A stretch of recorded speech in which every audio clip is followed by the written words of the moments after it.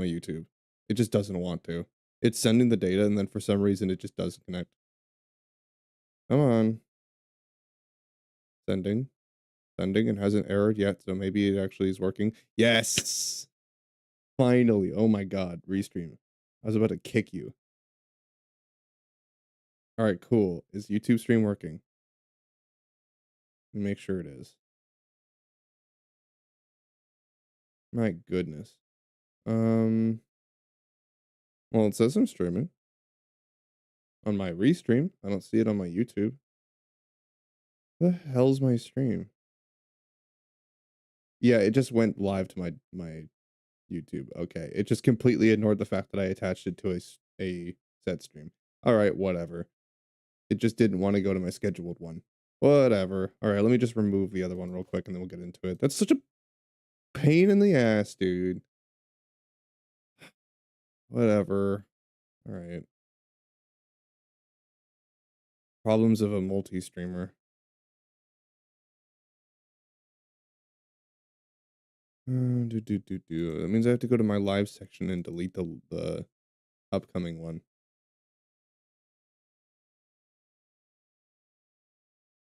That's a pain in my butt. I don't know why it did that. I don't know.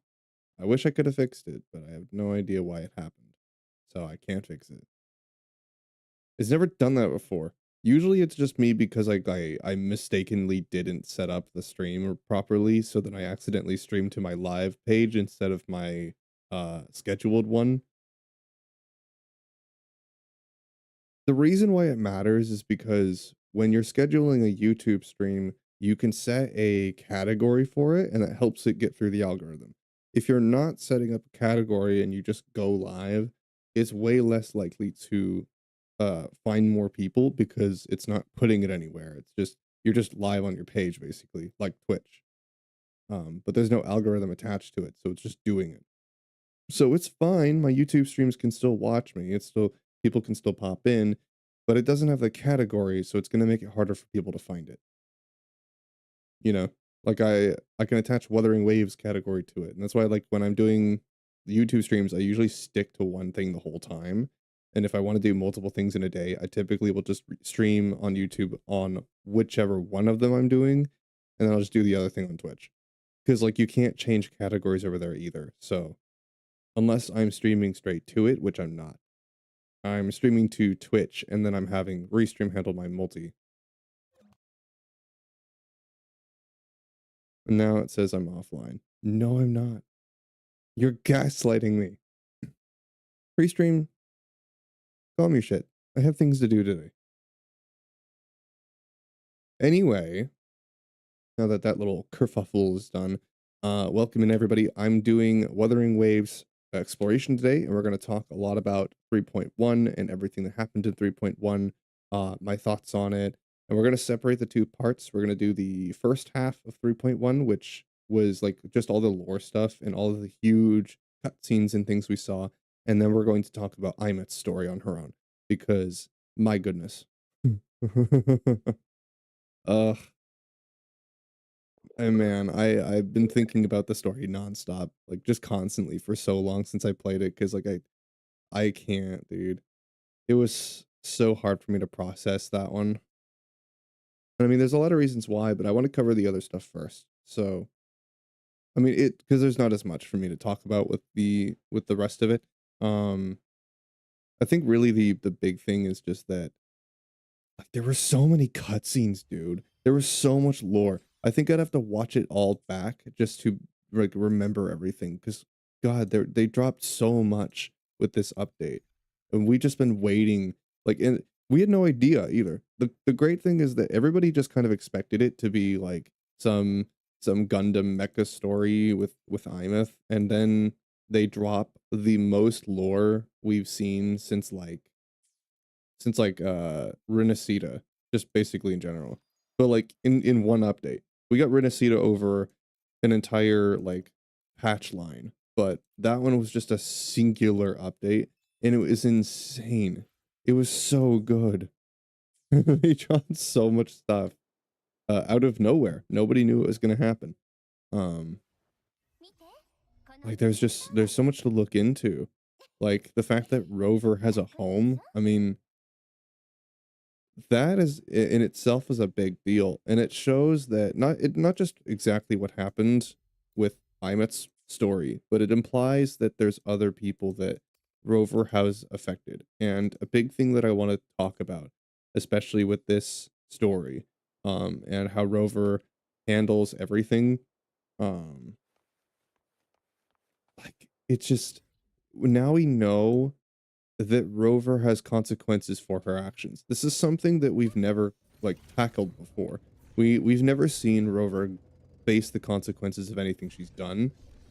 Because we never imagined there would be any, right? It's been a power fantasy for the past 2 years. We've just accepted that like the story was just her being the hero and changing other people, and that was all it was. And we just kind of, everyone was fine with it, We didn't expect too much because it's a gotcha game. So, like, even getting 2.0 was pretty mind-blowing for us. And we've just never seen Rover have to deal with anything like that. So it implies to me, the way I see this, is that Rover has done a lot more than we ever imagined. Maybe there's some reason why, well, obviously there's a reason, but maybe there's more than a few reasons why Rover decided to abandon all of her memories. Because what we initially thought was just that Rover, being the hero, decided to abandon all those memories and stuff so that she could be the epitome of saving the world. She was supposed to um, basically save everyone, and she couldn't do that for whatever reason, having those memories. So she had to abandon them so that she could uh, do what she believed she had to do. That was her purpose.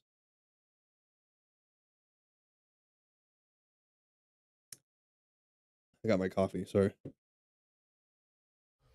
Oh, good coffee. Anyway, I think that this new idea, it implies that Rover maybe was running from something.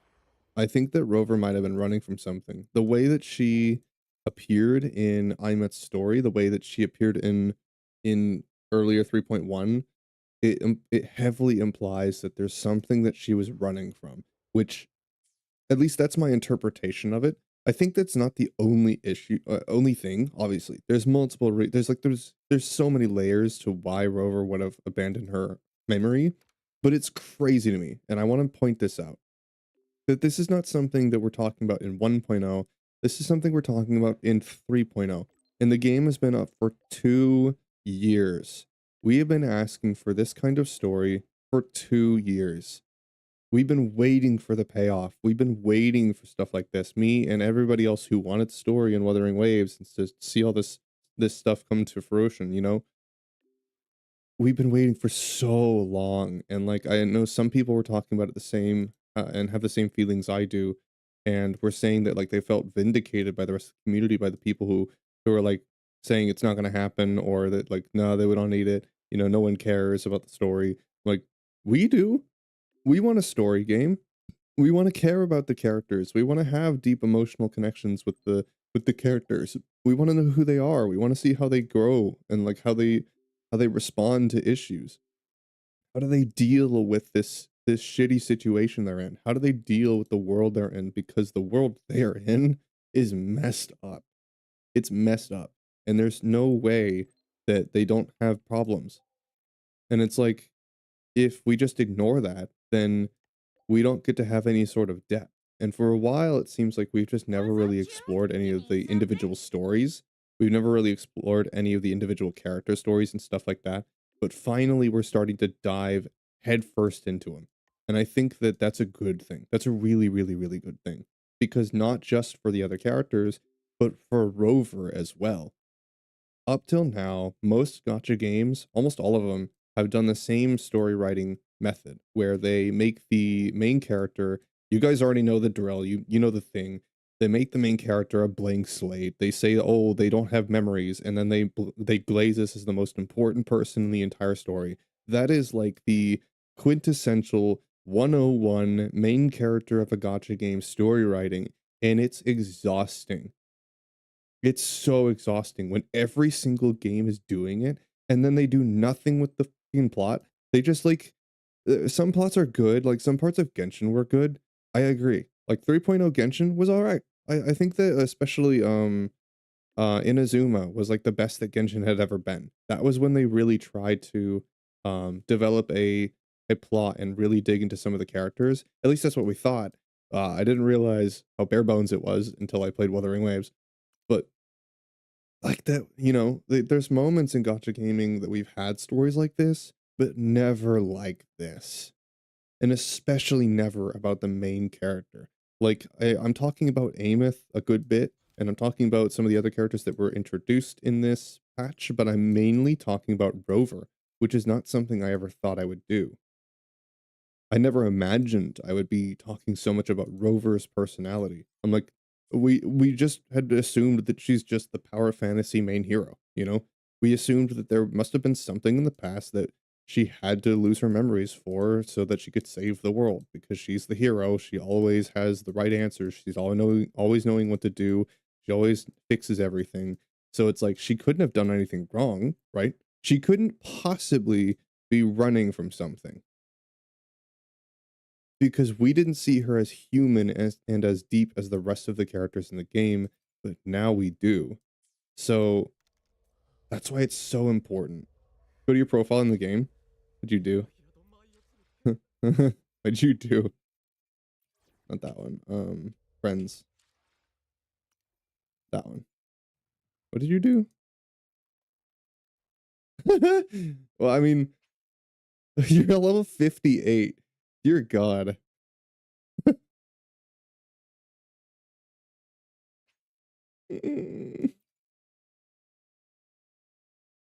I mean, I saw your bio message before. You're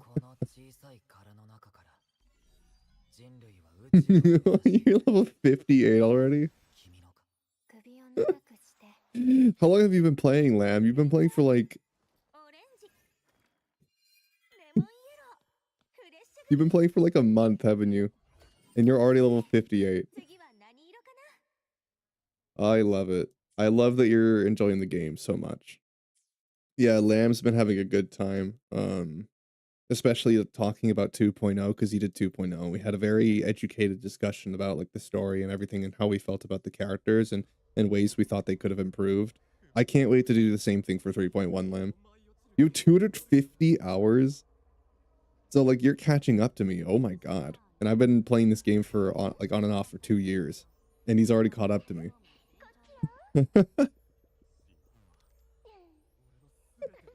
Where do I think they went? Grinding, I mean, just in general. How's my day? Oh, it's been alright. And a good night.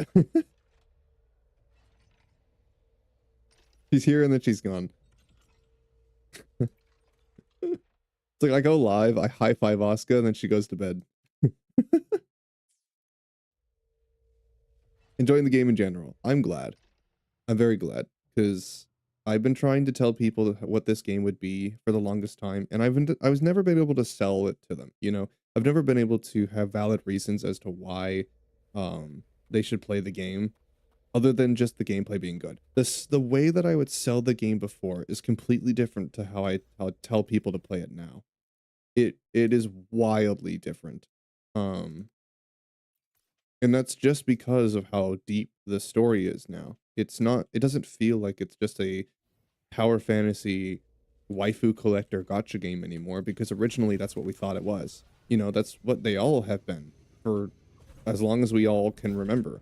They've always been that way, but with Wuthering Waves 3.0 and 3.1, it isn't anymore. I would say that this even started in 2.0, but they really like fleshed it out in 3.1. Um like it's not just a game anymore for a lot of people, especially like for me. It's not. It's a character story. It's all these deep personalities and interconnected stories that honestly they tackle so many difficult and extremely real and emotional issues that many people like myself deal with on a daily basis, and they turn those things into a story of someone overcoming those things. So it's not just that I connect to them emotionally. It's that they're taking something that I've been struggling with for a long, long time, and they're displaying it in a way to make me feel connected and heard by, or like understood by a fictional character or by someone else. And then they're giving me ways to move on from that. They're giving you closure for it. And this is why, like, I think that games have the power to do that. They do. It's just that many people don't play games for that, you know? And that's totally okay. But you need to understand that there are people that appreciate stories like that, that put the most um energy into games that can do that, that can tell a real story, you know, and make us care deeply about a character. We want that because it helps us.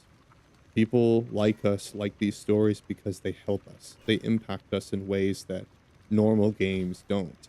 And that story games like this and Baldur's Gate for many people actually, the problems that in Baldur's Gate, all of those characters are incredibly flawed.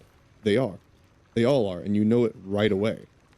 They don't try to play it up like a power fantasy. You're not some incredibly all-knowing or all-powerful person who's the strongest in the land and everybody knows who you are. No, no one knows who you are.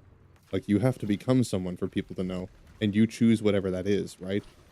And it's like through all that, you can choose who you get to know and how your story develops with them. And it's like it's such a unique way to tell a story that really only Baldur's Gate captures so well, you know?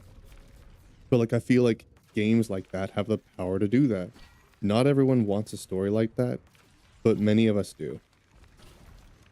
And it's like it's this game is both a good story, like an amazing story game now, and an amazing gameplay game. It's both. I don't think the gotcha aspect is the main point of the game anymore. It's kind of just a flavor text. It's like how Eternal Return, I would say, isn't mostly a MOBA. Eternal Return is mainly a battle royale. Those of us who play it know what I'm talking about, right? It's mainly a battle royale, but people will look at it and they will see, MOBA, and they'll just dismiss it because they don't look beyond the surface. They will see Wuthering Waves as a waifu collecting gotcha game, and they won't look beyond the surface and play long enough to realize the story is actually incredible. Or if they hear me say the story is incredible, they don't believe it. They don't think that like a gotcha game can do a story like that. Believe us, we thought so too. We thought we were crazy. Like we've been telling everybody this for since the game launched, and everyone called us crazy, man. They said it would never happen, and here we are.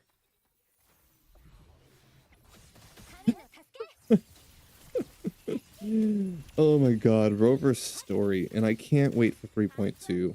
I really can't wait. It's so good. It's probably going to go over all of the ways that Rover deals with this, because this is the first time we've had to see this. Think about it. Think about all the times that Rover has had an effect on someone else. Frolova was probably the first one, actually, and that was in 2.0, like late in 2.0 storyline. That was late. It took that long for us to get to a character where it seems like Rover had an effect on them. Now, Frolova was different from Imeth in a lot of ways. They had the same kind of idea where they were abandoned by Rover. She abandoned Frolova in her friendship. Rover abandoned Imeth because she was like a mother figure to her. It's a different attachment, and both of those attachments come from the characters themselves, not the relationship, but the characters in it. Like Imeth was deeply affected by this because she was so young and because she was a foster child to Rover. You know, the only person that she had, she basically probably never left that house. So the only person she had was Rover.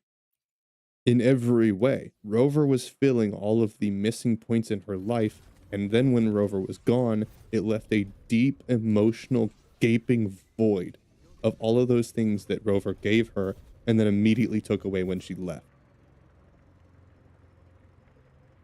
Frolova was a little different, where she just didn't show up to Frolova's concert. They had a very, very deep friendship. Frolova lost everybody in her life, much like Imeth, and she was dealing with the loss, and Rover was someone who made her feel special. She made her feel heard. She was important to her. And Rover goes and leaves because she has to take on her purpose, right? She's important. She needs to go save the world, just like the same reason she gave Imeth.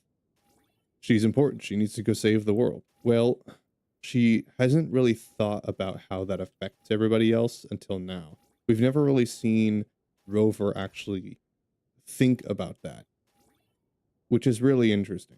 Like, we've never tackled this idea yet until now. I mean, we even saw her kind of having problems with Frolova, and it's like then when Frolova at the end of its story, spoilers for those who haven't played it, when at the end of Frolova's story, we see her talking about how it's like there's nothing you can do basically. She was pretty much telling Rover that there was nothing she could do to help her. And it's like Rover wanted to do everything she could to help her. Obviously she felt bad. She's like, Frolova, I didn't know that was, I didn't know, you know, I have no memory of this. If I knew, I would have, you know, like probably been different, but it's like it was too late. It was too late. Yeah, I mean, Frolova just she couldn't accept that. Obviously. And it's like honestly, she's kind of valid for it. Let's be real. She's kind of valid. I'm level 69, I can't go out anymore. Unfortunately, I can't just turn that off. Unfortunately, I can't decide that. But like, we've never had this idea before that like Rover is as much a part of this as the rest of them are. It's like she's never been the one needing help.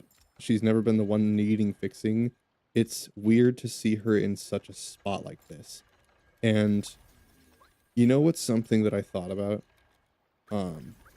Among everything else. It's like Rover's kind of abandoned everybody who would have helped her. You know what I mean? Have you thought about it?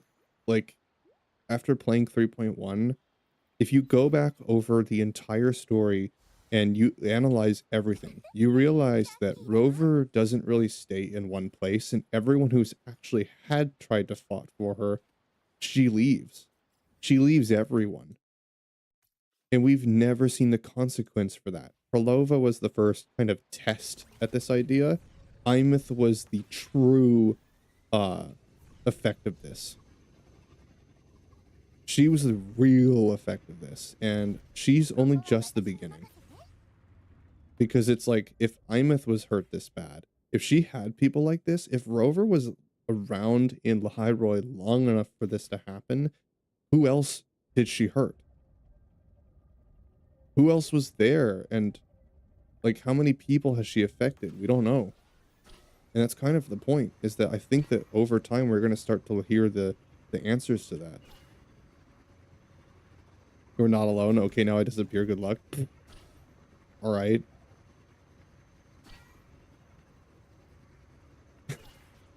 Okay.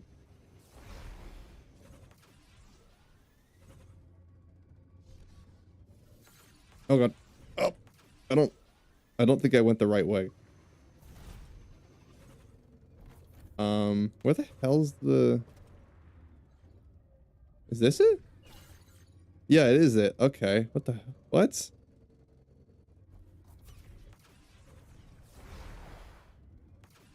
That's what Rover does? Oh yeah, you're not alone, and yet Rover seems to feel like she is. You know what I mean? Like, she seems to always be alone, but she's telling everybody else that they aren't, that she's there for them. It's like, but she never lets anybody else be there for her. She's basically, like, Imeth did that. She realized, she was like looking through a mirror. Imeth was just doing what she saw in Rover. Imeth did what Rover is doing. What Rover did. Like, the whole point of Imeth's story was to show she's just learning from Rover. This was the example she set.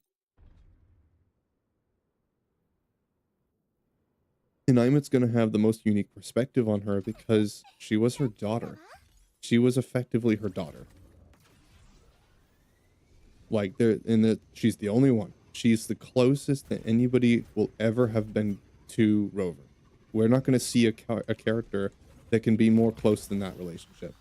It was a difficult one, but that was kind of the point, was that it wasn't supposed to be some perfect story. Rover's not perfect. If this were like 1.0, it probably wouldn't have gone this way. It would have just been like a cute little um story, or we just never would have happened because that's too much to establish, you know.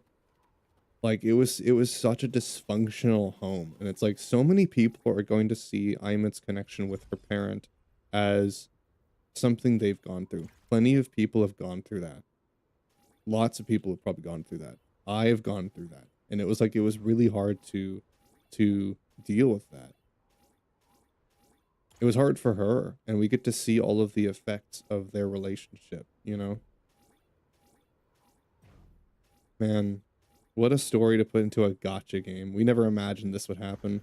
We never imagined like they would do this. We knew they were capable. Those of us who've been waiting for so long could see it. We knew that Kuro was capable of writing a story like this. We just didn't know if they would. But we hoped. And it paid off. Man, it paid off. And it means that because of the success and the internet like going crazy over this, that's a good thing, because it's only going to encourage them to keep writing stories like this. Because the internet is receiving it extremely well, we're going to probably see more stories like this. At least I hope so. I hope it's not just a one and done. Do more of this, Kuro. Do more of that, because it's affecting me in a very deep way. And I'm sure that a lot of people feel the same. A story is not just a thing that you're supposed to play. It's not just a thing that you kind of experience once and you're like, oh, that was cool, and you move on.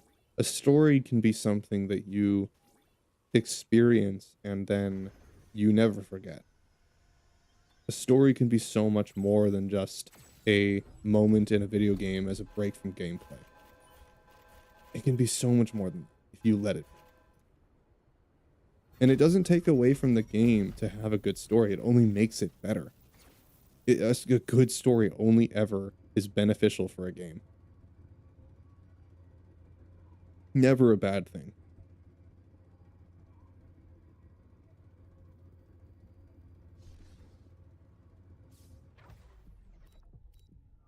So many plot points. Like, I'm gonna have to replay the story. I'm not gonna do it a second time on stream. Well, maybe I will. But I'm going to replay the story on my alt account at some point, of course, when I get to it. And probably just like analyze absolutely everything. Because a second time can give you a lot of, like, you'll notice things that you didn't see your first time playing through. I like to watch stories or play stories like this more than once, because I'm sure I missed plenty of things, and now that I know I'm at story and I know where everything's going, I can truly analyze everything that happens and just really get into it, you know? Because I'm sure I missed plenty of things in the first half of stream because we were gooning. I was also just like freaking out over how cinematic the scenes were. I probably wasn't paying that much attention to them just because I was too blown away with how insanely cool they were.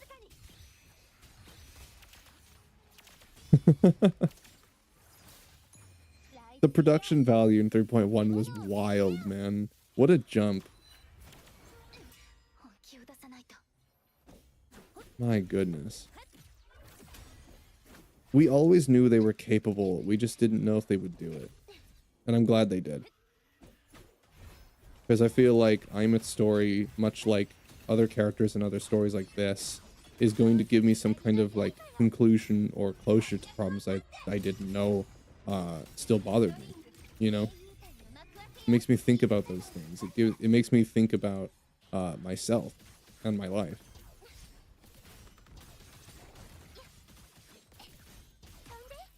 Those feelings aren't easy to interpret. That's why a lot of people may not like stories like these, because they're not playing the game to confront their issues. They're playing the game to get away from them. And putting your issues into a game like this and writing it into character stories isn't fun for them. It's not comfortable. Yeah, these things aren't comfortable. But the reason why we like stories like this is because we respect what it does for us. We know that a good story like this may be uncomfortable at first, but it'll give us some kind of resolution or closure or solidarity in a problem that we face, you know? It lets us be heard. A lot of people have a deep respect for something like that. I know I do.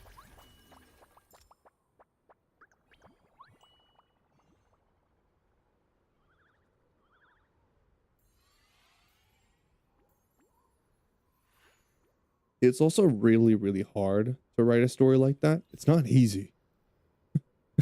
It's really hard. But man, they delivered. They definitely did. Um, I don't even know, like, just thinking about my playthrough of it, and I did rewatch my playthrough, like, I don't even know what they could do different. I don't even know what they can do better. I think the only thing that I'm hoping for from here on out is more stories like that and continue developing this character of Rover. Please don't write this blank slate. I don't need to have a blank character to impress my opinions or myself onto. I feel more attached to a main character when the character has a deep, interconnected relationship a lot with all the other characters and has their own personality. I like to empathize and connect emotionally with a character. If Rover doesn't make any of her choices ever and doesn't establish this like she's not perfect, she's done things that affected other people and we're finally facing the um conclusion of that, then yeah, like that's so much more interesting than just having oh a mysterious character with mysterious backstory that we never elaborate on.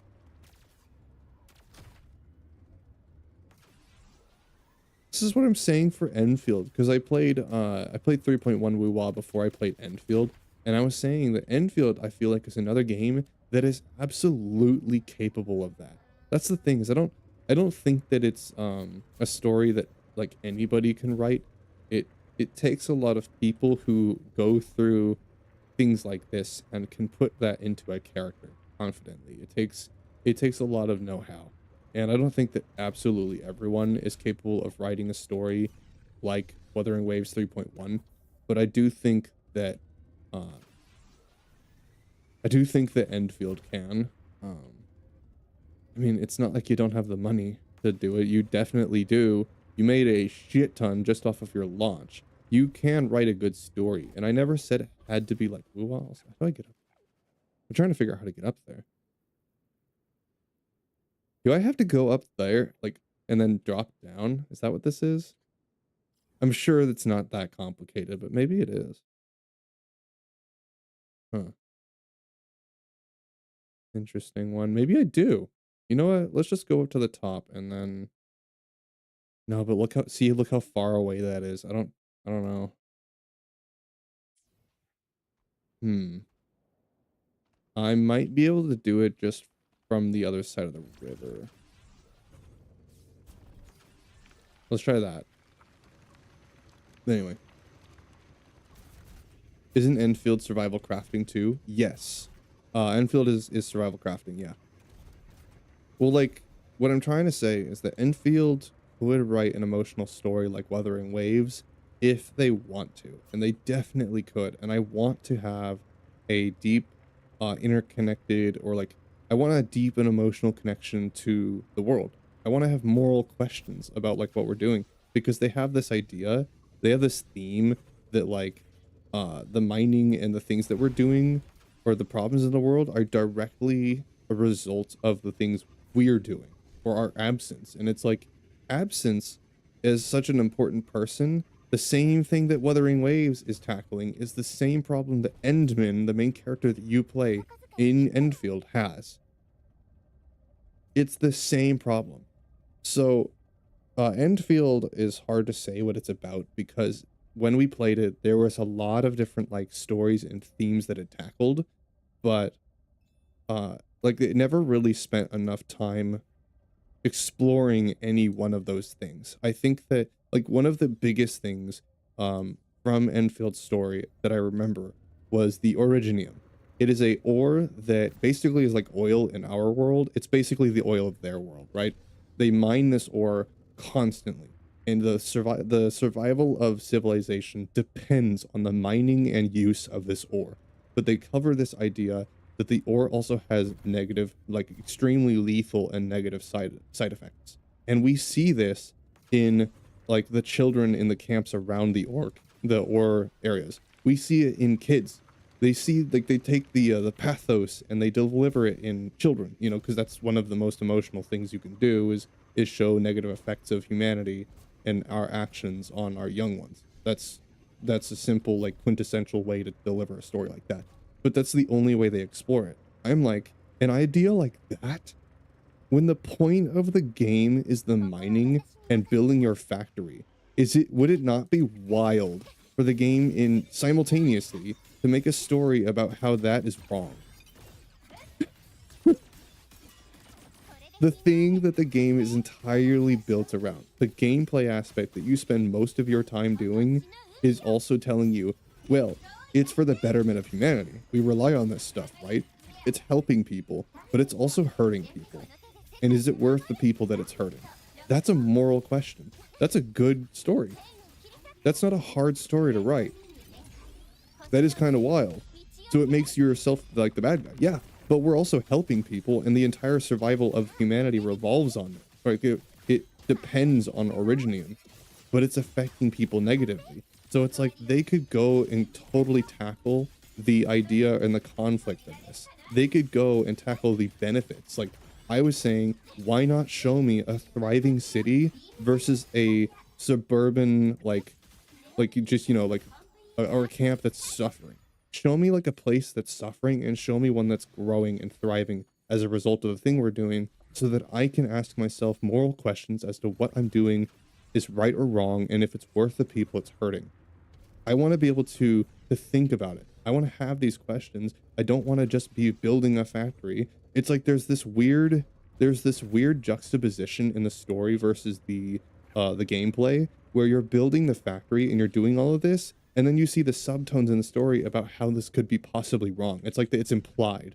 It's implied, oh, maybe this is wrong. So originating an erypathy, the thing that it's causing, is a little bad and it's not great. But it's not the worst thing in the world. Now go build your factory. Yeah, we need all this stuff. Yeah, go make money, go build your factory. It's like, how do I put this? Let's say, what's a good example I can use of this idea where it's like the gameplay, it's just basically the gameplay counters the story in every way. It's like it completely defeats the point of why am I even asking the moral question?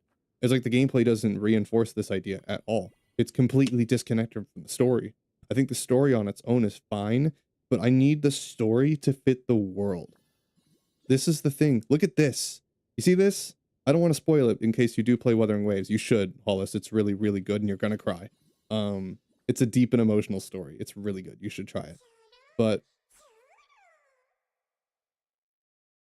like there's all sorts of things in the world. After this story, like this is Rover's house, you know? And she used to live here in a past life. She has no memories of this stuff.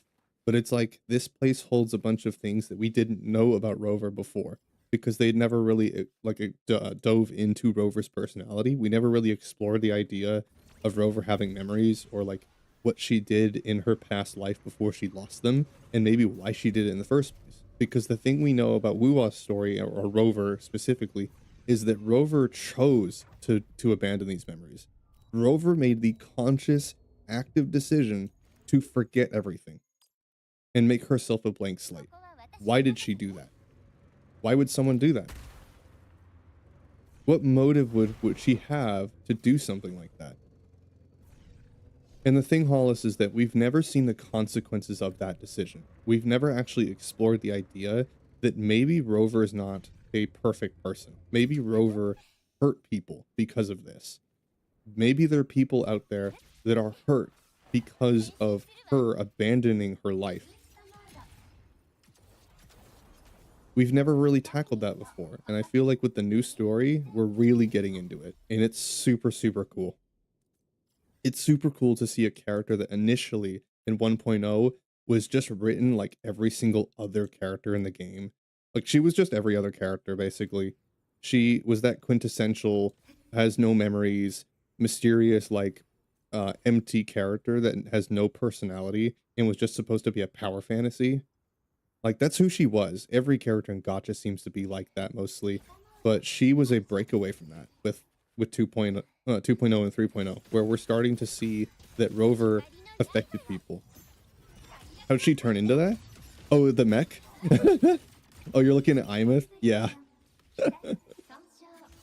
Oh yeah. She's really cool. And I won't tell you anything about who she is because it's a new character that just came out in 3.1. All I will say is that her story has left me emotionally damaged. Like, dude, I was so affected by it that I went into hoping mode during stream, and then when the cameras were off, I went and spent the next 6 hours of the night laying in my bed in the dark, watching other streamers play the game, and just getting their reactions to make me feel better. It didn't. It didn't. It did not make me feel better.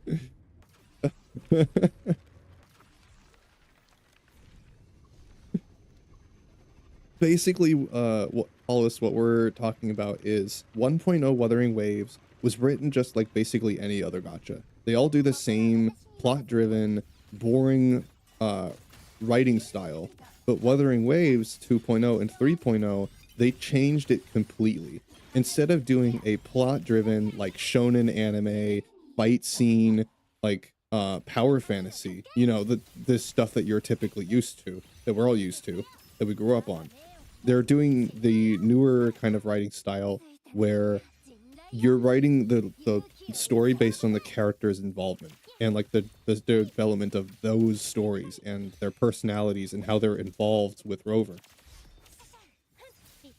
The story isn't the big bad of the week. Oh, the Fraxidus are doing this week. Oh, there's this problem going on in this city. We need to go fix it, because that's what it's been forever. But now it's Rover and how she learns and affects other people. How do they learn from her? The people that she used to know. This connection with the past that she has, that she thought she abandoned, that we're starting to dig up now and learn through other characters and how she affected them. She's not just a blank slate. She was a person. She is a person. She had a story and she left it behind. Why? What happened in her past life to make her do that?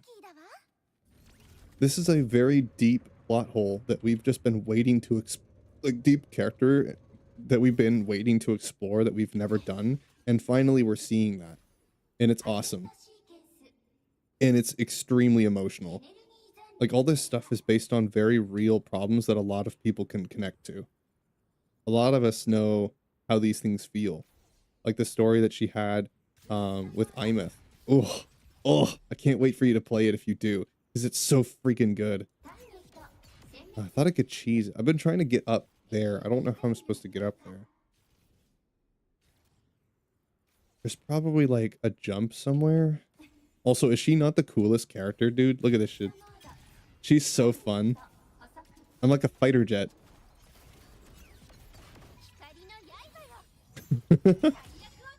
She turns into a mech, bro. It's so awesome. You definitely should play it.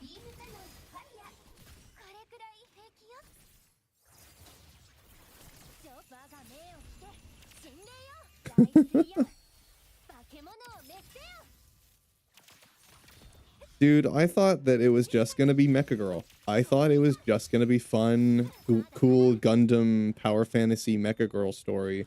And then it was so much more than that. And I was not ready for that. But I'm glad that it happened. Ow. Like, what if I told you, Hollis, that the newer story will probably make you, like, think about your relationship with your dad? Or, like, your parents? Bro. What if I told you that it's going to be an elaborate story based on, like, real problems and emotions that we all deal with?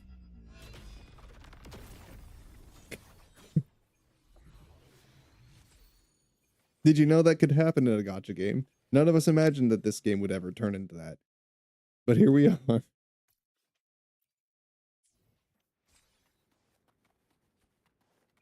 Oh man, what it's become is so much more than just a gacha game now.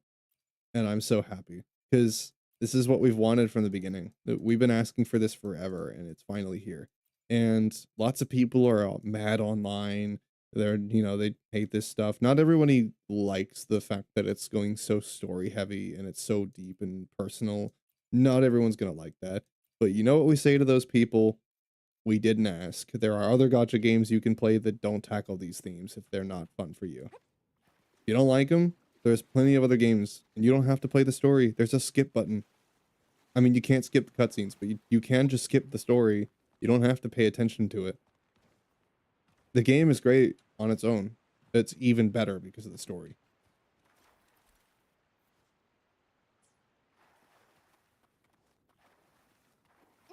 Well, you can just tune it out. You don't have to play the story if it's a little too deep and emotional for you. I think it's fantastic. I'm here for the story now. I used to be here for the waifu collecting power fantasy. Now I'm here for the story and interpersonal relationships. And all the characters.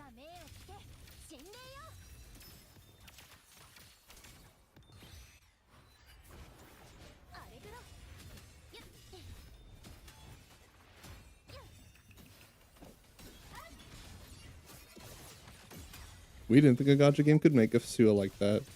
It's incredible. Ew. She's so cool. She's not even fully built, and she's doing about as much damage as my other characters, dude. You're not even fully built. So, if you guys don't know, the subreddit for Wuthering Waves, and really just the internet in general, it's like one of two things. They're either talking about Imeth because of her incredibly depressing story, or they're talking about how broken she is in the gameplay, because she's both of those things. She's really broken. But you know what? We love it. As long as it doesn't mean the other characters are going to get power crap, that's fine. Just let her be broken on her own, and that's okay. As long as that's not a benchmark for every other character's power level, we're fine. I know some people are worried about, like, because of how broken the character is in the gameplay, that you know, we're worried that the power creep might start. I don't think so. Because they put so much consideration into their story, they're probably not going to fall into that pitfall of selling us power creep. They're not going to. They care too much about their game to do something like that. Because that would kill it. And it's like, what was the point of writing an amazing story like that if you're just going to kill it with the gameplay? Kuro's not going to do that. We all know that's not going to happen.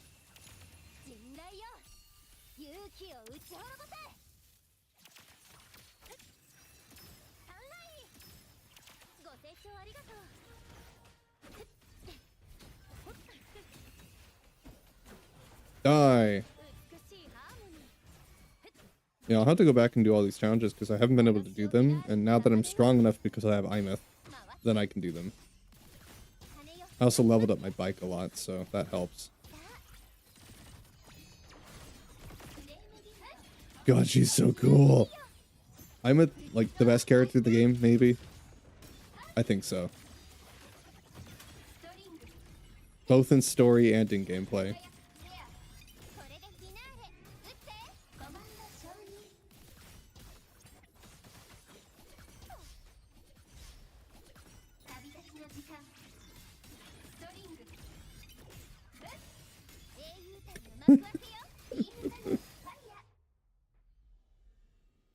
Oh my god, Hollis, if you're still here, did you see, like, I'll have to show you this Asmon clip, where he's talking to some WoW player, and the WoW player is like, don't you make another Gooner, like, waifu collecting gacha game. Don't you dare, you don't let the Gooners win. Come on, man. Don't let the weebs win.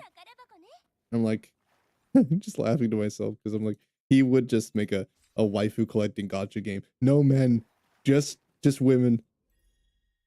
No, like, deep personal plot, just selling it to him. He's like, no, dude, I'm scamming them. I'm scamming them. But you're giving them what they want. Actually, a lot of us just want to have, like, a deep story. A lot of us are here because, you know, they're well, I mean, they are hot as hell, but they're also very emotional characters. I'm not saying we can't do both, you know.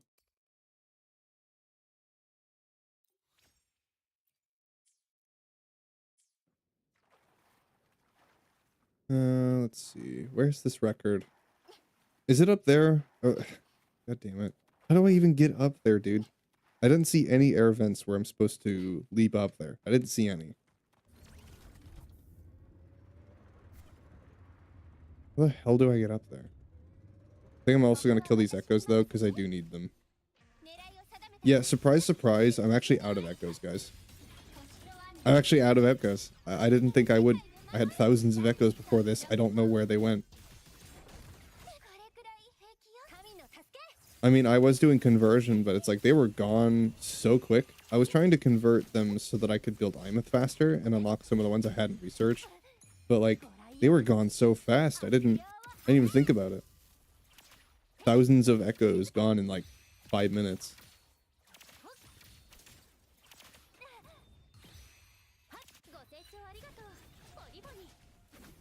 Like now I need more. I mean, I'm still building Lumi. I'm not quite done building her yet. I put her on pause to build Imeth, but I do need echoes for her, I think. Actually, did I get all of hers? I might have already.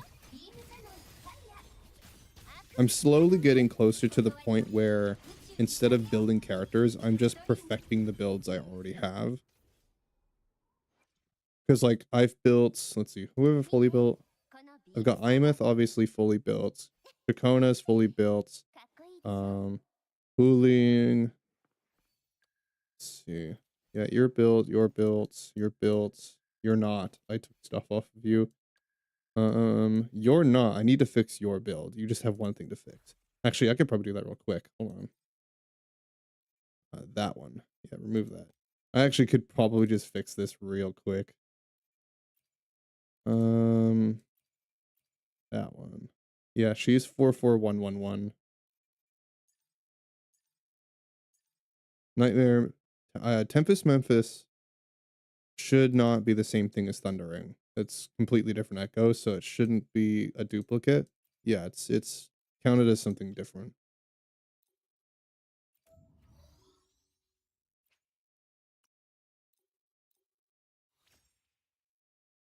Let me just fix this real quick.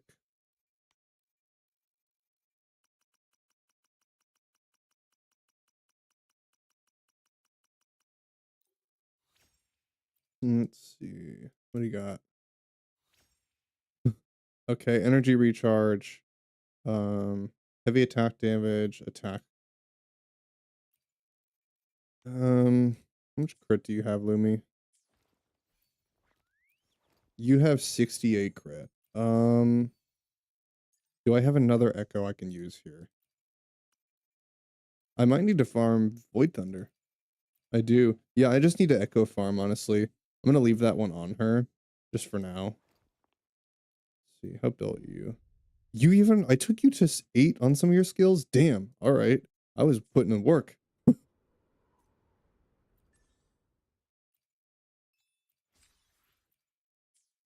Speaking of, I may as well spend my wave plates once it's fully charged. I'll wait. I did my weekly wave plate spend. I just got to do my daily one. I'm probably just going to farm up the stuff that I need for the remainder skills. I need to wait for the weekly reset towards the end of this week, or actually next week, so that I can finish off her builds, but I do need to farm the resources before that happens.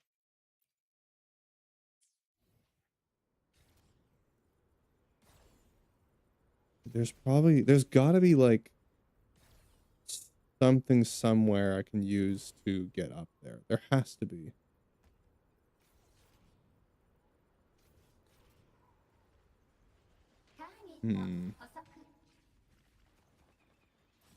Hello, Mr. Dragon.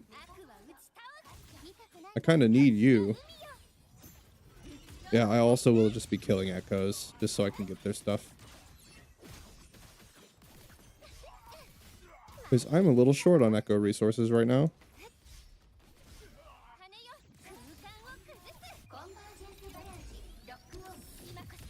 Pew!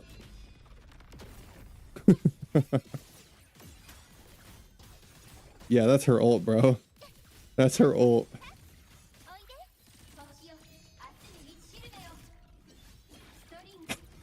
She's so cool.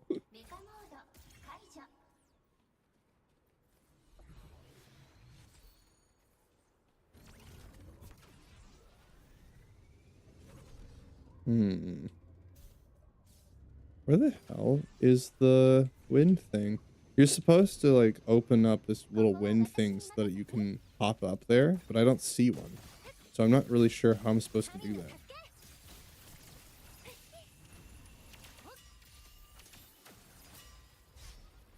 I think what I'm hoping for with 3.2 is that, like, and I was talking about this with my sister, I hope that what they do in 3.2 is that they give it time for Rover. Let's get like a Rover centric patch. I want just a patch where we just focus on Rover and facing the relationship we had with Ima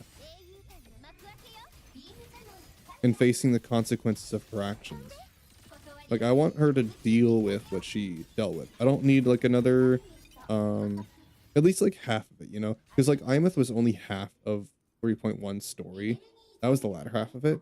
Obviously there was plot and stuff, you know, it wasn't just about her. But like we can do that same thing again. Just do that again. Yeah. Tackle all the stuff that you dropped in the plot point stuff and then explore more of the personal involvement of Rover. Absolutely. Do that again. Because that was really cool. Do more of that. But on this time, it's different because it's really just Rover dealing with it, you know? Because for the first time, since like Frolova, this is the first problem that only Rover can fix, and I don't even think she can fix it. It's just kind of one she has to deal with. Actually, yeah, the more I think about it, the more I realize I don't think this is one that Rover actually can fix. This might just be a problem that she has to live with, and that's a totally different theme to the rest of the game. Like literally every other problem we've had always has some kind of conclusion, but this might be the first one where we don't. I don't think that's necessarily a bad thing. The conclusion is that Rover learns how to accept what happened and move on. That's the conclusion. There doesn't need to be some big bad villain of the week. There doesn't need to be some person to fix, because this time there isn't anyone to fix except herself. And Rover's never had to do that before. Especially since that might be the reason why she abandoned her memories in the first place, was because she had problems she knew she had to fix. She knows, she's smart. She knows that she hurt people with her decision. She knows that she hurt people abandoning everybody so that she could go save the world. And roving around as she does. She knows that it hurts people. I feel like she does. Especially now. I feel like then she probably knew, but that's why she ran away, basically. She wiped her slate clean to get away from those things. Like that's a big idea, and I wonder how they'll tackle that. Because like even if that's not the main point, it is a big part of why she might have done something like that. You definitely have to consider that idea. All right, where the hell is this thing? Is it just above me? There it is. Got it. Oh, maybe I can hop to that one now. Okay. All right. Wait, I think I figured it out. And then I hop here. Oh my god.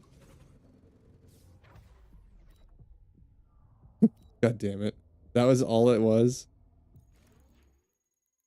Of course. Of course it was.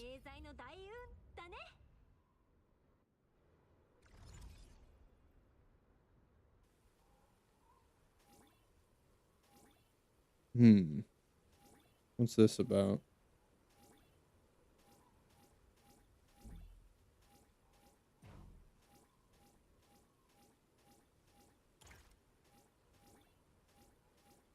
Oh, that's easy.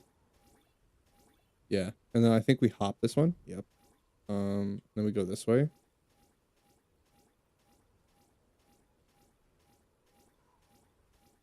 Hop the laser. Go over here, and then we're here. Easy.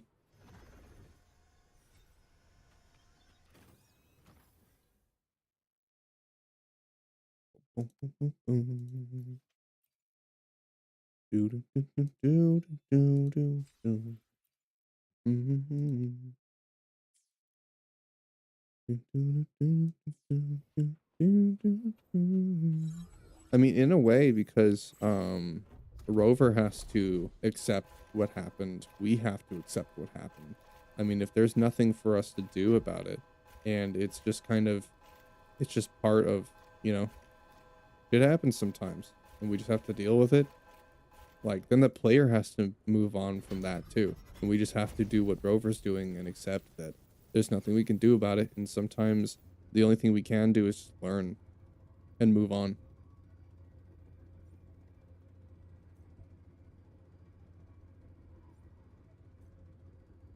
We can't change the past, but we can learn from it and make sure it doesn't happen again. Otherwise, history just repeats itself.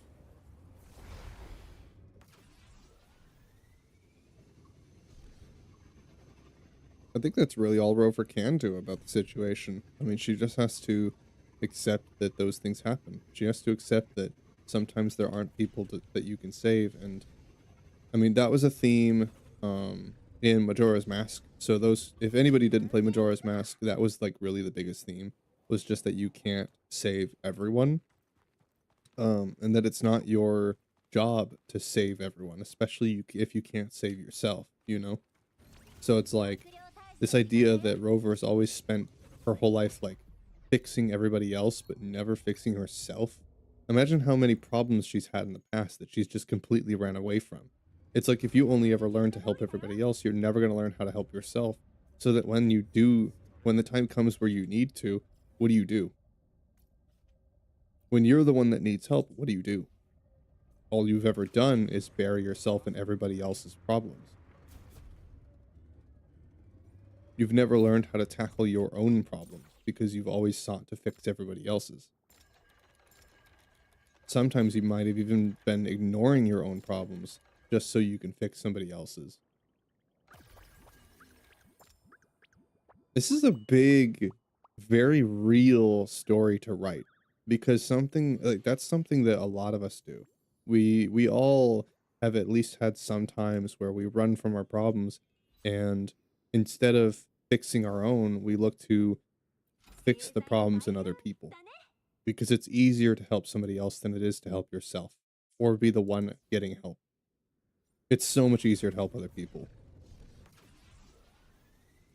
And I think that part of the reason why I'm at story and 3.1 in general was so impactful for me was because I feel like in a lot of ways my streaming is kind of the same thing that she's doing. I see a lot of myself in her, and that was hard to deal with. It's like literally, it's like looking in a mirror. It sucks. You see all of your problems in somebody else, and it's like, oh, how do you deal with that? Well, I just don't become what she is, pretty much. She's supposed to be like a cautionary tale, you know, as to what happens when you don't learn to uh, get help, and if you don't, um, or if you just run away from your problems. It's supposed to be kind of a cautionary tale, is the way I'm reading it.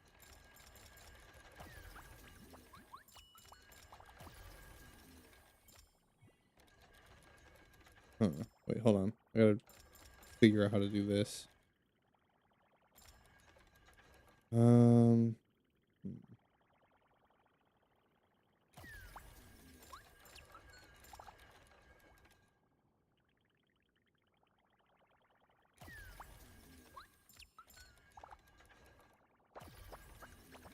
Ah, I'm smart.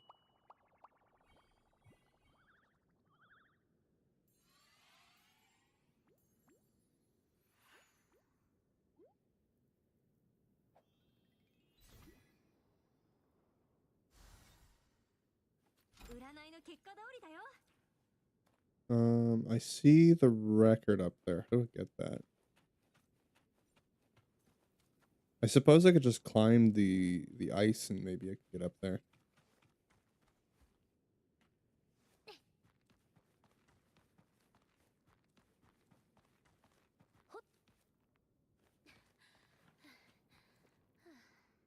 I feel like most people are capable of writing characters like that. It's not easy, but I mean, it really just takes understanding your own problems and how you're supposed to move on from them. It's understanding the problems that people have and putting it into a character like that. And there's many ways that you can tell the story. Like, you can make it a cautionary tale, or you could give them closure. There's many different kind of conclusions that you can have to give people lessons. And that's kind of the point of writing a story like that. It's not just supposed to be a good story that you play and you're done. It's supposed to be one that lives with you, because much like the problems that it's basically the problems that they have, they live with you. You are forced to deal with those things all the time. It's not something that you can just ignore, and 3.1 story is what happens when you do.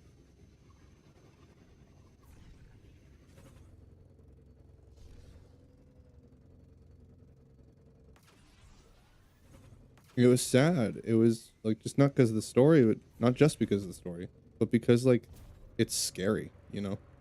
It's a scary truth. It shows the truth about ourselves. And people might say, "Oh, it's not that deep." It is that deep. It is. Wuthering Waves 3.1 really is that deep.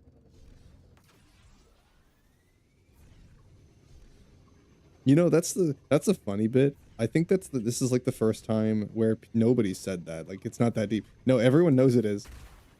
Everyone who's played it knows it is. It's incredible. It is that deep, and it's wild that it's become that. Can I get up there?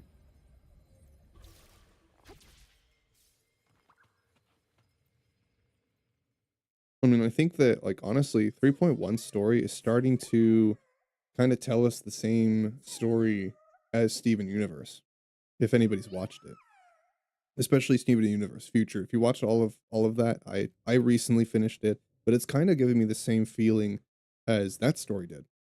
I mean, just this idea of running away from your problems and looking to fix everybody else, and then the moment that nobody else needs fixing and you're the one that needs help, what do? It's like you never learned how to accept that. You never gave yourself the time to develop those emotional things, you know?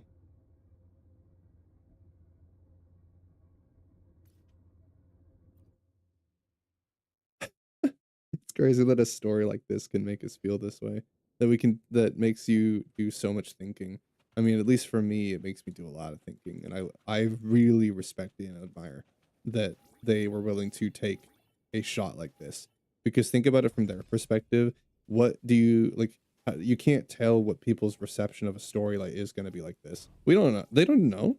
They wrote this story not knowing how people would react to it. There's no way to know. No one can tell like how the internet is going to feel about something like that. So it's kind of just a shot in the dark, because think about it this way. This is something that no gotcha games really ever do. So it's like they didn't have an example of like you know what happens when you write a story like this, because no one's really tried.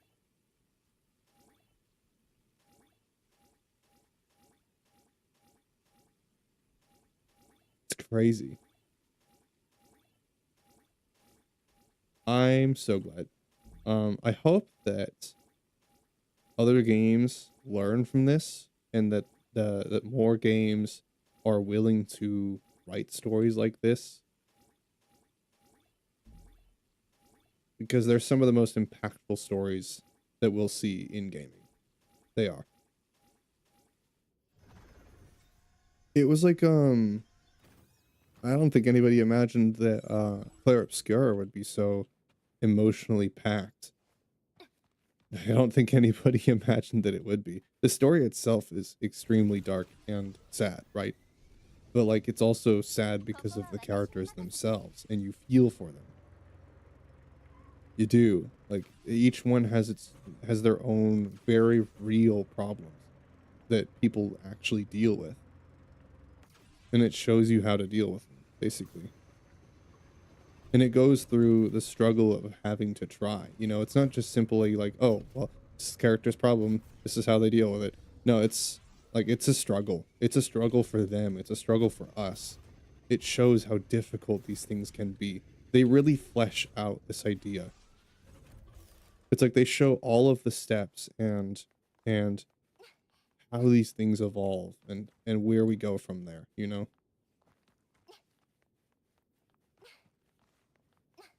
It's the most human this story has ever felt. I love me a good human story. I love me good human characters that have real problems. I do. It takes a lot to write something like that. But there is something so genuine and so impactful about stories that can accomplish this effect. So what the hell is up here? Like I don't know, but I'm gonna find out.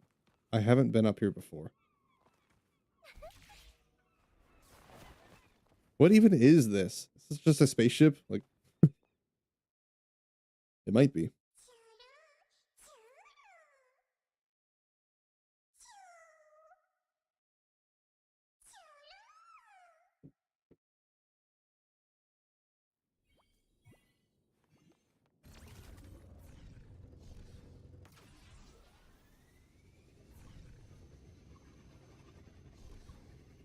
You know what's crazy? There were people, like okay, there especially Gotcha Smack, I think was the worst offender of this. There were people, that had like this idea that the story wasn't realistic. Huh? What do you mean it's not realistic? What I mean by that is exactly that. I think like just genuinely, there were people that were convinced that like the problems Imeth had and like the relationship she had with Rover wasn't realistic. I'm like, huh? Hello? Just because it's not realistic for you doesn't mean that it's not realistic for other people. There are plenty of people that go through these problems. It's just not unique to you. It's like, but even they're not for me. Some of those things I don't relate to. I relate to more of the emotions Imeth felt, not the situation she was in. But some people can probably even empathize with that bit. I can. I can at least sympathize with it. Could recognize that some people are truly affected by that. That was great. It was crazy. The backlash on the internet for some creators is going nuts right now because like they review the story and like they're sitting there laughing at like some of the emotional moments. Like, hello? Do you not have human empathy? Did you just forget that bit?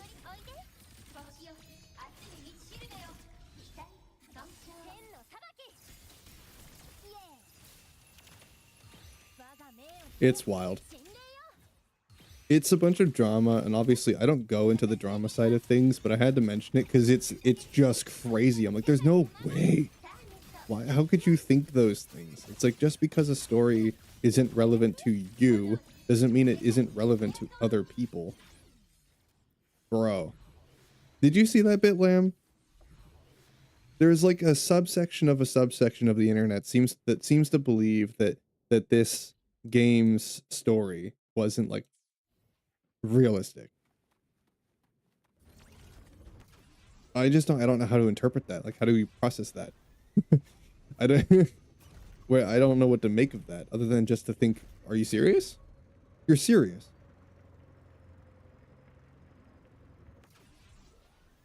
I mean, it was kind of like the conversation I had with you, Lamb, but like, it might have been Abyss, or it was probably you or both. Um, but like we said, well, I'm deeply emotionally affected by this character, right? Like I was extremely affected by Amleth. I still am. I always will be because it was a story. It's been a while since I've had a character like this that took basically who I am and my life and put it into a character.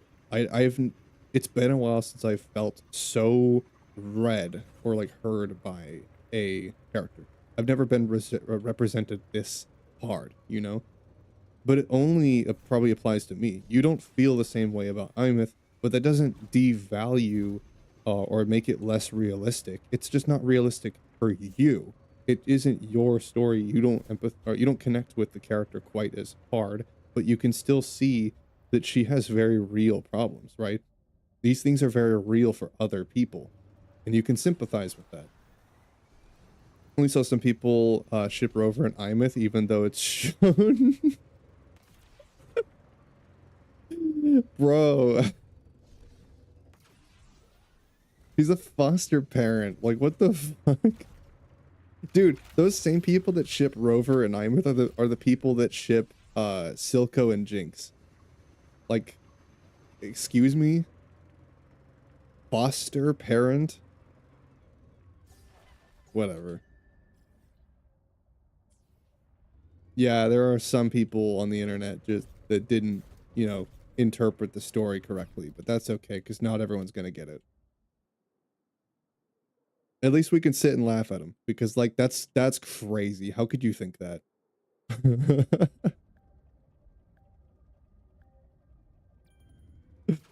Oh, it's wild. What would make you think that, dude? Like, just that she's older, that she's a cute anime girl, is that why? Because the only reason you could look at their relationship is and see like romantic involvement is if you're looking at it from surface level view. Like, that's the only way you could see that, is if you were just analyzing it from like surface level. If you don't look at any of their actual connection, if you just completely ignore 90% of the story, they're just horny. Yeah. Yeah, pretty much. Yeah, they are. You know, that's the beautiful thing about Wuthering Waves, because it's both horny and depressing. It can be both. There's a character in this game for everyone. There is. If you just want Gooner power fantasy, this game's got that for you. Absolutely. Oh yeah. But if you want deep involved stories that make you think about your own life and your connection with other people, it's got that too. Or yeah, just incest. Maybe they just like yeah. Maybe they just like the mother-daughter relationship. I don't know, dude. I don't know.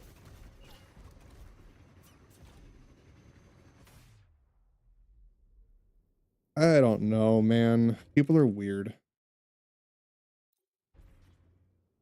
I look at their story and cry because I've felt it before. I deal with that.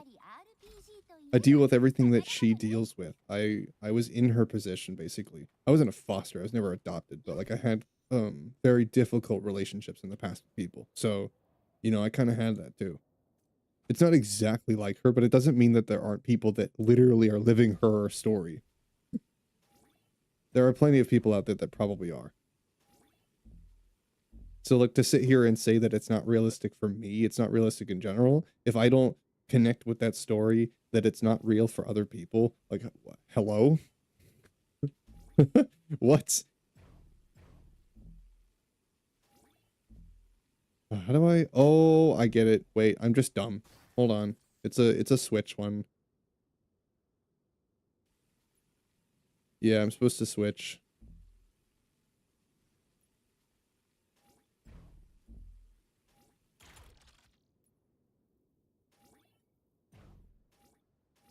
I think it's this one here, right? And then we switch back.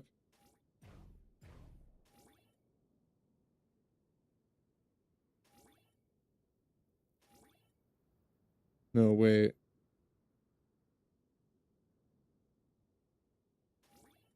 Oh yeah, no. It's what am I talking about? They just wait, no, I don't think they go to the same.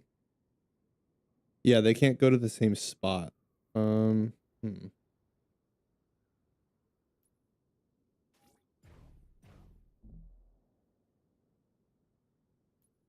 Oh, wait, I'm just dumb. I see it. I'm just dumb. There we go.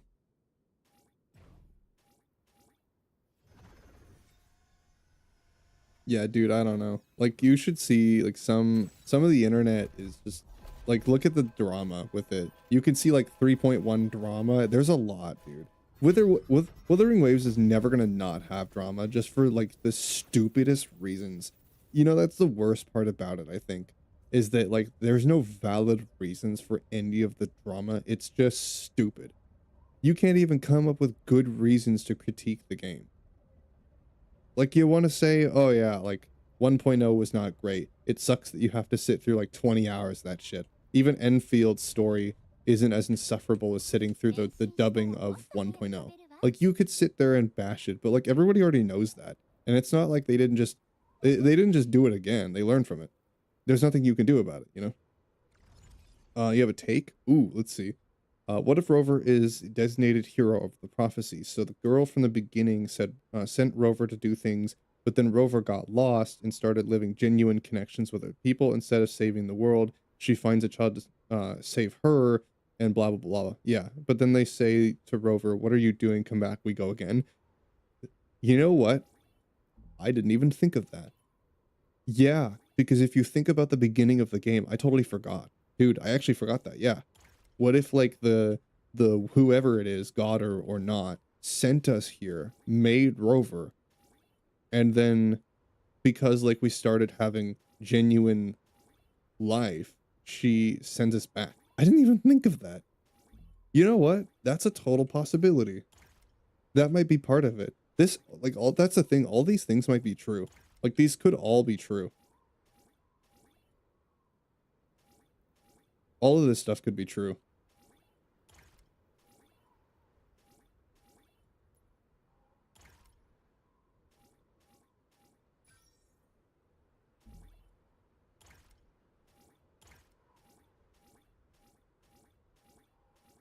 No, game, I don't need a hint. I already got it. Thank you. I didn't think about that. Yeah, what if Rover was just like a creation, basically, which is why she's like the unwritten one. Like that God or whoever sent us here to fix the place. And then we went against her will, and then she just like, nope, can't have that. It is a theory. That might have actually been like what it was supposed to be from the beginning, but I think that like they probably unwrit that.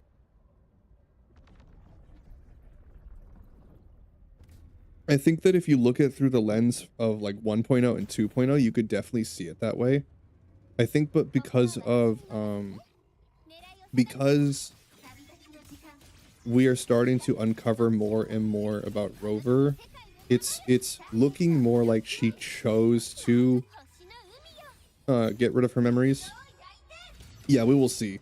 That's the cool thing, is we actually will get to see. Isn't that neat? Isn't that neat? We actually get to say, yeah, we will see, and it's actually true. It's not, oh, I hope that they do this. It's like, we know they will do this. We just have to wait. Isn't that so nice? Doesn't that feel so good? Playing a gacha game and going, oh yeah, there's some deep shit going on in the story. We don't have to like wait for 3 years to find out and hope that they do it. No, we know they're going to. Probably next patch. They're gonna do a whole bunch of like digging into it next patch probably. So like somewhere in 3.2 or 3.3, we're gonna really see Rover have to deal with all this stuff, and it's probably gonna uncover more things about her. I better. They better hope like or they better do that. I hope they do. She chose. Yeah, that's what makes the theory not work, right?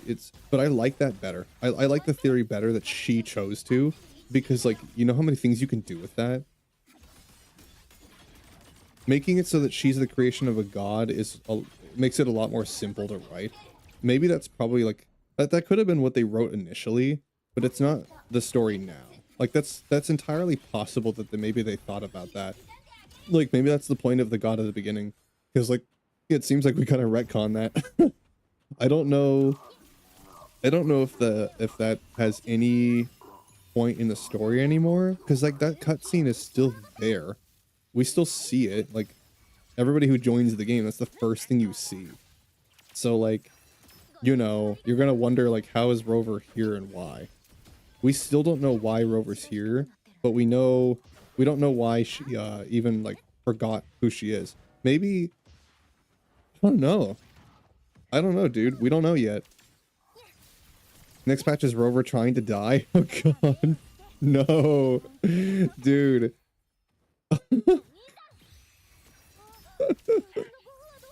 No, that would suck. Don't do that. Don't make Rover depressed, bro. Don't, come on. Don't do that to me. I already have Imeth. I don't need another depressed character. God damn it. Oh, this god is smoking me. Okay. Alright. Alright, I can't fight that yet. I'm getting smoked.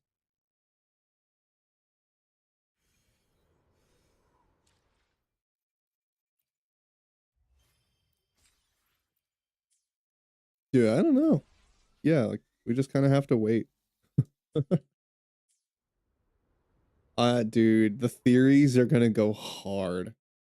Everyone's trying to come up with, like, what they think will happen, and it's so cool to see. Some of the ideas are very interesting.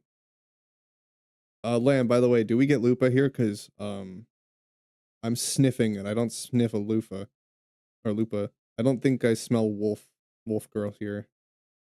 Yeah, I'm only I'm only 2 pages in. Oh, that's not gonna happen, is it? I do want her for my IMET team. I do want her. Because if I could do Imeth, Lupa, Booling, that would be a really good team for her. Hmm. I'm gonna pull for her, but like, it's not gonna happen, is it? I'm still gonna pull for her whether I get her or not. Like, it would be really cool if I did. Damn it. All right, Taichi, how many copies of you do I have? Do I at least have you at C6? No? Okay. Restores her HP and increases her defense. That doesn't really help me. This one actually would be really nice. If I could get this, that'd be nice. And I will lose the 50-50. Yeah, it's probably going to take me to pity, and then I'm going to lose the 50. As I've been doing. Augusta was the first character, and that was on my alt account. Like, you know, I haven't been able to break that curse on my main account yet. I don't think it's going to happen. Every character I have was acquired because I lost a 50-50. And I went to soft pity on every single roll. So, it's probably just going to keep happening. I've accepted it, but like, see, I have Imeth now, so your argument is invalid.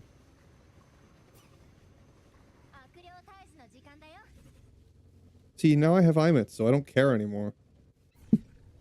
I have 3 teams. I don't need more. I would like more, but you know what? I honestly don't need more characters until the ones I already want to build are built. I don't need more characters yet. So if I don't get any new ones, it's not a big deal to me. Even if I don't, I mean, I can always just go back over all of my builds, start stockpiling resources, and, you know, fix all of my builds. That I'm going to get to a point where I don't really need to farm the resources. I'm just farming XP and echoes. I don't mind that. I really don't. I think that's fine, because it means that I can start stockpiling those resources and I don't have to feed them into a new character every patch. It means that I can start, like, really, collecting all that stuff and getting ready for whatever next 5-star I really want, you know?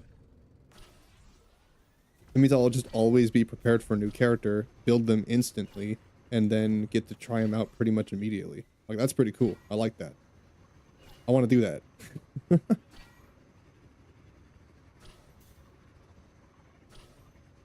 Yeah, basically, I'm getting to a point in the end game where I'm just farming echoes at this point. I'm just perfecting my builds.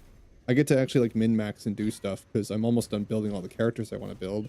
So, I mean, I'm just going to be left building all the ones that I'm not going to use. Like, pretty much. I'm just building teams that I will probably use. Like, I have a Kalcharo team I'm going to do. Actually, let me think this really quick. I'm going to figure this out. Like, how many characters am I actually building? Because I have a ton of characters I don't need to use. I don't really have any interest in using. Let's see. So we have this team. This one's good. This one's good. This one's good. For now. Actually, let me... I would put Lupa if I had her. I'm kidding. This one... I had Sanhua. This Sanhua's basically what I'm going to do. If I don't get Lupa, I'm just going to build Sanhua. So you can still do this. This is still good. So I've heard. This is still really good. So if I don't get Lupa, it's okay. It's not the end of the world. I'll just build Sanhua. So this is my like, oh, I'm broke. I didn't get Lupa character. This is a I didn't get Lupa. That's her name. And then let's see if I have that one. I want to build Calcharo team as well. So I'll probably do like Calcharo, Lumi.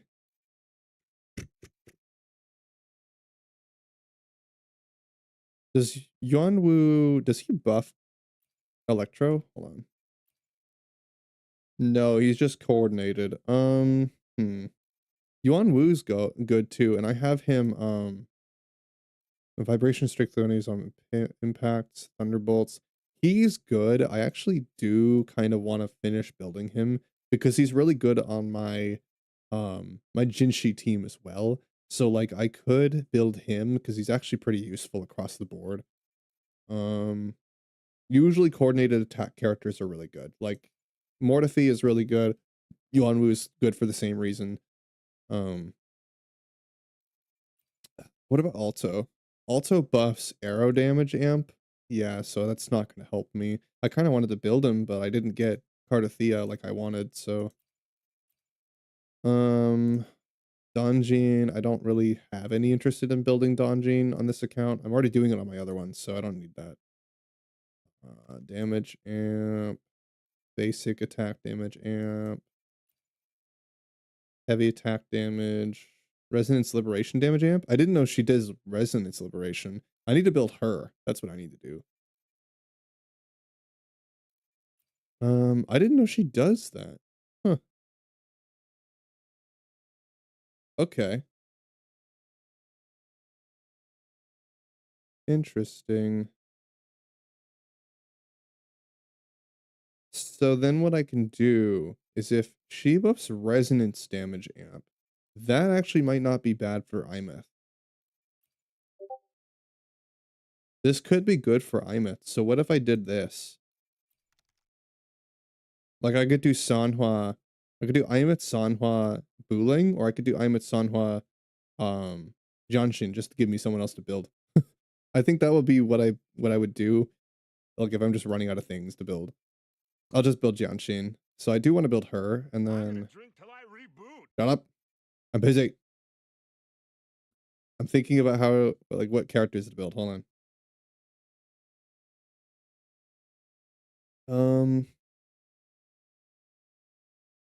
Because like I'm running out of options. See, like I'm getting lower and lower on characters because I'm building more and more.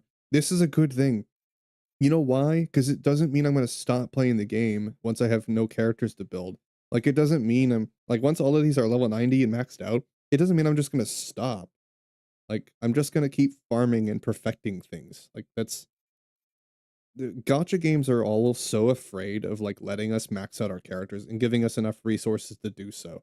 They're all so terrified of that idea that like we're going to run out and stop playing. No, no, let us build more characters. It makes it more fun because every time I want to play something different, I can just go from this team, or I can, if I get bored of that one, I can play this team, and now I can play this one.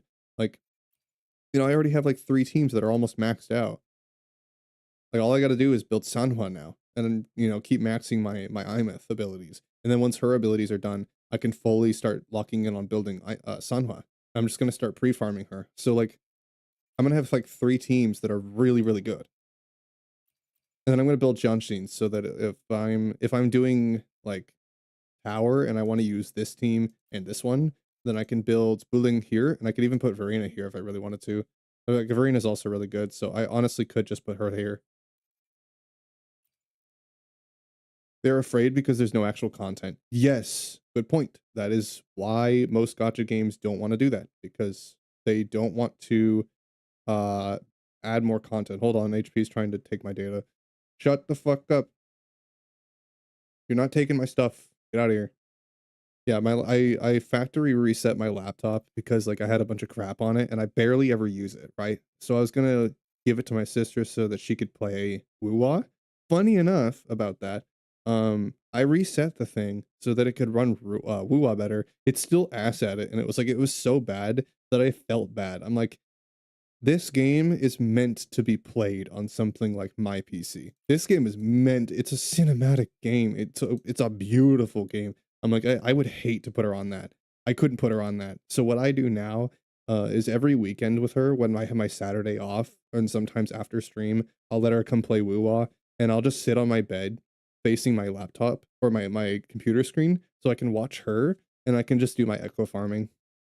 Cause like the laptop plays like certain teams. It's funny when I play Imeth on my laptop, I get like 10 frames. If I play Phoebe or Jinshi, it's a lot better. But like I have to play like this team because it takes a whole lot less to run. It's still really framey, but I have damage numbers off and like anti-aliasing off, uh, smoothing at max, like motion blur at max. It looks like ass. It's so bad. I'm pretty sure my phone would look better. But anyway, so like I did that so that she could play it, but I ended up just using it myself.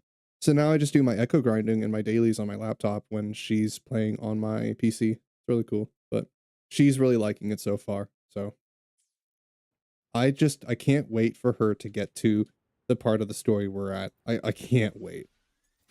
I cannot wait, dude. Because she's gonna feel the same we do.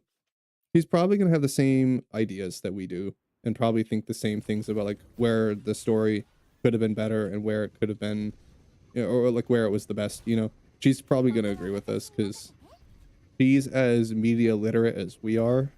So my sister's awesome. It's why I vet all of my anime through her, because not only does she know me best, but she also is really like media literate too. So she knows what's peak and has a good idea of what like I should watch.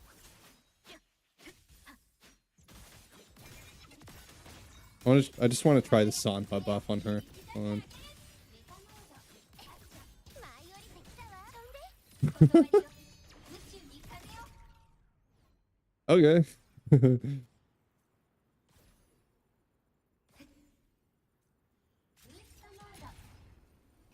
God, exploring with Imeth is so cool.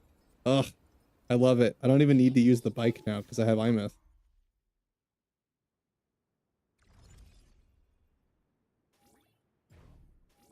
Yeah, they're afraid because there's no actual content. And this is why I'm saying writing a good story is almost always, it's actually, no, yeah, it's always a good thing for games.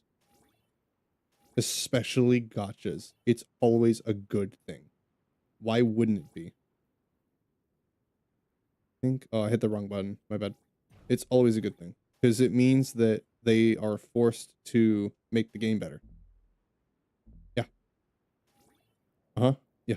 Make the game better. Obviously. Like, yeah, why wouldn't we want the game to improve?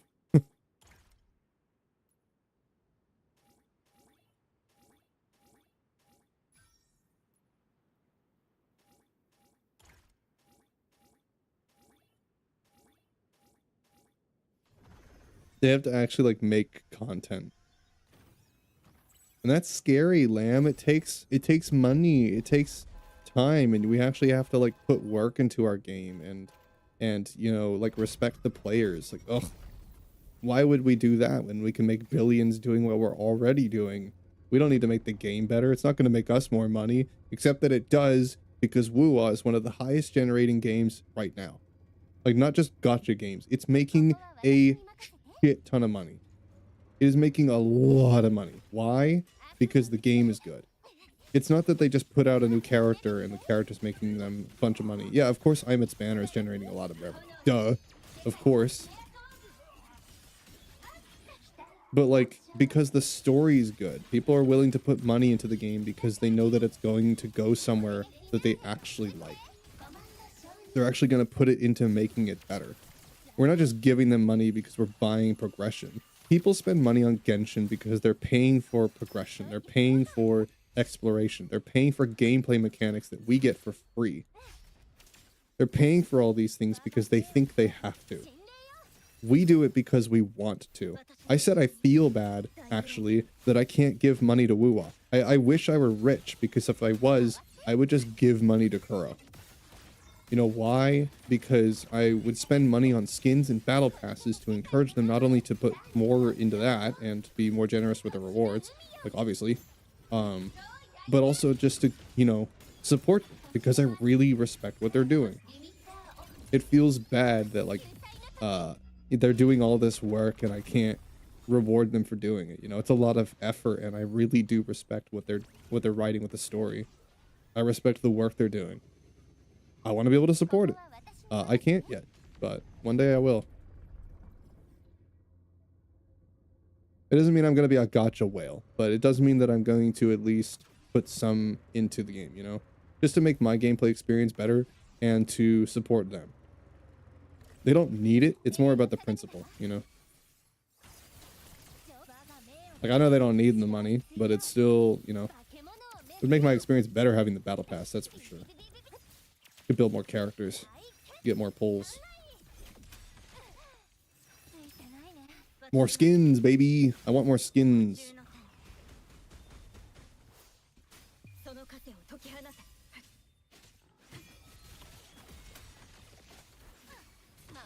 Get him. Get him, Imeth. You have Sanho's buff. Oh my god, look at my buffs on the bottom screen. If you can see them. Look at my buffs. Lamb, look at my buffs right now. Holy shit.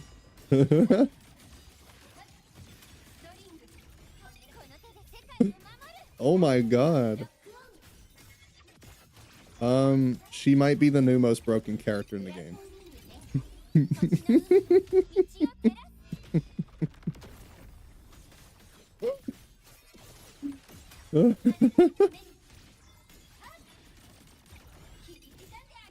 I can't wait until she's done being built and I make like a meta team for her, dude. Because I want to see her absolutely pop off. I want to see the kind of damage she can do. I might just die to this guy, but we'll see. Like, I'm gonna give it one more shot and see if I can beat him. I wonder if I take Amit to the hologram, do you think I could beat him as is? Is she broken enough to where you think I can just take them to the hologram and just win? Like, how broken is she? Like, can I just go there while she's not even like completely built and just win with like a decent team?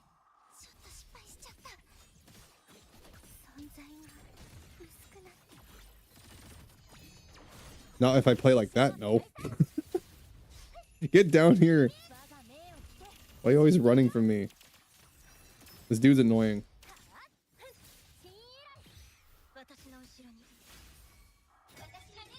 Get him, Imeth. Get him, Imeth. Get him. Get him.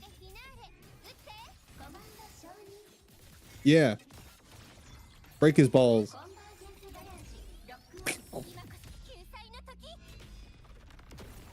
I probably should put Chakona on this team. I think I do need her. I'll have to swap after this if I don't win. I might. We'll see. I'm doing okay. I might be fine. I'm playing alright. As long as I don't make a mistake, I'm good. Like that.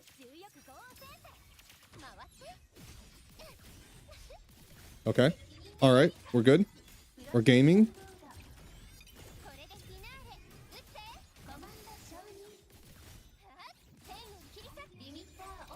We're good. We got this.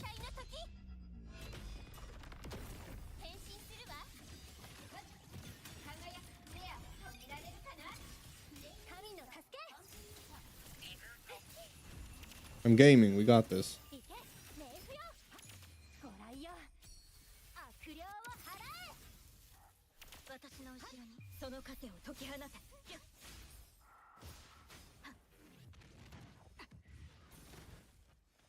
Come on, big man. Get down here.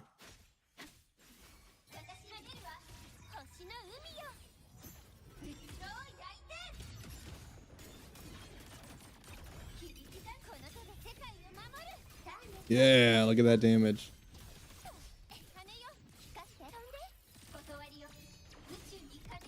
Oh, he dodged it. Bastard. Get him. She's so cool. Imeth, new favorite character, easily. I love Imeth. So fun.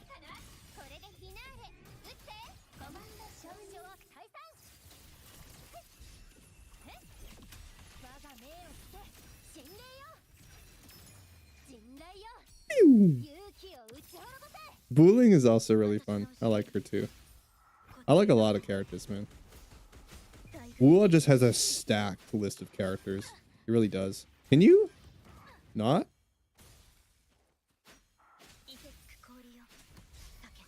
Thank you.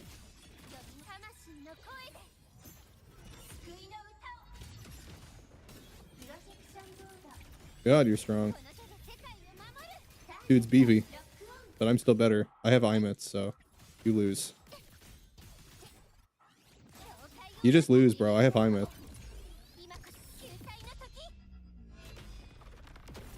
She's broken. It'd be really nice if you could be inside the quest area, though. That would be great.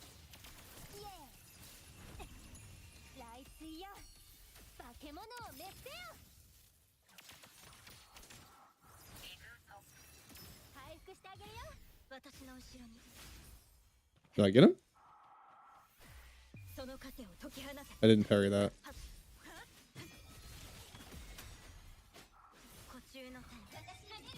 I win this. We just win this.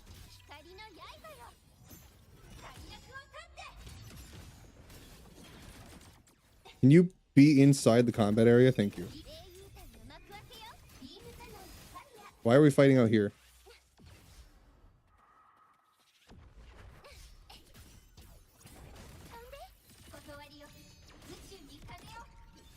Can you be inside the combat area?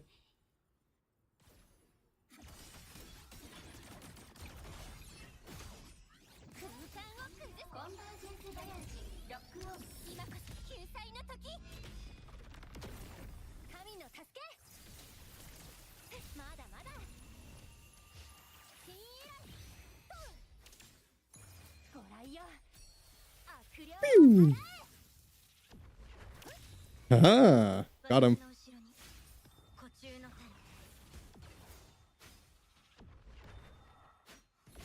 Get over here.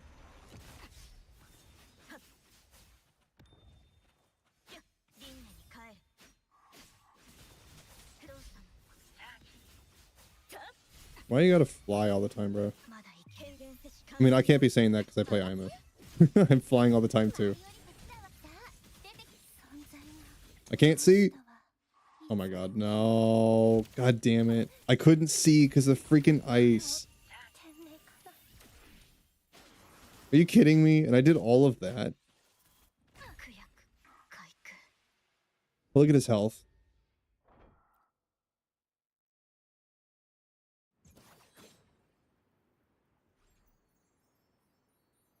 We're not gonna talk about it. Gonna move on. It didn't happen. Can I level up my bike? That's something I can do. I think I need to do quests to level this thing up. Because I need to get more levels on it.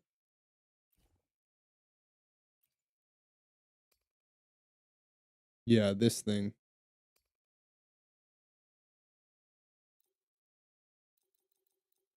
God damn it. Who am I in combat with? Oh, these things? I'm not. You're lying.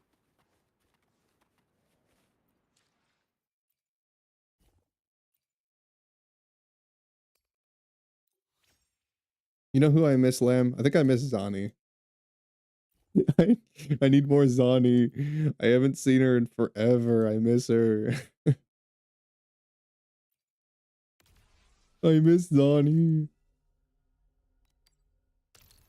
You know what? I have her companion quest. I haven't done that yet. Maybe I'll do that like off stream and we can just do Zani's companion quest. You can just watch me do it.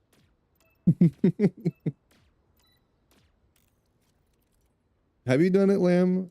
You might have already. I mean, as big of a Zani gooner as you are, I would think you probably did it.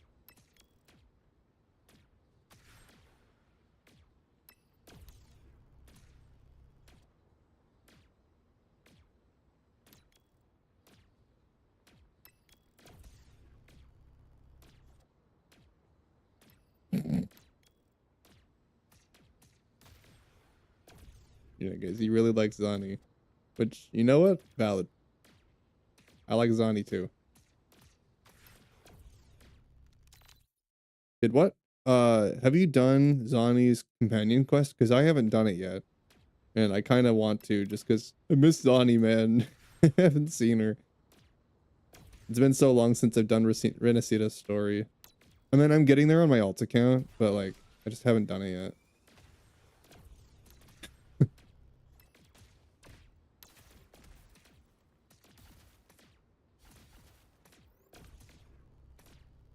Yeah, you did? Okay. Is it good? Because I haven't done it. I mean, I'm suspecting it's good since you like her so much. It would only make sense.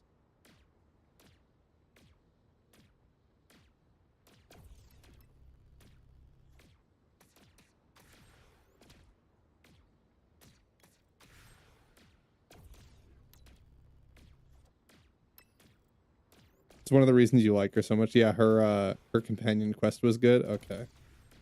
I'll have to do it then. Maybe I'll do it off stream and you can watch me do it.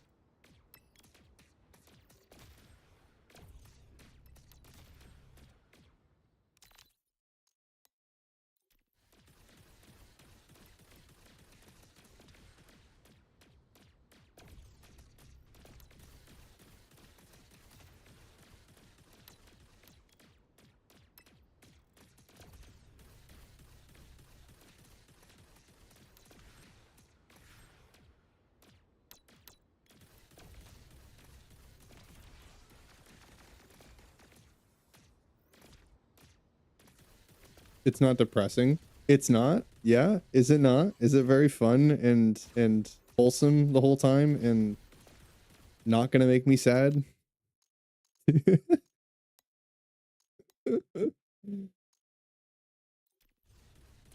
Yeah. I mean, dude, the game we're playing. I mean, just it's Wuthering Waves. Almost every character has a sad backstory. Almost every character.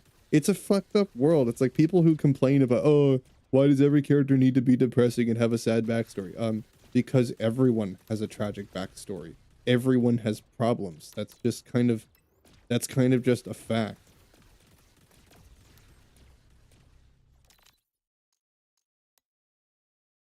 It's human to have problems. They're just making human characters.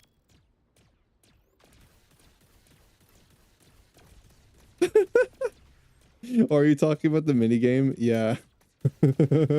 There's no way, bro. You know what's funny is it's actually enjoyable. It's enjoyable. I don't mind it. Still better than Genshin events.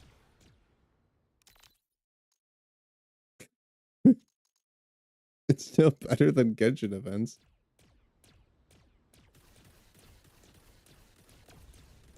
I'm having fun. I think mainly because I'm just thinking about Zani. I'm not really thinking about the game. So it's really depressing. Okay, so I need to play it then. I definitely gotta play it. Why don't you and I, like after stream, we just go play it? About you down?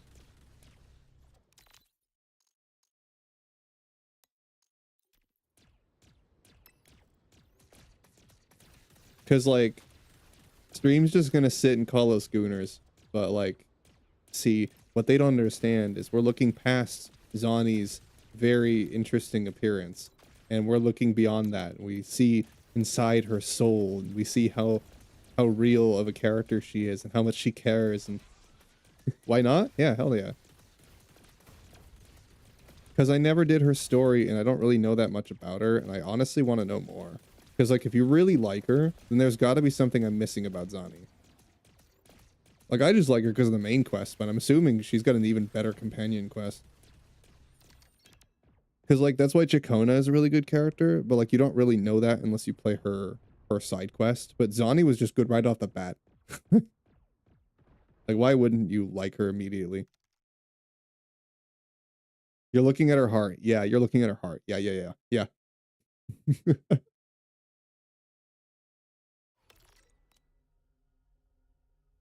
Yeah, you know what's crazy about Imith?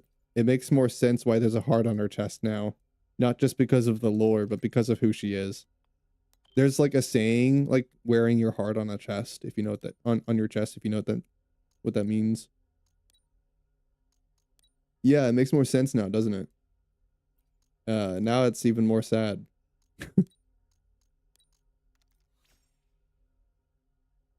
Daughter wife? What the fuck does that mean? God, no. Why people gotta be gross, dude?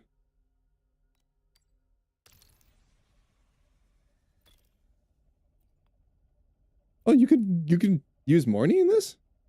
Oh. Oh shit. Yeah, sure, why not? Dude, I understand gooning for Ima, she's hot, but like, why have people gotta ship her and Rover? I don't ship Imith with anyone. You know why? Because Imith has the personality of a child. She might look like a grown adult, but she has a broken child personality. She never got to grow up. She never did all of that development. It's like, I can't see an undeveloped character being with anyone. I'm not gonna say like any, honestly, we should be reinforcing the idea that she's not emotionally like enough. Not enough. She's not emotionally ready enough for another relationship. She's a high schooler, yeah, basically. She never got past her earlier phase, dude. Because she never had a parent to raise her.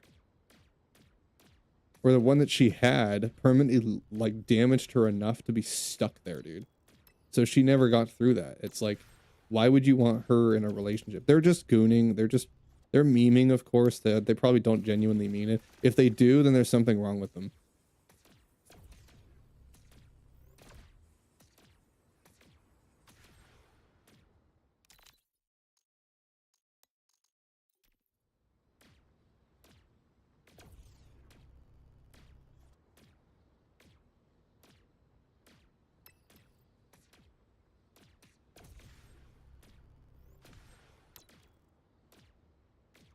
Yeah, she never got past her child phase, bro. She might be older, but like that doesn't mean that she ever grew up.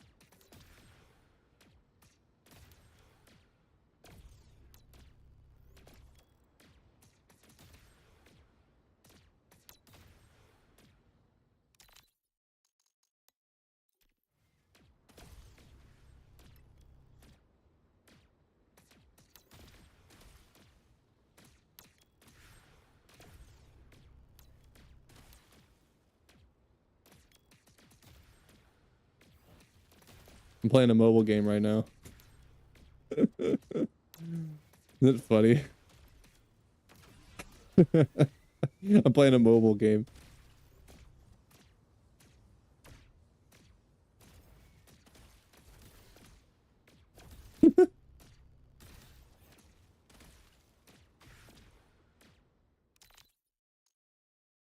Like she's cute and cool, but but not something to goon to. Yeah, people disgust you sometimes.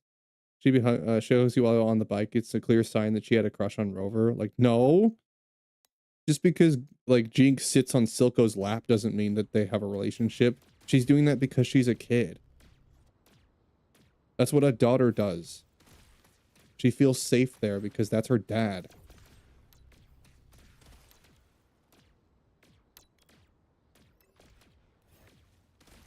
Like she's like a 10-year-old in the body of an 18-year-old, dude. Actually, no, she's 16 in season 1. She's 16 because she never grew past her childhood. She has the mentality like that she's still a child, dude. So people don't understand that. Like just because you're older doesn't mean that you ever grow up. Bing bing bing bing bing bing bing bing bing bing bing bing. How would you do that?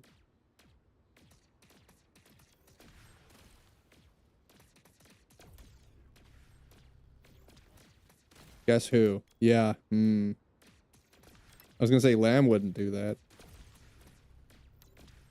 We're talking about Woo-Wah story.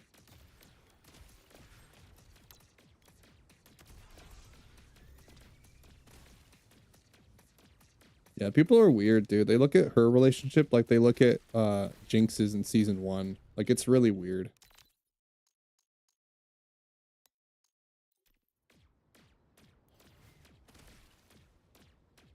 Actually, one thing I dislike about Reverse 1999 is ship every character just like the sake of shipping. Yeah, there's some people that do that with Woo-Wah characters too. They don't see the emotional development of the character and like think that, you know, that's really deep and it's really nice, and nope, they just ship them. Ship everyone. Ship everyone because everyone should kiss anyone. That's just what people do. It's like, oh, they're fictional characters, bro. You know what? You want to ship them? I'm going to think you're weird and probably not have an educated conversation with you. And I'm just going to pretend you don't exist. But you know what? You do you. That makes you happy, whatever.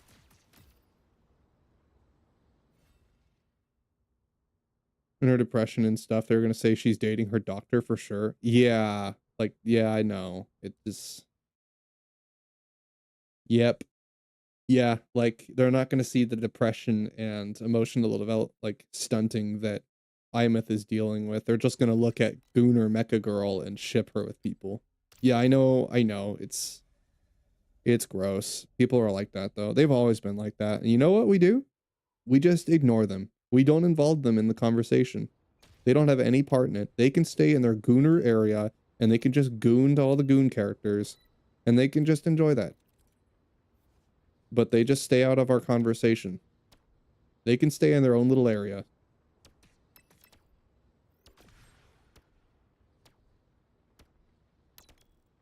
As long as they stay there and they don't bother us, we're fine with them.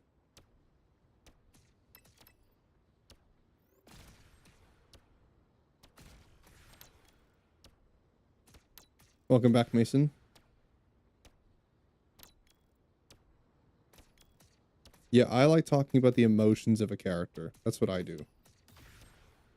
I want to have intelligent conversations about the emotional depth of a story or a character. That's what I like to do. Like, I finished watching Banana Fish. As much as it's fun to ship the characters, I understand the emotional depth of the show.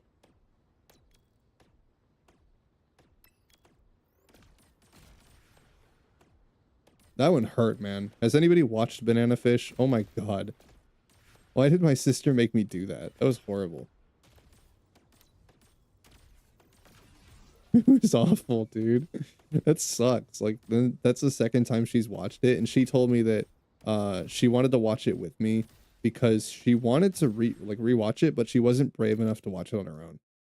Like, what the hell does that mean? If it's that depressing, then why? Why?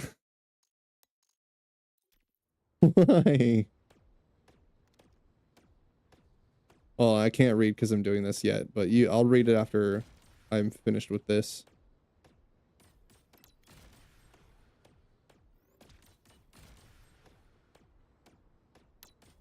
That's a lot.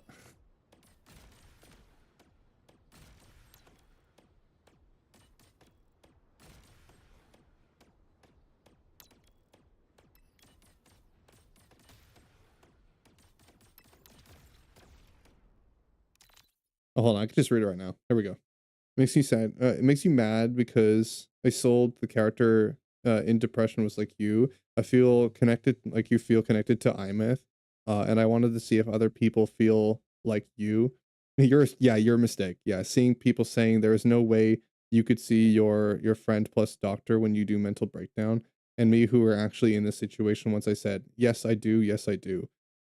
Truly your mistake for trying to interact with other people who like the same media as you.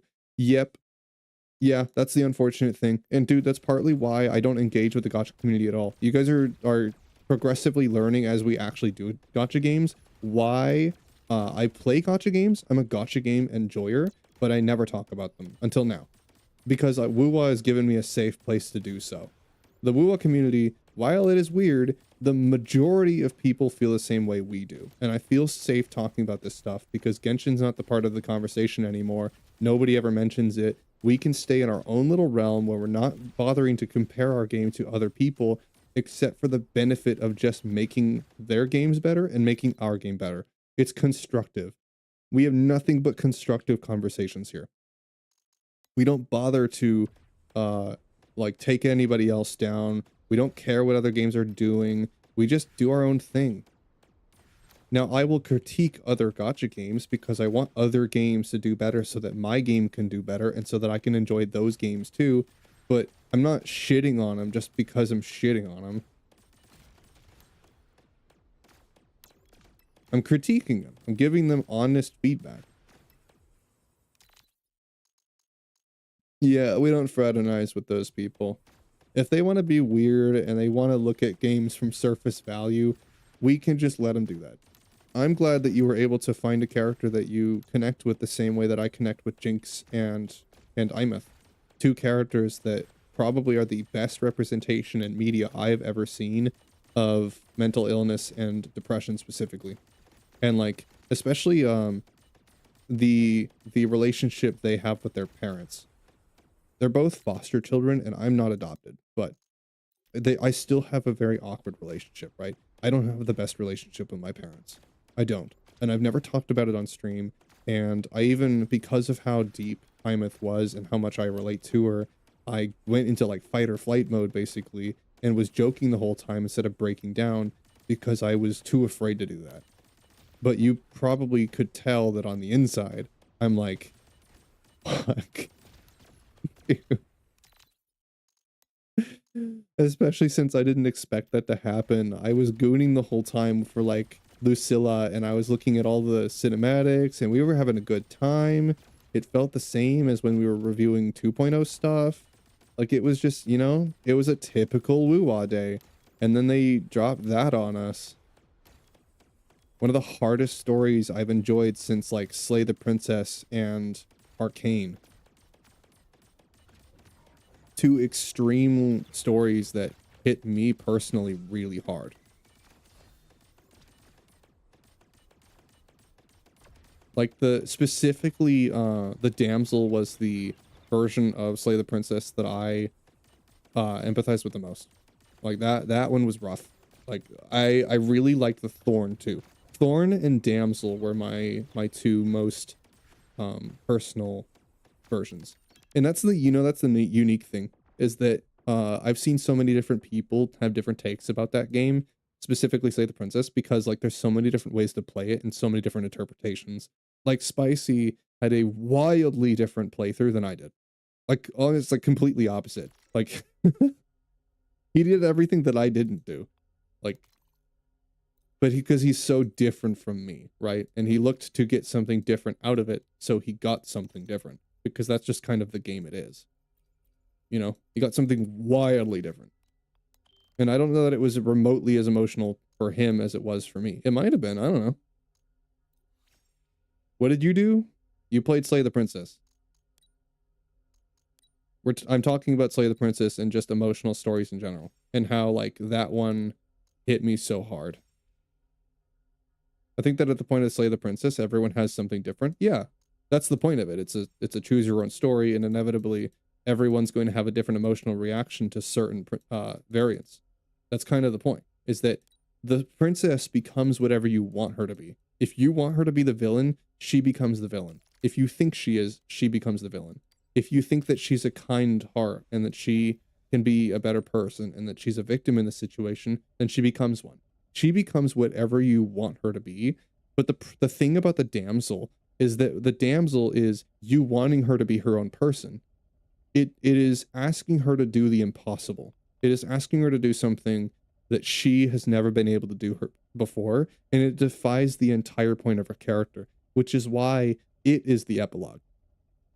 Damsel was the one that got the epilogue, not any other princess.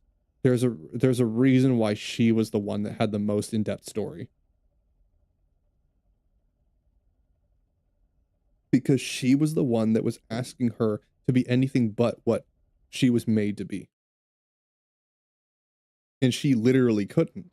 But then when she broke out of all of it. And when you play the damsel and you do the epilogue, happily ever after, she completely breaks away from all of that and realizes that she's not happy where she is. The relationship she has with you is fake.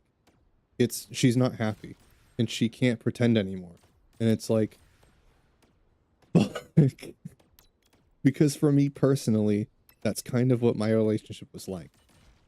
So it hit me hard because it was a fact about um, a relationship that I had in my own life that I was the problem. And it's like I had to face that, you know, and it helped me realize that, you know, I did something wrong. I was the problem, but I don't have to be, you know. It happened. There's nothing I can do about it. The only thing I can do is learn from my mistake and do better in the future. But she was giving me a reason to think that it's worth learning. She's not just saying that I need to. She's telling me that it's worth a try. It's worth learning. She's giving me a reason to, and it's like that was hard to accept. And that's kind of like not the same thing, but that's the idea of what the stories in this game are doing, is it's giving you a reason not just to empathize and connect to their story, but it's telling you these are their problems, this is what they're doing to get over it, this is why you should, because it's worth it. It's okay. It's worth doing the work. It's worth working through this stuff and facing these problems and getting through them, because in the end you'll only be better. It gets better. You just have to do the work, you know? And like that's a hard thing for people to do, but games like this are what, like, they're lessons. They teach us these things, and games can do that, but not everyone plays them for that reason, you know? And that's okay. But like I don't want those people to be the reason why Woo-Wah isn't that game, because it can be both. The story is skippable. It's a gotcha game. It is the exact format for a game like that, where if people want to goon, they can goon. But if people want deep, in-depth story, they don't have to go looking for it. That's kind of my problem with most gotcha games and games in general, is like, especially like League is a good example of this, of like the typical, like, you have to go looking for it. The story is there, it's just that I have to read books of dialogue that are in character backstories. It's like, why not just tell me the story? League is not a good format for story. It doesn't mean that the story is bad, but the only reason I know about any of it is because I watched YouTube. I watched videos from people that did that. Because I'm not going to sit there and read 170 something stories about individual characters and try to piece them together. That's not what I do. Some people like that. I don't. I hate that shit. I hate it. Just like, tell me a good story. Give me cinematics, because there's nothing that beats cinematics, man. They're so good. Now Woo-Wah's playing like an anime, and it's my favorite thing. I love this shit so much.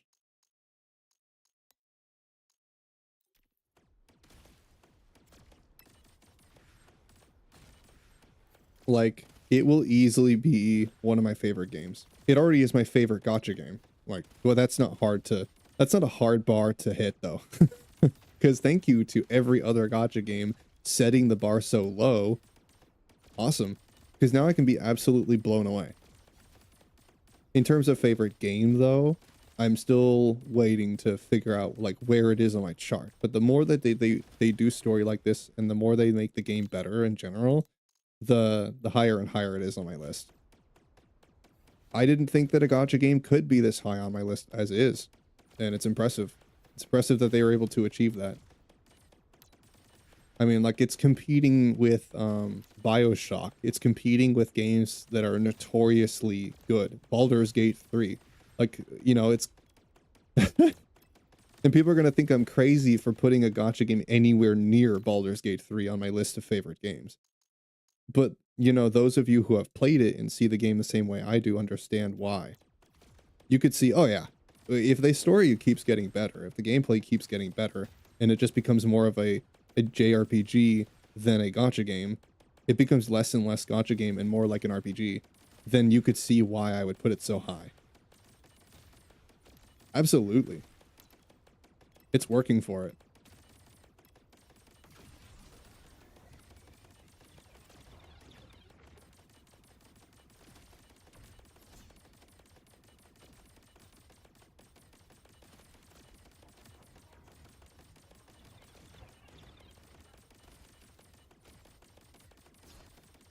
This is easy. Come on, I can beat him. There's a timer. Oh, that's why I lost last time, because I couldn't kill him in time. I got this one. I didn't see the timer last time I was fighting it.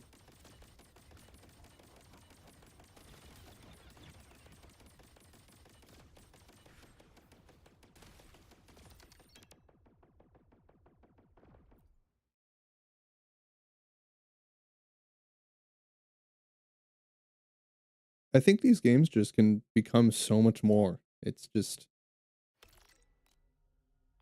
they have to be proven that that's worthwhile. That's why I'm so into Woo-Wah becoming everything that it is, and uh or that it could be, because it's an inspiration for other games to do the same, and it'll just make games as a whole better.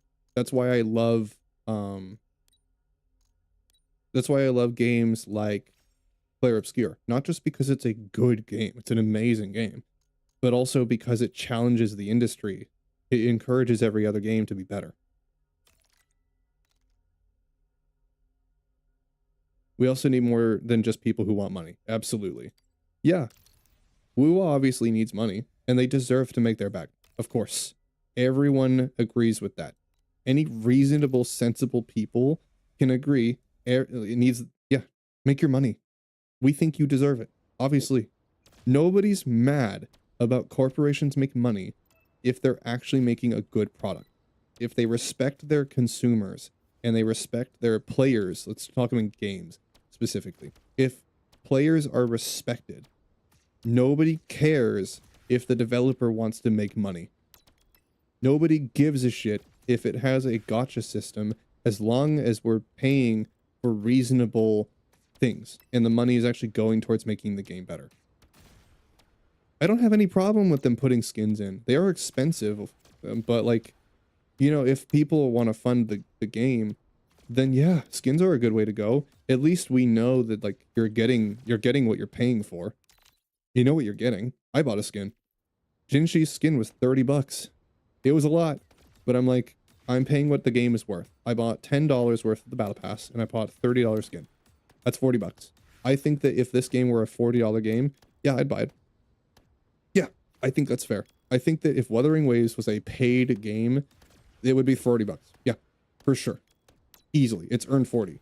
That will only go up if the story gets better, which means I will probably buy more battle passes in the future. Because those are systems that that I think are worth buying, and they also just help support the game. I'm never going to put too much money into the game. I don't think any game is worth $500. I don't think any game is worth gambling, but it is worth a battle pass. Battle pass just makes me progress faster. It just gives me more resources to play the game and build more characters to play the game. Like, that just makes my gameplay more fun for me, and it's a way that I can put money into it and support them and know what I'm getting, you know? I think it's a valid place to spend money on them. Especially like the weekly one, that's also really good value if you want polls. So if you're willing to like save and wait, that's a good one. They give you so many already. It's like, why would you spend money on polls unless you're trying to whale? Unless you're just trying to like get broken characters. Like, yeah, I just don't know why you would gamble. I wouldn't. I don't think, even like, no matter how good the game is, I don't think there's ever going to be a moment where I want to spend money on polls. I don't think there's ever going to be a day that I do that. But like, I could see it being a $60 game where the story keeps getting better. Absolutely. I think my limit would be like $80. That's like my all-time limit, but I need the game to get better and better and better if I'm willing to spend even that much money on it. You know what I mean? That makes sense, right? That's the kind of the idea that I have for basically every game I play. It's not just limited to gacha games. It's like, how much am I willing to spend on a game? How much do I think a game is worth? Because if you have that mentality, it saves you from making really bad decisions. Because it makes me analyze too, like the gameplay systems. It's like, like, what am I getting out of buying a battle pass? Oh, resources? Yeah, I get some pulls, but like, that's not the main reason I'm getting it. It gives me weapons that are good, and it gives me a bunch of resources to build my characters. And that just makes the game more fun for me having more characters to play. Like, that's just what I like to do. I like to build them. And then once they're built, I can min-max them, you know? And I can make my account even better and better and just have more fun. It helps me get to the meat and potatoes of the game so I can lessen the grind. That's worth. Yeah, saves me time. It gives me more things to build.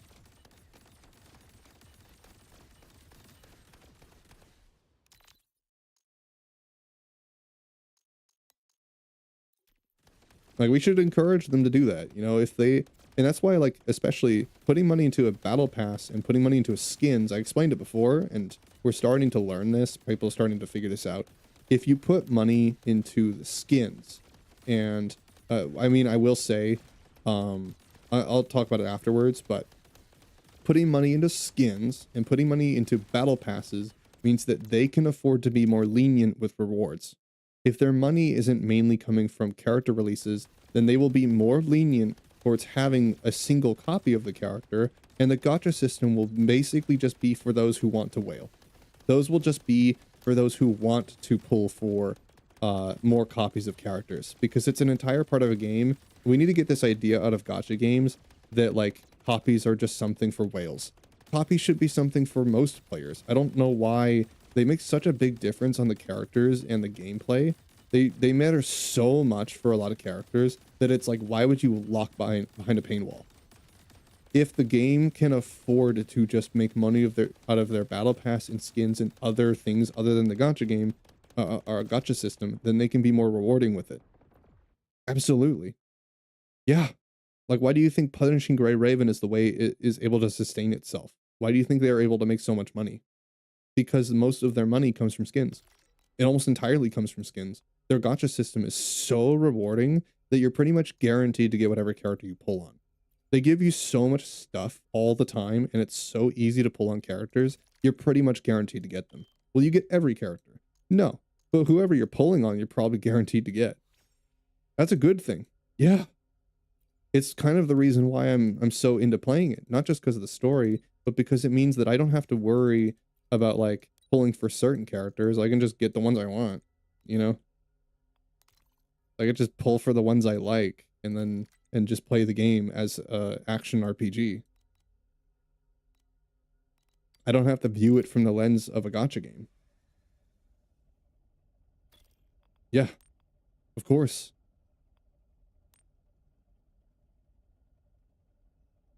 I could put Luke Harrison on a motorcycle. Oh my god.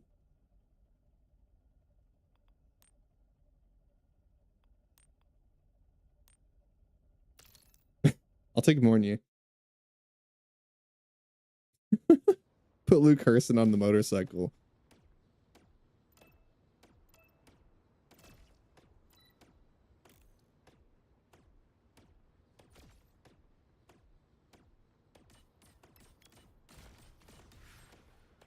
I'd ride the back of that motorcycle. I mean, yeah, of course, who wouldn't? Look at him.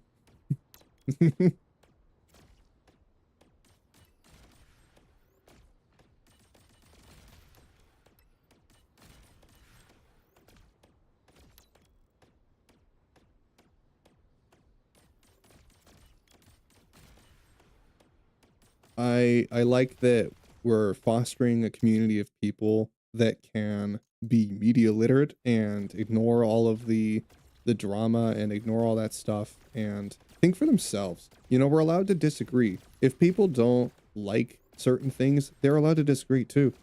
You're free to just not like something. You're not gonna freak anybody out. No one's gonna judge. Well, we might judge you, but, like, we're not gonna get mad at you. We're not gonna flame you for thinking differently. If you don't like something, you are entitled to your own opinion. As long as you're not judging other people for their opinions and you're not disrespecting for that, you know, you're allowed to disagree. Just let them disagree. Let them. It's not going to hurt you. If people don't like Ayamoth as much as I do, is that going to change my opinion about her at all? Why do I care? I think it's cool if you like her as much as I do, but it's not like, my satisfaction of the character is not dependent on how you feel about her. I know that there's going to be some characters that people empathize with more. And, like, if I go and I look at Isol, you know, you really like that character, Lamb. It connects with you personally. Is it probably going to connect to me the same way? No, because I'm not you. I don't have the same upbringing as you do. I don't have the same problems you do. You know, you are your own person. You're going to find something in them that I don't find in them. And maybe I do. And if I do, you're just going to like it even more. You're just going to be happy that someone else connects to the same character or the character the way you do, you know? You would think it's neat. But it's not like your happiness of the character is not dependent on everybody else thinking the same thing. It makes it feel more special because the character connects with you personally, you know? If it makes the character feel more special to you when you have that bond with them. And then, like, you know, it's only you. It does suck that other people don't see it the same way, and that you're gonna have people gooning for the character that you feel emotionally connected to. There's Jinx gooners out there, guys. There are. Like, I cringe every time I remember that people ship Jinx and Silco legitimately. Like, they're not just memeing to piss people off. They genuinely think that that's a thing. And I just think to myself, how could anyone think that? Well, some people just, they just don't get it.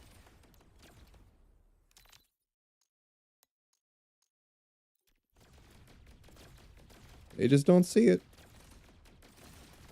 It's a wonderful ship. No, it's not. You're memeing.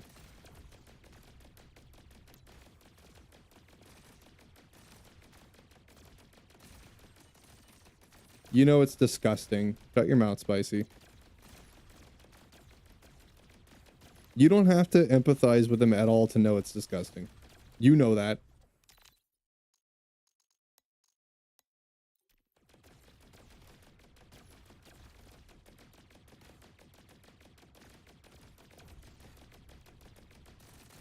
You're emotionally aware enough, or just aware enough to know. You have enough common sense to see. It's what fans want. Fans wanted Kate Vi, and that's fine. I even think that was a little overdone, but that's not what fans want. What do you mean? The people that like Silco and Jinx are like 1% of the entire fan base. But that's nobody wants that, dude. Except for weirdos. Like, you think the fans of the show actually want that? No. Nobody wants that. If people want incest in shows, you know what you can go do? You can just go watch Oshinoko. There you go. Go watch that. Stay in your own little lane. Not even the Oshinoko fans wanted that, dude. Actually, many of them, like, that show was made to be like one of the best animes ever made, and then it completely fell off a monumental cliff because they made the second season into an incest anime, legitimately. It's not just implied, like it's just incest, dude.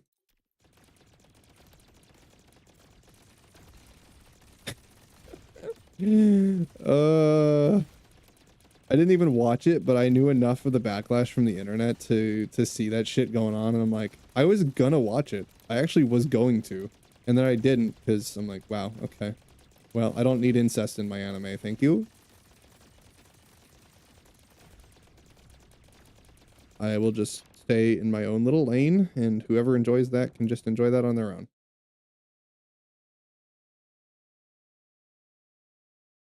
Yeah, the backlash for Oshinoko is crazy.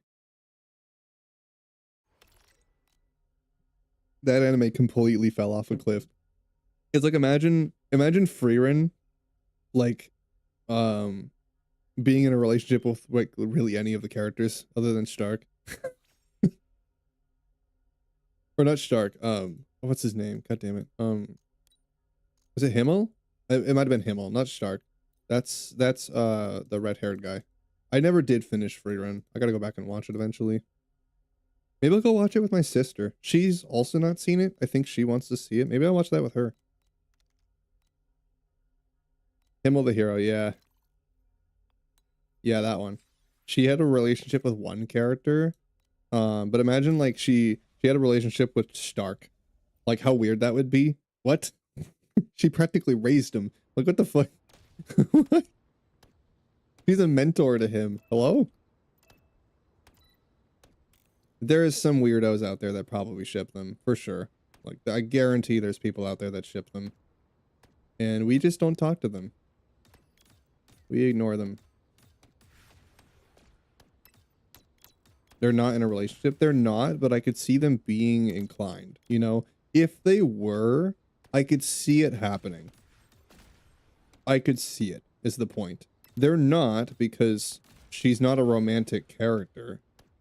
But, like, if she were to have a romantic interest in Himmel, I could see it. That's the point.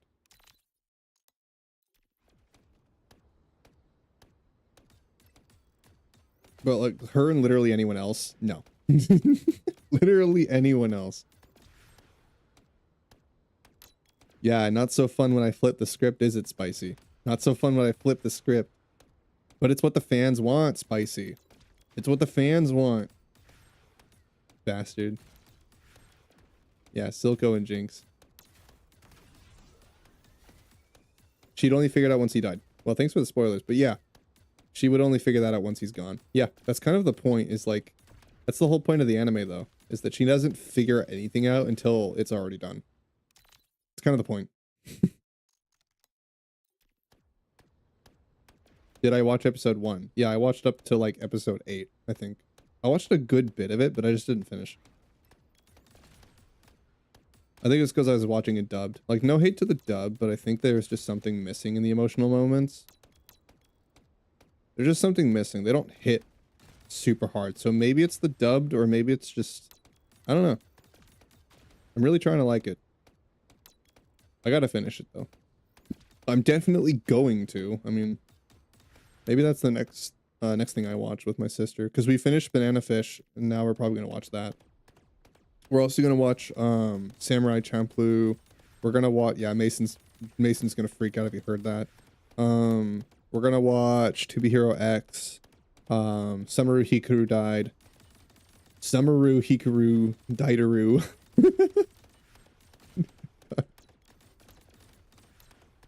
Oh, God. Yeah, we're watching Samurai Champloo eventually, Mason. She said that it's good. She's going to vet it first. And then she'll probably watch it with me. Actually, no, I think she's already seen a good bit of it, but she hasn't finished it. So I'm probably just going to watch it with her. But we're going to watch that one. I heard the music. It's kind of banger. The music's kind of good. Not going to lie. Kind of a banger. And then let's see. There was others on the list. I'm going to make her at least try Full Metal Alchemist. I know that it's a long commitment and it's not exactly one that she would like the most. So if she's not into it in the first 8 episodes, I give her credit. She at least tried. It's a slow burn. So you have to get at least through like the opening arc, you know, with the 5th laboratory. You got to get through the 5th laboratory. If you don't like it after that, then yeah, then it's just not for you. And that's okay. Because it's not going to dampen my experience of the anime. It's like some people just don't like the pacing of Metal, and that's okay. It's like I don't like the pacing of most shonens. So, that doesn't mean any of them are bad. It just means that I just don't like the pacing.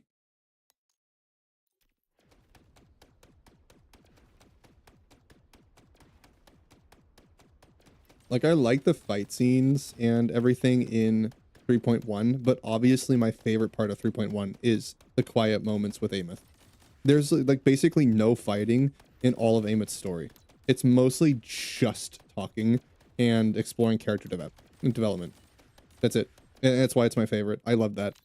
I loved it so much. That's why the fight scene was even more epic when we actually got to it, because there was, like, only basically one in that entire segment. The creator of FMAB made another manga, and it's being turned into an anime. I heard that. Yeah, Arakawa's cooking again. She hasn't cooked since 2001. So now Arakawa's back in the kitchen. We know it's going to be amazing. Because anything she puts out is just gold.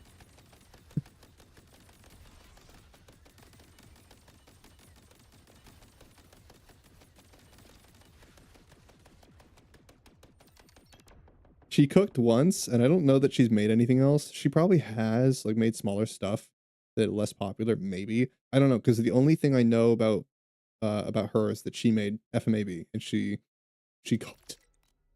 She cooked. It was so good. She's kept FMA on lockdown too. Like she's been maintaining that like control over it from the producers so nobody else can fuck it up. Like I'm sorry, Araki. It sucks what's happening to your anime, dude. Not JoJo's the show, but like the movie. There was like some kind of adaptation I remember that was happening, and the producers have control over what happens with it. He just controls the art and IP, right? So like they actually, if you guys don't remember, last year, like they announced that they were doing like a movie or something for JoJo's, and they didn't involve Araki. You think, okay, well that's not that bad, right? That happens all the time. It sucks, but it's not the worst thing in the world, right? How is that gonna kill the anime? Well, it's not based on anything he's made, and it's also made with AI. They're using AI to make it like instead of using the original creator, they're spitting in his mouth and burying him. You guys remember that? Like my sister told me that, and that sucks. I can imagine that happening with something I made. Like, dude, imagine. Oh my god. God, imagine they did that to Arakawa. Dude, if we got like a Full Metal Alchemist movie or like an adaptation and then it turns out that it was made with AI, dude, I would God. Taking somebody else's creative work and their life passion and using AI to adapt it, that's fucked. It's fucked on so many levels.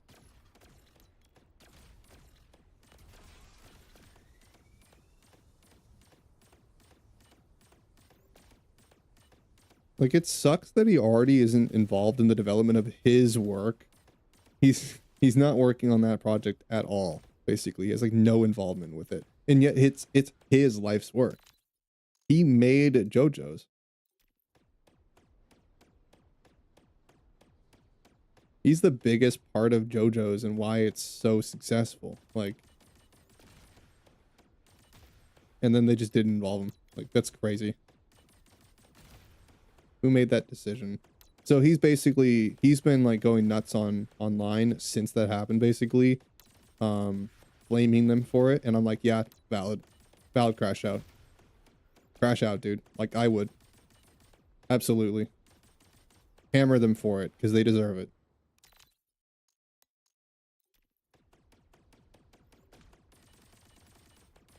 Like, that decision doesn't benefit the series at all. It just makes it worse.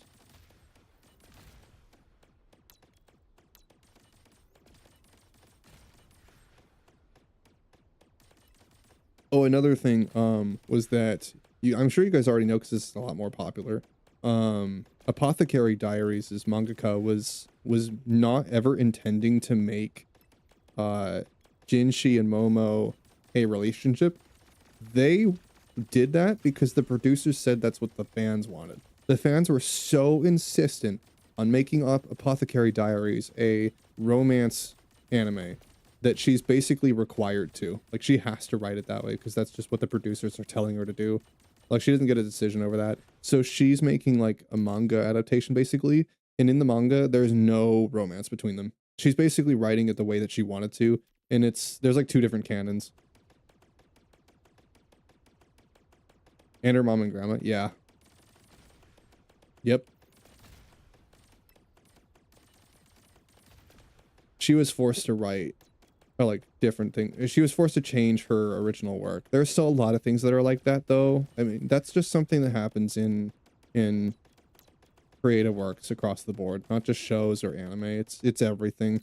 Producers and corporations just completely take over things for monetization reasons. They just want to make it more popular, and popularity means they make more money.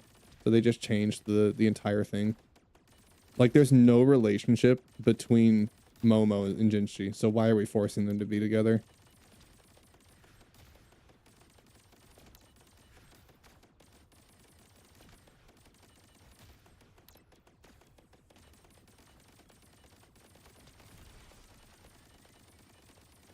It's so weird, dude. Like, you know what the fans could have done instead of, like, forcing a relationship out of characters that don't have any? You know what they could have done? They could have totally just wrote fan fiction about it. Because fan fiction doesn't hurt the canon. You just go be weird and do your little thing.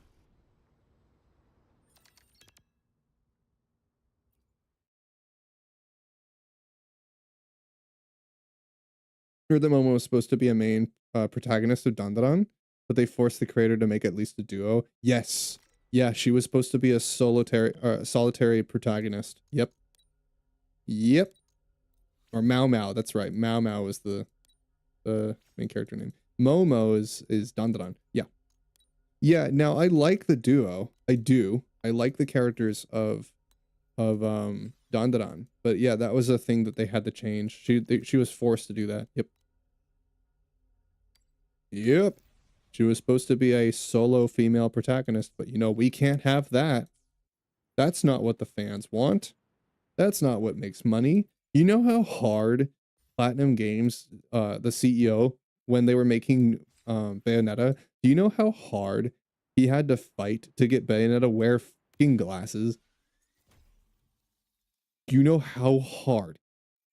When being interviewed about Bayonetta, and when the interviewers asked him what was the hardest decision to make with Bayonetta, that was it. Fucking glasses on your female protagonist. It wasn't the fact that, like, obviously they had to fight hard to make a female protagonist and make her a solo protagonist too. And not only that, but the male is a minor character. The most important characters is a female duo. The fact that that game even exists, man, is a blessing. Platinum, we love you. But anyway, yeah, glasses were the hardest thing to get. Are you serious? Glasses on a female protagonist? Well, aren't we glad that they did that? Aren't they glad that they did that? Because now Bayonetta is a massively successful series. And people love the way she looks. I know I do. Oh yeah. Yeah, if it were a dude, I wouldn't feel any different though, because I love who she is. You know, obviously, like you know, she's hot as fuck, but it's also who she is.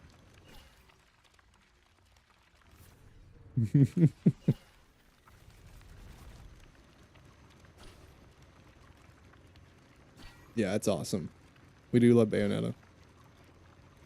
Like the crazy things that developers have to fight for when it comes to this stuff. Like their creative work. They made this shit and yet they have to fight for it? Are you kidding me? That's their work. It's not yours. Are you writing it? No? Oh, but you're funding it. Oh, okay. That makes you holier than thou. Yeah.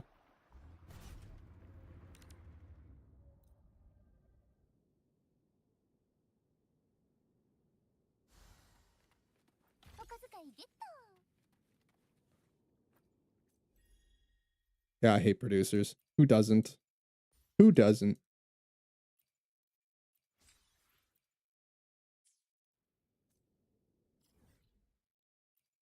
Dude, you know what's awesome? Here's a lighter situation that happened. The reverse situation to this. Um, if you guys didn't know, the reason why the Cyberpunk Edge Runner anime exists in the first place is because CDPR commissioned Trigger to make it. Trigger was the reason why it became so trigger heavy. That they were the ones that wrote the story basically. But what Trigger did is they fought really hard for CDPR to say, you know what, guys? You are the ones that are making the show. You're the ones that are making the anime. You do the anime thing. That's your thing. You guys are the specialty in that regard. We made the game. We'll just do our thing. And it's like they let Trigger cook, basically. They made a completely original story based in the world of the game. And they did their research on the game. It's not like it's not like Trigger just made an adaptation. They took the game, they actually played it, and then they made an anime about it. They actually played it. They actually used the anime immensely. Or they used the game immensely in the anime. To just, like, basically everything. Like, you can see so many places in the anime that actually exist in the game and existed before the anime did. Like, they made the game first and then had an anime adapted on it, which was fantastic. But, like, you know, they had to fight for that. So I'm glad they did, because now we have Edge Runner, and now Trigger's probably going to be the studio making the second season. I mean, at least I hope so. I'm going to be looking at CDPR different if they don't use Trigger. Please use the original studio.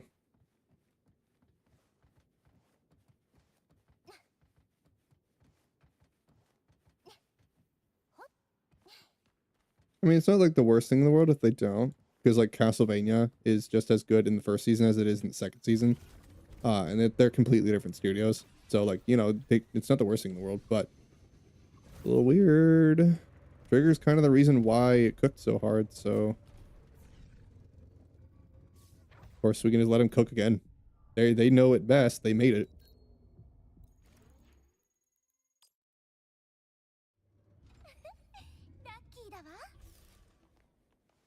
Is that a chest? Oh, it's not a chest. Okay, I was gonna say.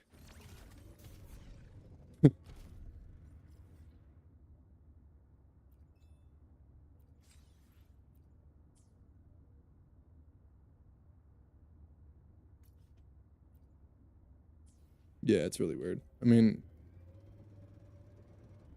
producers, man. Just hate producers. Always trying to change things. They don't get it. They're not even making the product. Why would they have any decision making in like how it goes? I don't care that you're funding it. You don't have a say in its development.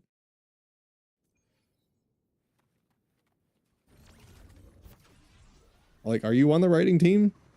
No? Oh, okay, then stop writing it. Why do you care? Oh, it's where your money is going? Well, then if you don't trust the project, don't fund it.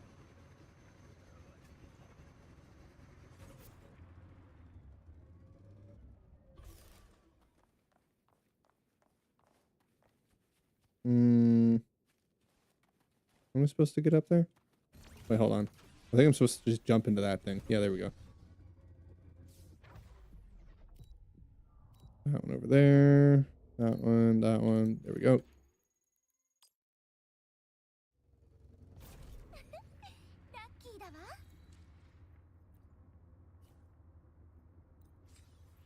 Blam. Level 16 on my bike already.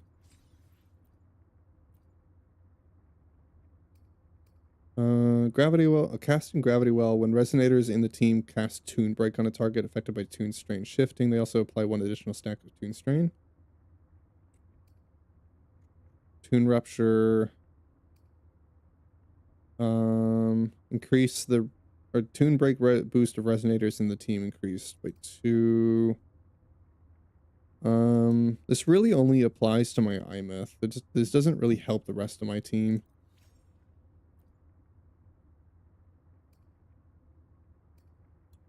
You know what I'm gonna do? I'm just gonna change this to anti-void tactics, and then we're gonna go grab my other team. Because I want to do those fighting zones, the void storms, but I want to be able to beat it. So let's do...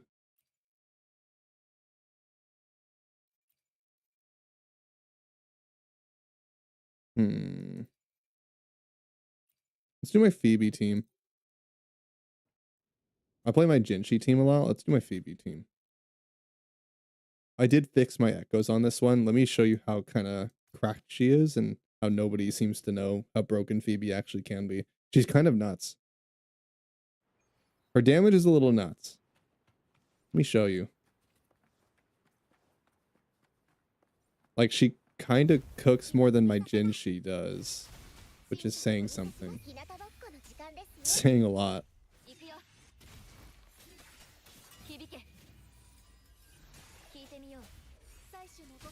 Go get him, Phoebe. See, I believed in your strength. I knew from the beginning you were good.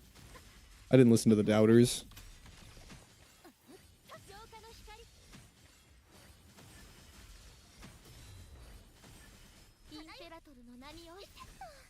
Get him, Phoebe. Holy shit. Look at that damage.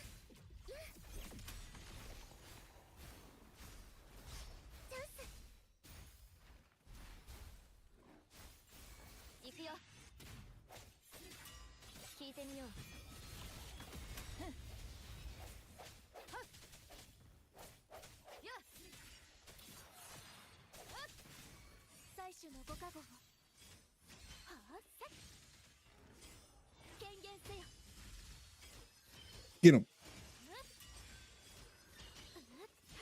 Yeah, this is a hell of a lot easier than using my other team. Alright, now we can beat this guy.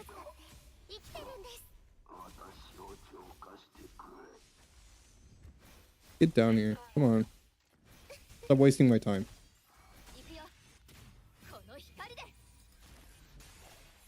Kick his ass.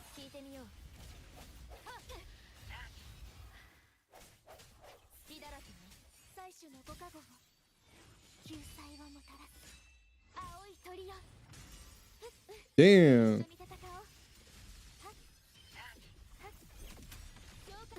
He's getting smoked. Get him, Phoebe.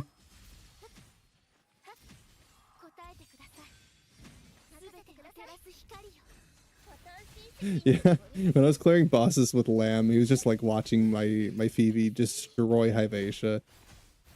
It was very satisfying because we both hate Hyvatia. She is the only character I have that can hit Hyvatia while she's flying. Like, no matter where Hyvatia is, I can constantly do damage. It's really nice.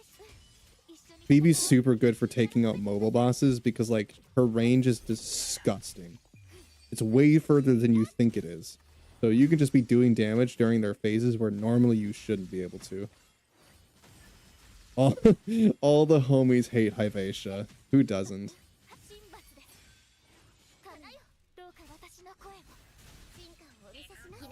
Everyone hates Hyvatia.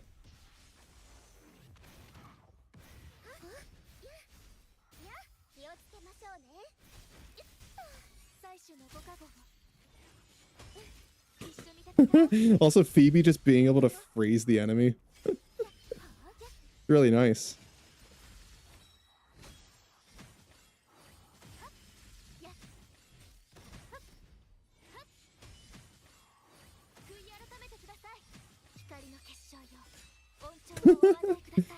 Her and her children. Yeah, pretty much. I hate Hyvatia so much. Believe me. I'm right there with you, dude. I hate her. She sucks.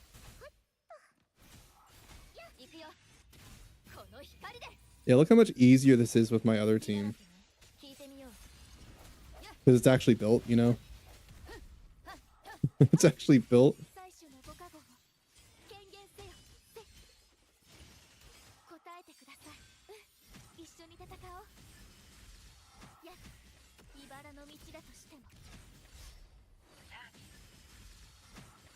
Damn, carving through him, Phoebe. Get him.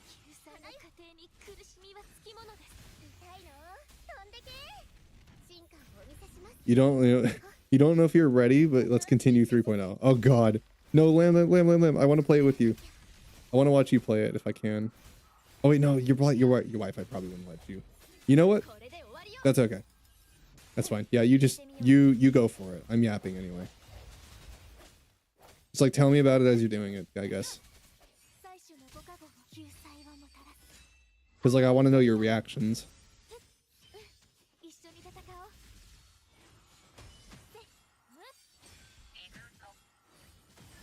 Lamb become a streamer when?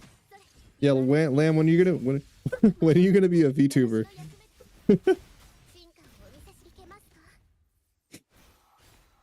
are you gonna be a streamer, bro? God damn it, this guy blasting me. You're not gonna kill me now. You're not gonna win. I did not fight this hard just for you to beat me. Stop that shit.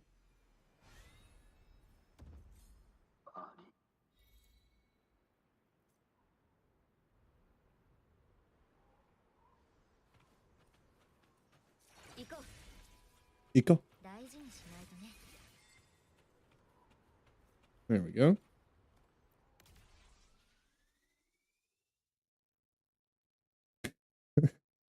You don't have it what it takes to become one. You know what? Everyone says, "Oh, no, you can totally do it." Everyone says that streaming is, like, for everyone, that anyone could do it, but I'm not gonna just parrot what everybody else says and say that it's easy. It's not. Um, if you genuinely wanted to know my experience on streaming, I could have a conversation someday. I'm gonna do it in the future, like, whenever if I ever make it, which, I mean actually, no, let's say when. When I make it, I'll probably talk about my journey. Of course I will. Of course. I'm gonna like say how it's been. I do that every year on my anniversary anyway. We talk about like the growth and how it's been, how it's affected me, how I feel about it, the struggles, the accomplishments. We go over everything, which we're gonna do in the next couple of weeks. I think the 18th is when I celebrate it. It should be on my about page is the anniversary. By the way, guys, if you didn't know, February is the anniversary. It's this month. So, um, yeah, in like a couple weeks, we're doing it. It's the 3rd anniversary of the channel. But yeah, look, no, it definitely takes a lot, and it really depends on what kind of streamer you are, because it's different for everyone, but there are some generalized issues that pretty much everyone has. Universally, like there's universal issues, and then there's some that are unique to me because of the content type I make. But yeah, it's definitely not for everyone. Everyone can do it hobby wise, and I think that's what they mean, is like everyone can just press live and do stuff for fun. Yeah, anyone can just press the live button. Yeah, but being like really trying to do what I'm doing, what my friends are doing, really trying to make a career out of it, make a life out of it, that is something completely different. We're not hobbyists. We're trying to make something out of it, you know? That's a completely different story. If people want to just do it for fun, you can do it that way. You don't have to do what we're doing. You can just press the live button and just have fun with people. You can just stream it to your friends, you know? That's what I did for the first year before I blew up.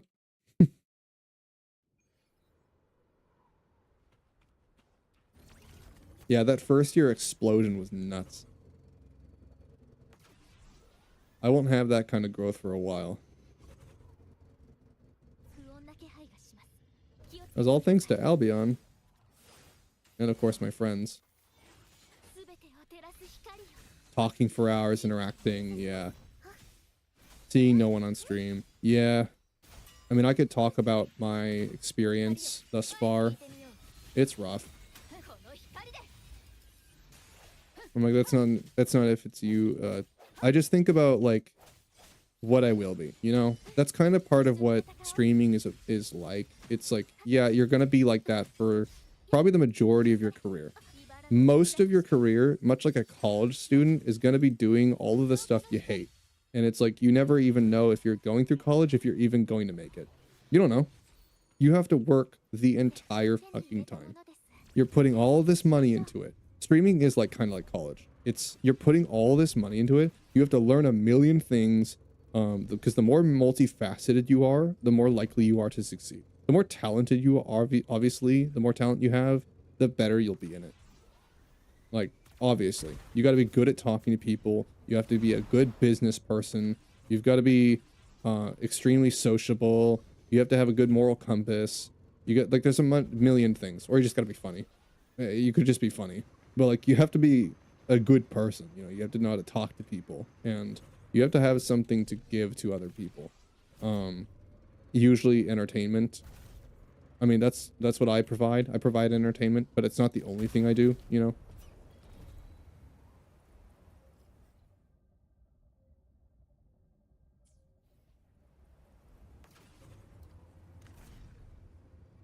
Yeah, it's a rough thing to do. And you never know like what the future is going to be like, and yet you have to put all this work in and do all these things despite never knowing. The uncertainty is the worst part. It's not that it takes a lot of work. Most things that are worth time take work. Everyone knows that.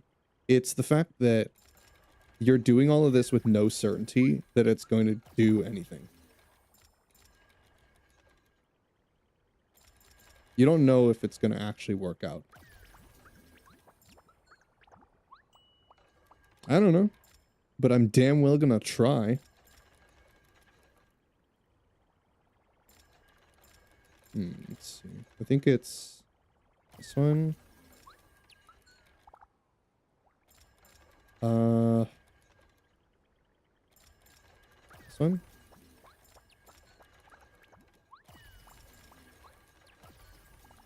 Oh wait, hold on.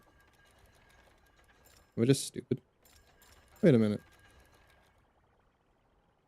How do I do this?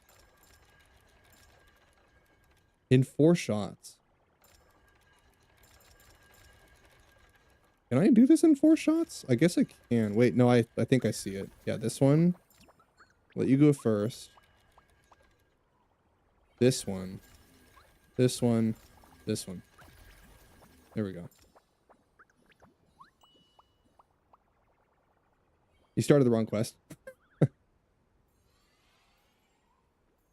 Yeah, make sure you're doing the right main quest. There's probably 2 of them. Yeah, do the Lahairoi one. 3.0 is really good. You get to do the story with Lene. 3.1 is where everything hits the fan. So you're ready for 3.0. It's just 3.1 is the one that you're afraid of. For a good reason. That's why, like, I don't know if I'm ready to play in subbed and play it again. I don't think I'm ready for that. I'm just gonna wait until I am. I'm gonna watch everybody else play it first, and then maybe one day I'll be ready to go back. I don't even like exploring the house, dude. I have to go back and explore the house at some point, and I'm like, I don't want to do that. I don't want to do that. It's gonna suck. There's all things in there, and like sometimes she appears, bro, and it's the worst thing in the world. I fucking hate it. Did you see the part where I was using my Lene, or not my Lene, my Imeth, and I was just sitting in the chair where we used to sit, and I'm like,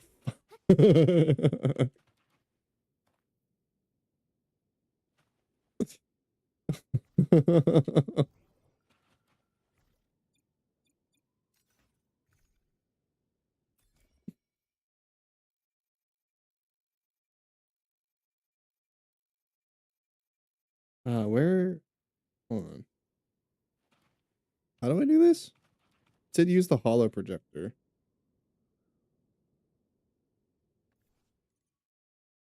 Oh, cave slide. Oh, okay. Yeah, I could do that.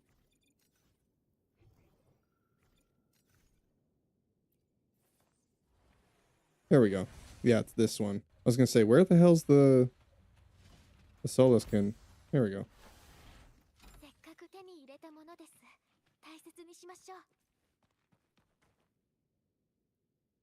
It was in a little hole.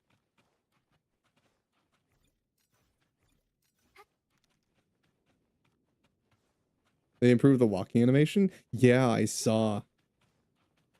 I saw it on Zani, and I'm like, ma'am, I didn't know you were catwalking. Damn. Yeah, I saw it. I'm like, oh my god, they made him hotter.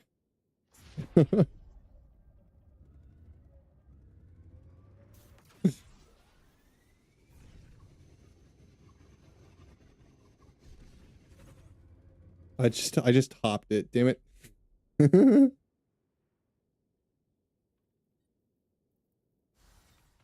Oh, it still works. What the fuck?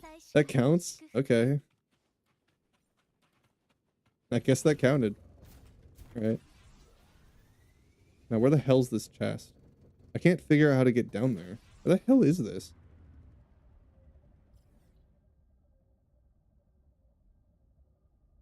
Oh, is it in here? Is it in the chamber? Hold on. Maybe it is. Yeah, it's probably in the chamber.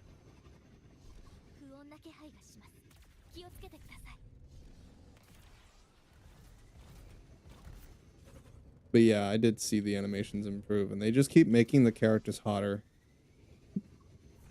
Just when you think they can't, they keep doing it.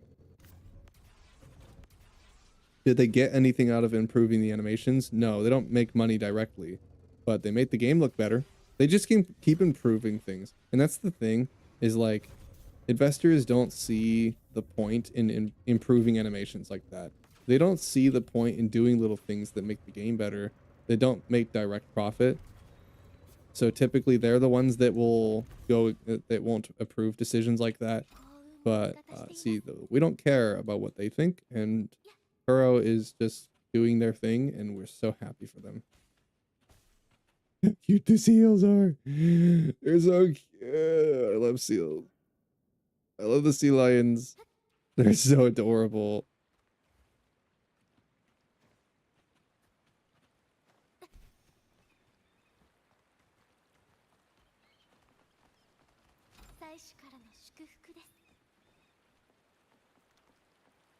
Kill them? No. Why would I do that?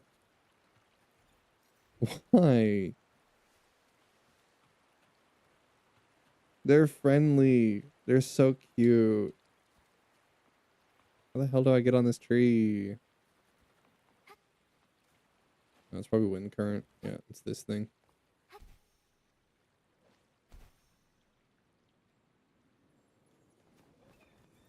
This is cool. A little terrarium.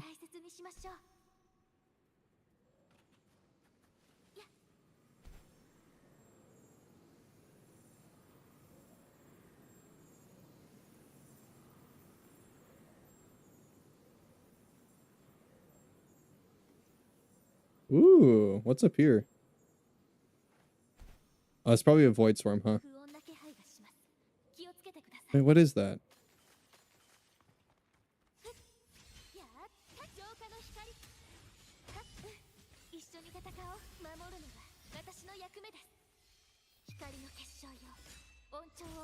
I'll kill the echoes, because I actually need these.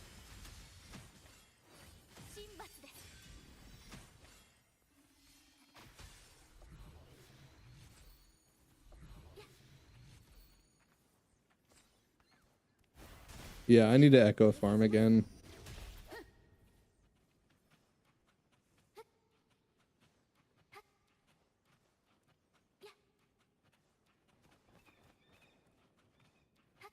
What are you? Dead, that's what you are.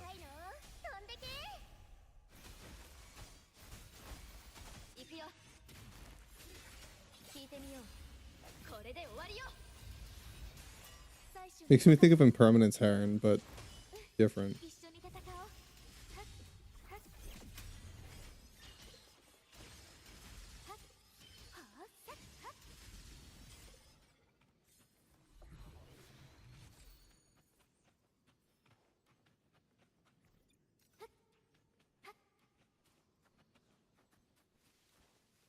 There's a Soliskin up here?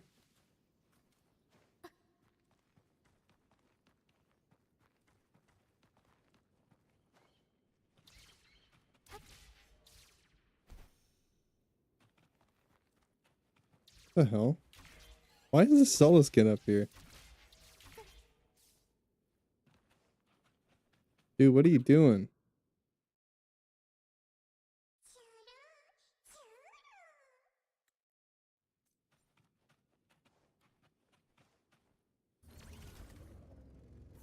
Giant Soliskin. Oh yeah, because I gotta submit my Soliskin things so I can get the pulls. Yeah, I'll do that in a minute.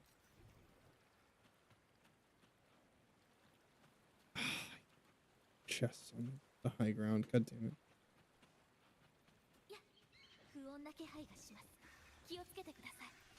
I'll take that. Thank you.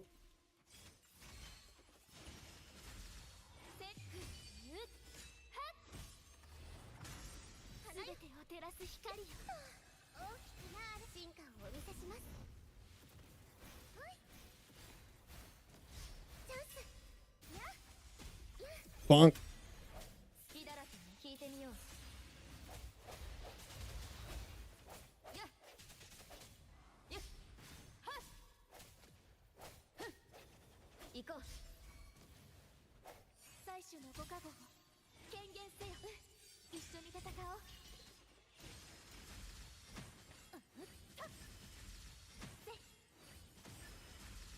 Pairing Rover with Phoebe feels like cheating because I can slow time down and I can stop them.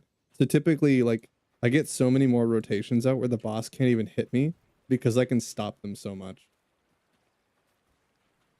So I have a ton of time to prep before they can even try, and then I usually just dodge it. It makes things really easy. I feel like I'm playing easy mode with it. Hold on. Let me see if I can cheese this. Let's also put Chacon on this team for now. Can I just fly in mech mode upwards and cheese the cliff? Oh, I just killed one. No, I didn't mean to do that. Oh, yes, I can. That's sick. Fuck yeah. That makes things so much easier. Look at that. I didn't have to do any of those jumps. I could just fly.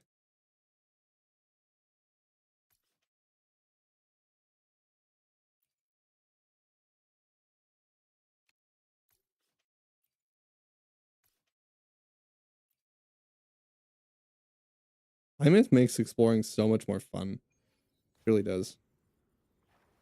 Exploring is great in this game as is, but this is even better.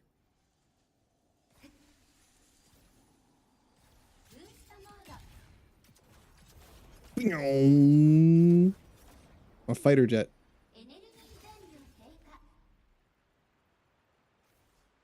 Can I get up there? Do I need my bike?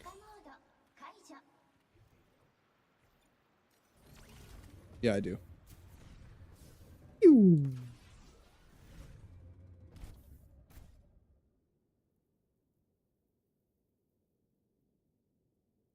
Let's do this. I got this one. And then I'll probably do a poll soon if I have enough. Because I do want to get Lupa.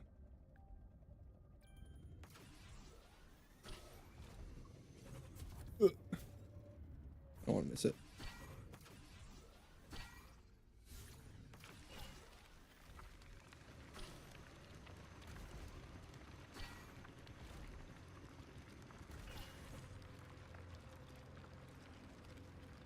Yeah, don't do this in first person. It gets really jank.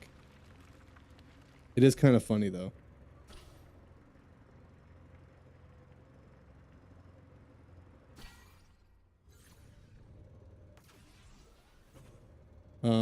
Game? Okay. That was weird. I think I broke it.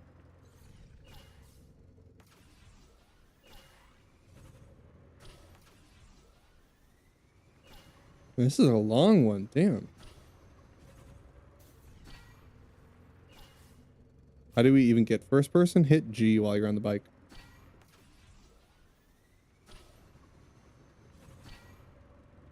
You want to see? Hold on. First person's actually pretty cool, but when you're doing flips and stuff, it gets really jank.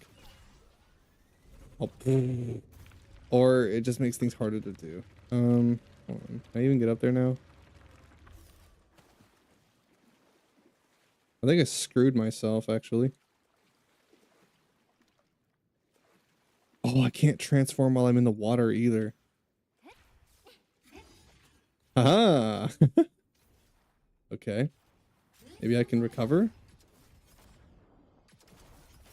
Come on, Imith.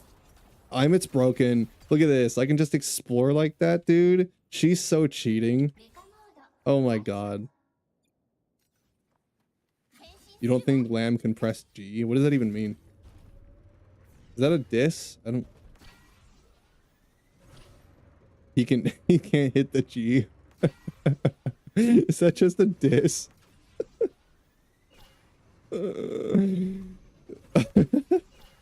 Oh, he's on PS5. Okay. I thought you were dissing him. I was gonna say, damn, damn Mason. You say that shit? Lamb, you gonna let him talk to you like that? You would never? You would. You would. Come on. It's funny. Everyone likes a good diss. Come on. Just diss me all the time. I was gonna say, I think you got him good. Uh,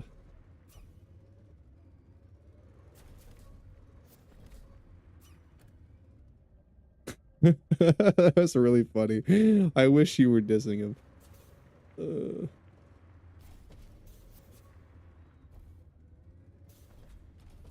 Let's see.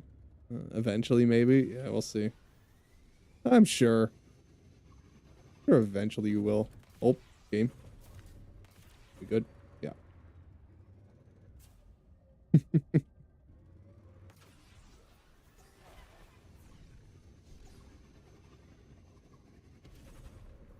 I mean, we had you and Abyss making out over some tea verbally, like that one stream. It was the whole time me and Lamb just like here, just we have no part in this.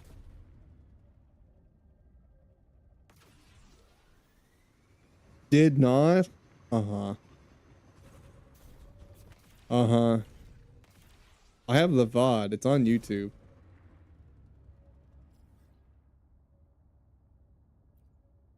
Mm-hmm. No, I always wondered about you two.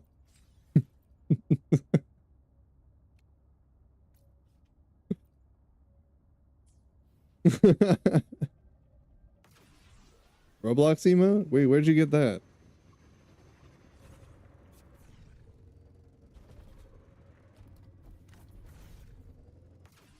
Oh, Abdo would love that. It's a global one. Oh, okay. It's animated too. Interesting.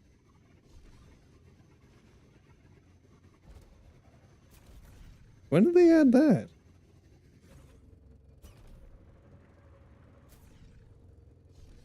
Oh yes, it glows. Of course they would add a Roblox emote amidst the controversy. Yeah, of course they would. Because Twitch can't keep its hands out of controversy. They just love that shit.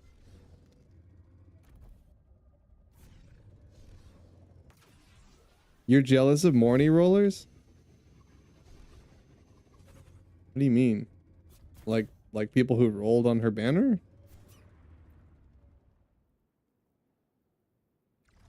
Like, don't you have her? I'm pretty sure you have her. Or Lene, okay. Yeah, I was gonna say Morny. You have her, dingus. Yeah, you like her skates. Yeah, right? I wish I had her skates.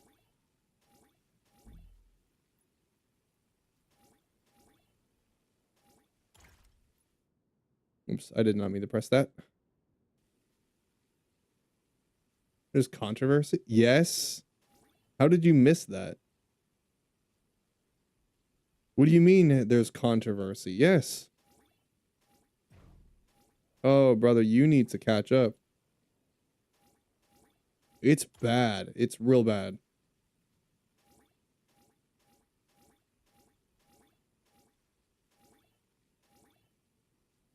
Maybe you heard and forgot? It's kind of hard to forget.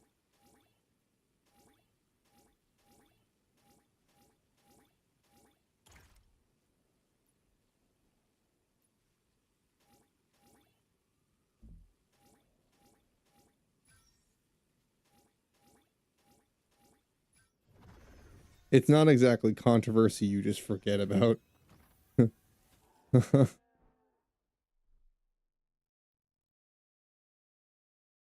Basically, I can summarize it.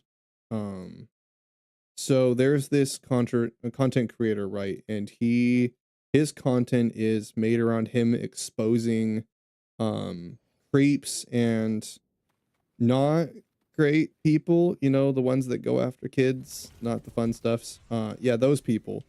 He goes after them and he finds them by pretending to be underaged so that they'll contact him in DMs, and then he uses those to find those people. So he's basically just hunting predators and being a vigilante, they call him, for the game. And he does it actually because of emotional reasons. So he was a victim, much like those kids are, and he's basically preventing them from finding the same fate that he did by doing that. And because he knows that he loves the game and he loves, you know, he has passion for that community, and he sees this thing happening in his community that isn't, they're not doing anything about it. They're just ignoring it. And he's very passionate about that. So he's making content on it. And Roblox's response to this person was basically suing him for it. And then they basically took down his content and was like saying, they were saying all sorts of shit about him. And I'm like, you didn't do anything about the controversy though. You just removed this guy because what? Because he was fixing an issue that you won't fix. So they did nothing about it, and they haven't done anything to address the real issue, which is they have a massive, massive, absolutely insanely big platform for kids, and they do nothing to make it safe. They do nothing. They let this stuff happen, and they haven't put any like rules or any systems in place to prevent it. They've just let it, and like this stuff continues to happen, and there's like a whole bunch of controversy surrounding the content creator and Roblox because of their banning of the guy. Yeah, you heard about that? Yeah. Yep. And I'm like, I am pissed off that that happened to the content creator, of course, but I'm more pissed off that they took the problem he was fixing and only made it worse. And they banned the guy for fixing it, basically. Those make it, they added new systems, but they make it worse. Yeah. Yeah, they haven't done anything to fix it. And I'm like, wow, all right, so you have a massive platform for kids and you've done nothing to make them safe on it. That's great. Fantastic. Anyway. Yeah, and I'm like, well, that's really weird how now is the time that they decide to add an emote for that game. I don't have anything against Roblox or people who like the game, but I have a problem with the people that make it. Weird that Twitch, amongst its own extreme controversy, is just like, it finds ways to put its fingers in other things. I don't understand why Twitch just has a streak of like taking all the most controversial things and finding a way to put itself in it. Like they always find a way to be involved somehow, and it's like it's mind-blowing every single day, because it seems like there'll be something on the internet that happens and then they're just like somehow remotely a part of it. I don't know. Twitch just actively loves being part of things, I guess, in all of the most negative ways.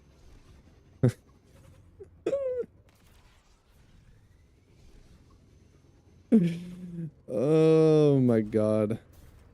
Like that whole thing with Gun Run, how they removed that global emote because of Ishoujo. And now they add an emote for Roblox. Well, yeah, and Roblox enjoy that emote while it's here, because I have a feeling, I have this gut feeling that's telling me it's not going to be there very long.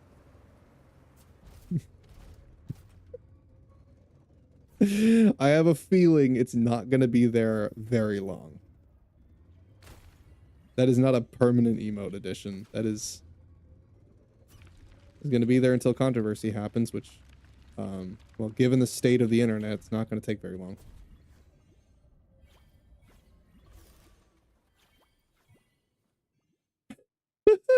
She gives you older brother syndrome. Doesn't it? Doesn't she? She's so crazy cute. Yeah, she really is. She's adorable.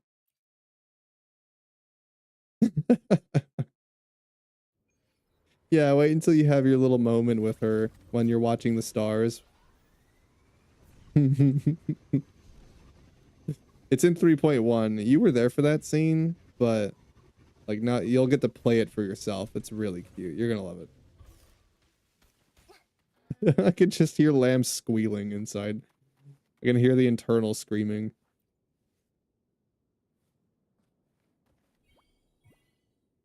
We all are like that, Lamb. It's fine. No one's judging you. We all do it. She is the cutest.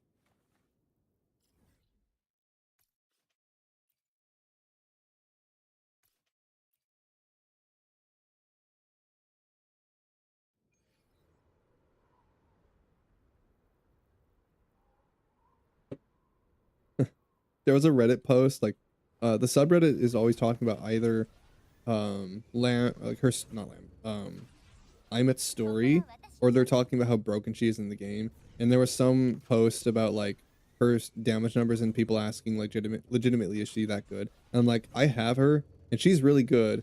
I can't really tell you her damage numbers. I wish I could, but I can't see them through like the ocean of tears or some shit like that. Like I can't see the damage numbers through all of my tears. Sorry. Otherwise, I would tell you.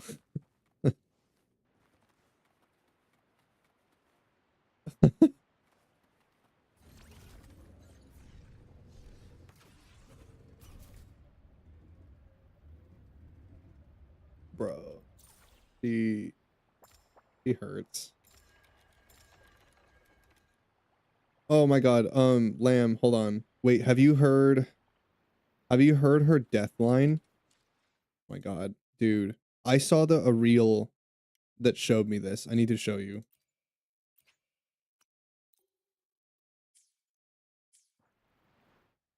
I need to show you this shit because it's mean. Look, Not only laser sword. is she holding the airplane we made for her, I hate Pretty you. cool, right? She also says this when she dies. I hate it. I hate it. I haven't had her die, but like where is it? Hold on. I gotta find it. Oh yeah, there's her injured lines. A minor hiccup. Listen carefully. It's so mean. Recalibrating. Ghosts don't feel pain. Fuck you. It's all right. I'm okay. Ugh.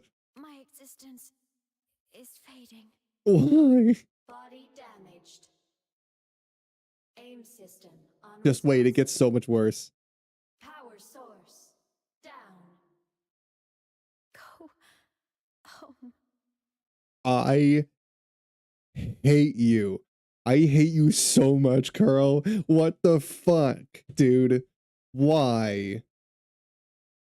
Are you kidding me? Go home. Why would you do that?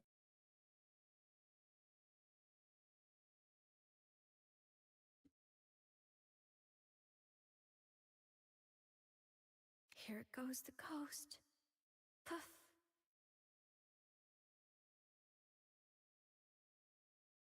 Farewell. Again? No, dude. Winter will thaw. The voyage ends. I I heard it in Aim game, system and then I saw a reel talking about it. I'm like, are you Go fucking kidding me? home. Why?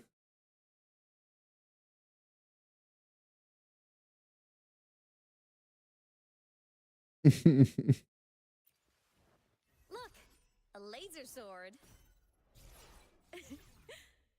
Pretty cool, right? Oh, that's what she always wanted Rover to do. Even like when she dies, it's the last wish she had.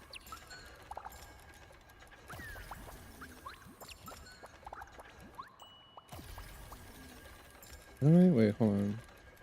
Oh, wait, I think I see it. Yeah, I see it.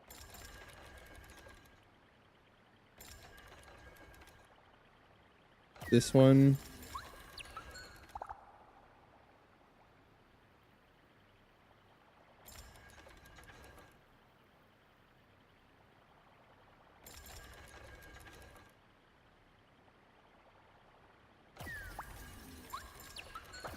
There we go. Like, why would they do that, dude? You make her say go home when she dies. I hate you. It's what her, what was the name of the boss? It's the boss at the end of the game. Treasure I can't, chests. I'm already forgetting the name Oh, of it, the but like, essential it's art. that thing. It used to say go home constantly because it was the only thing it could say, because it was the amalgamation of all of her problems and all of the things that she imagined of Rover and all the things she wanted for Rover. It's the physical manifestation of all of that. So it would only ever say go home. and it was the one thing she wanted most for Rover. And they thought it would be super funny if they put that as a line for when she falls.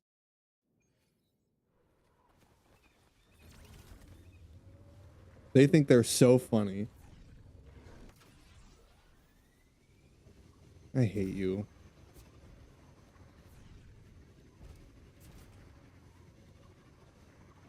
Good thing I'm probably never gonna have to hear it.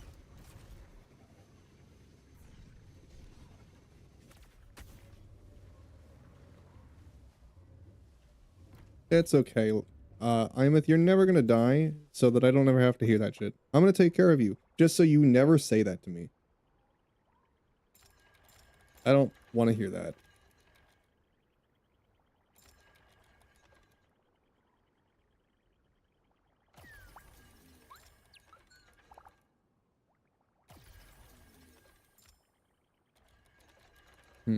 I only have 2 shots for this? Okay. Um, well, it's not that one, I don't think. Yeah, it's not that one.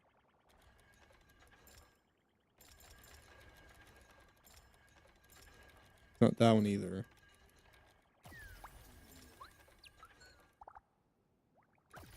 Here we go.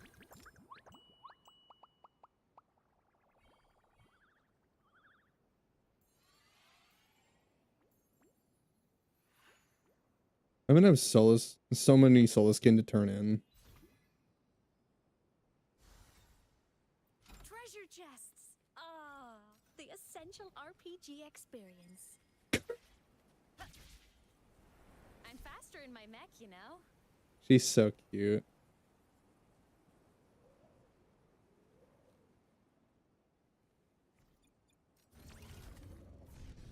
You can count on me.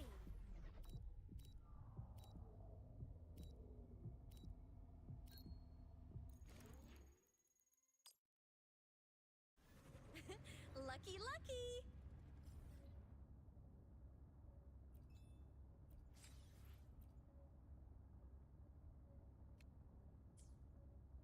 Okay, let's see. Let's turn in my Solus seeds real quick, because I'm probably gonna have a lot of pulls to get out of it.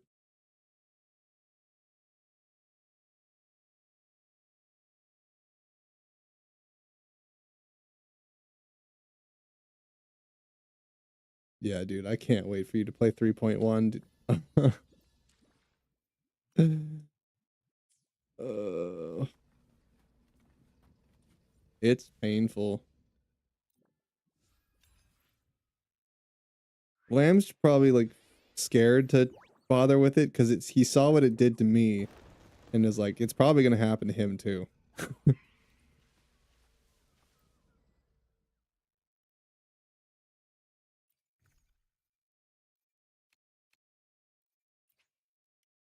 Oh, I almost have enough pulls. Okay, and I'm at 4 pages on pity, I think.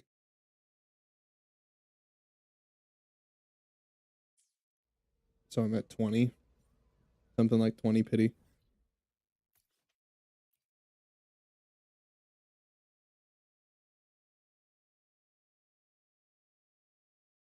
Dude, they give you so many pulls, dude. This game is so rewarding. It's wild.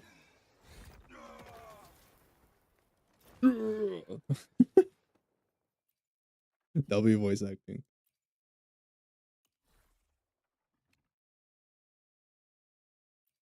Oh, I have his bike now? Oh, okay. Still gonna use Linnaeus.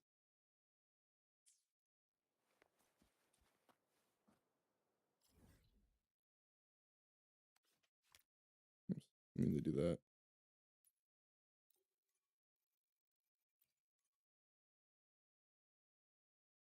Let's go here.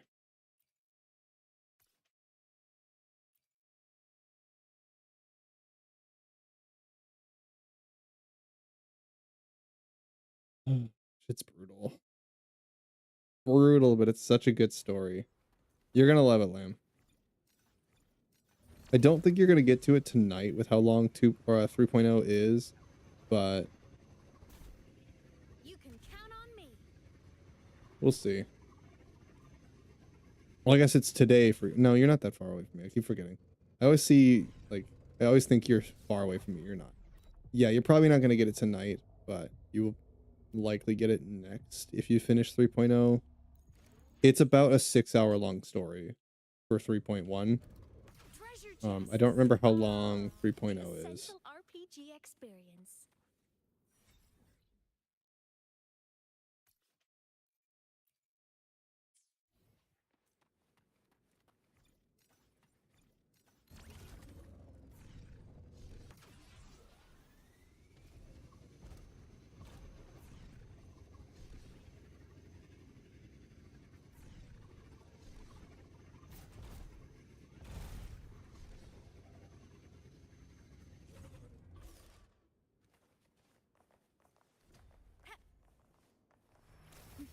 Oh, let's beat him.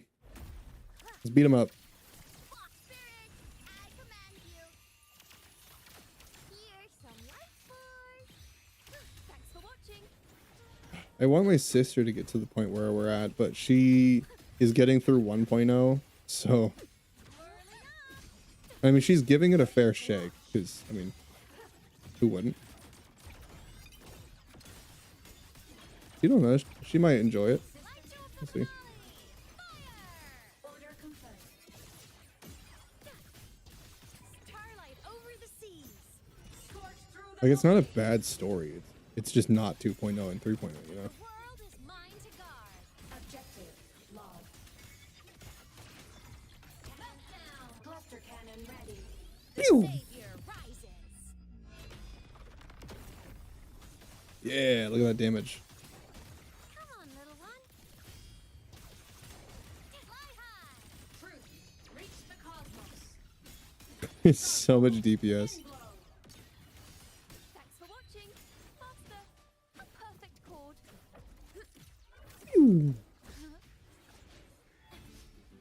I gotta be so spread out. Come here. Let the show begin. Deities, hear my call. Wait. Heaven's thunder awakens. Gold Goose vanish. Form of mech. Souls sing in harmony. To the savior's victory. Ah! Projection. Heroes on. Lights up. Limelights checked. I wish I could have pulled Morny. I wanted to, but The savior rises. banana cake with chocolate chips in it. That's a universal interest right there. Dude, why is it that like every single dude, no matter where, loves banana cake? We all do. Like there's a universal language, it's banana cake. Solar flare. Like every man on earth loves banana cake. Your command. Projection. Enemy unit. Heroes on. Lights up. Limelights checked. Blade cleaves the night. Peril. Burst in light. I haven't met a single person who doesn't like banana cake. The world is mine to guard. Objective log. Lasers charged. Light wings activated. Stars shine tonight. All evils repelled. Thunder commands. Hell trembles.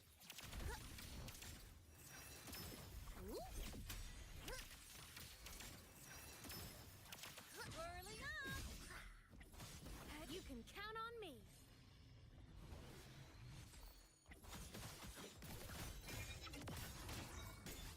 Projection. Heroes on. Lights up. Limelights. What's up? Souls sing in harmony. To the savior's victory. Solar flare. Break apart. Meltdown. Light show of the finale. Fire. Order confirmed. She does so much DPS. It's awesome. Yeah, Chacona. Perfect wrap up. Chacona also does good damage. I'm not even running her favorite set.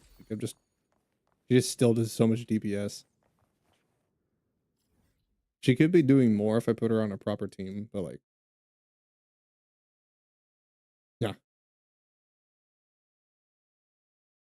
All right. I think that's all I need to do, right? That one's 100. That one's 81.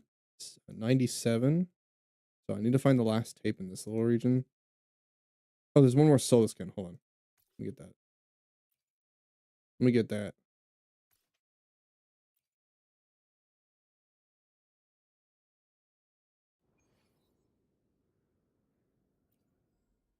Should bring me almost. I want to get one more 10 pull before I end stream today. At least one more. You can count on At least one.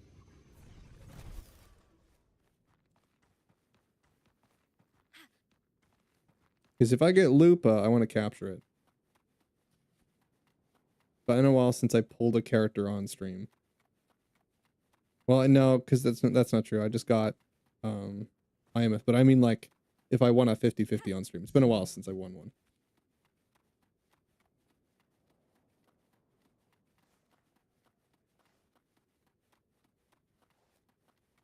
He solos can.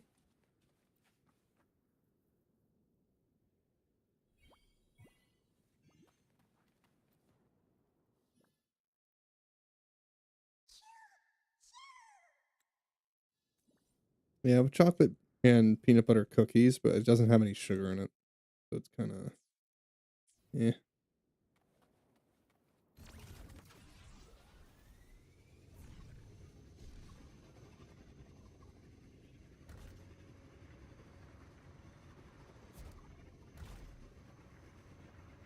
you can count on me. Yeah, it sucks because my mom's like super keto. So all of the things that I normally eat, she doesn't eat. So she's been slowly getting more and more keto stuffs, and it's like, ugh. I know, like, it's healthier, but God, it sucks.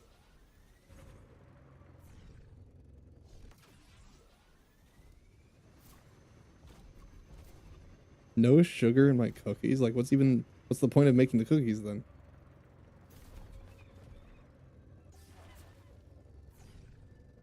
Oh God. Oh, now I done it. Wait, I can, yep, there we go. Recovery. There we go. Propulsion mode.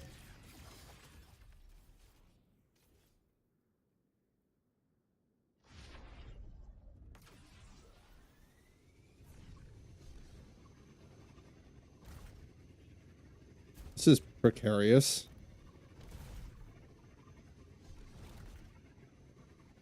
Oh God. I almost screwed that up. Yeah, I did it my own way, I guess. Lucky, God, Lamb, she's also cute, isn't she? Ugh. Like, why, dude? Why she gotta be like this?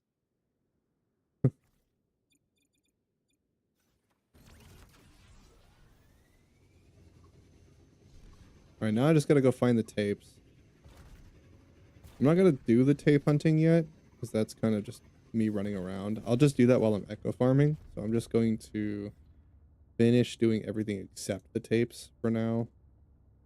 And then I'll finish the tapes on my own. Cool, I got this one. I didn't even mean to complete that. Oh, do I just need to get one more Fastlands thing? Okay, hold on. Yeah, let's grab that. No? Wait, yes. Let's just do this one. It's quicker. I would love banana cake right now. Chocolate chip especially. Whew. I could go for a banana cake. Now you make me want some. I want some now too, you man. can count on me. How dare you? Yeah, share your craving. You could rub it off on me, so now I want it too. You couldn't crave Zani? Like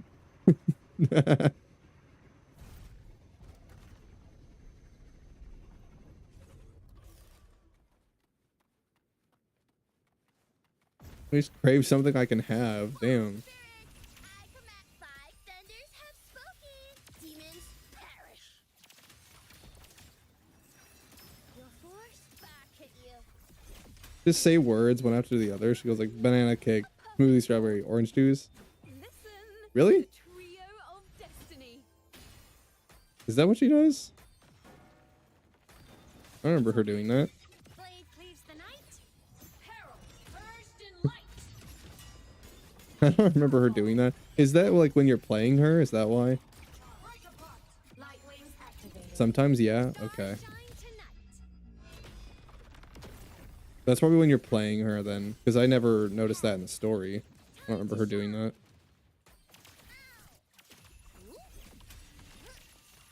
Spirit, I command you.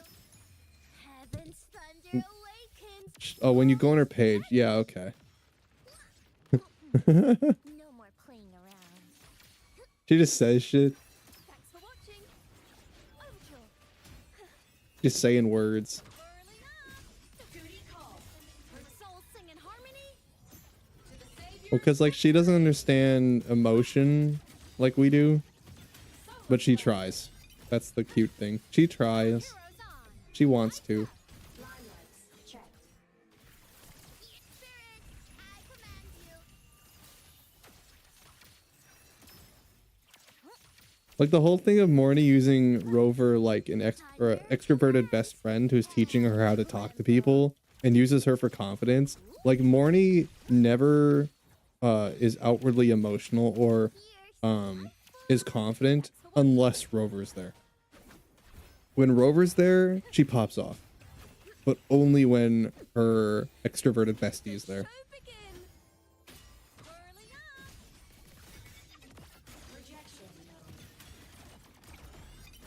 Light show of the finale. Fire. Otherwise, she's usually more meek. Pierce through. Body limit unlocked. The savior rises. Power levels. Precision calibration. Combat efficiency. Great. Duty call. You don't have a good weapon for. Oh, okay. Yeah, you gotta fix that. Just get a 4-star. Mine to guard. Objective lost. Yeah, just put a 4-star on her. You're good. Way. I don't know what she needs. Just check whatever her best in slot 4-star is and just get that. Thunder seal break. It's probably like variation or something. Actually, it might not be because she's different from other supports. She doesn't work the same way.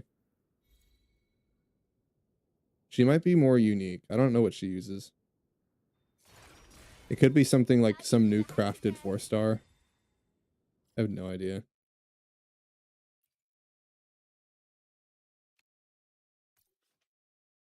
She builds off attack, right?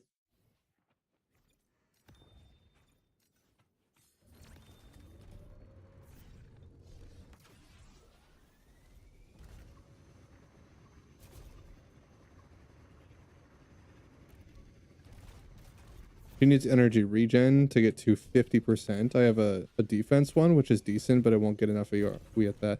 Yeah, so do... Hold on. Tell me what. Then do what I did and use variation. I even should build something else on her. Like, I should be fusion accretion on... Actually, yeah, use fusion accretion. What am I doing? There we go. What am I doing putting variation on her? What the hell? Use fusion accretion.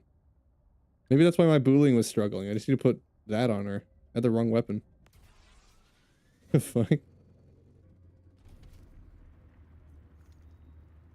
If you had variation? Yeah, you gotta go get one. Keep pulling on the standard banner. I mean, Ghosts? eventually you'll get it. Allah. Do you have another ER?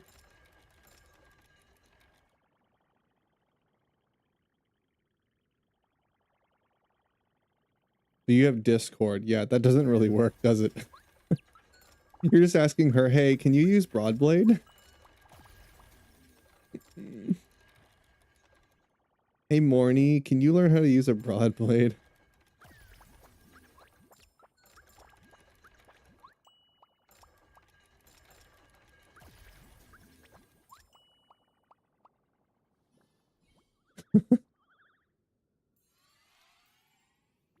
She's a broad blazer? Oh, I thought she was oh. Oh yeah, well then use the broad blade. I thought she was whatever it's called. Good timing, fortune flows. Oh, Woohoo! okay, well then yeah, use that.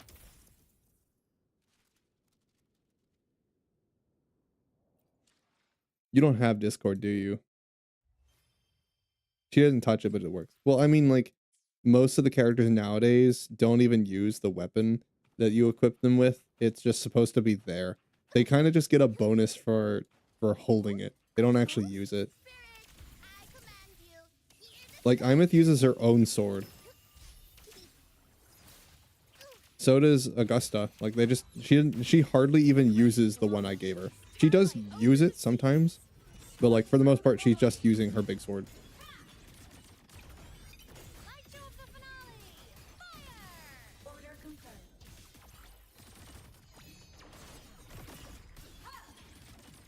Break apart. Next mode. I think exploring the Hyrule is a whole lot more fun just because I have the ability to fly at least a little bit. It's so much nicer. Like I don't like not being able to use my glider because I like flying so much, but Thunder, like this is kind of my middle ground is having Imeth. whirling up. This is the closest I'm gonna get to flight. And it is fast. End blow. And it's sick as fuck. It's so cool.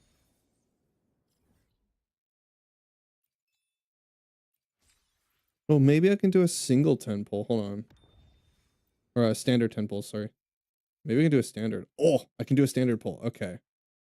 I need Winter Broom for my Junshin. So, can I have Winter Broom? God damn it. What the fuck? Booling?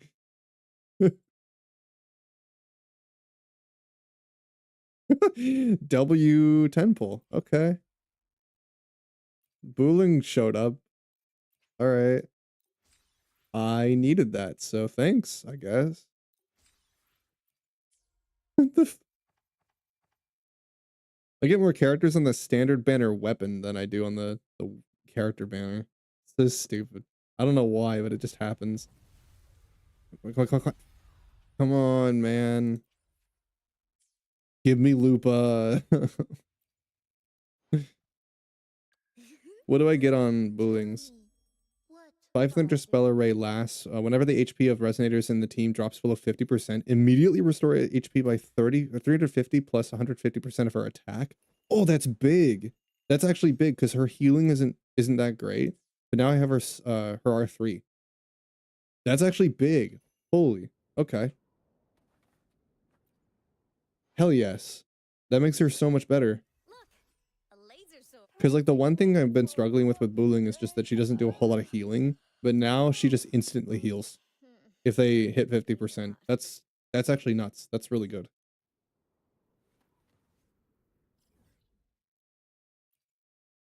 Like she does really good buffs. She's just not as good of a healer as other healers are.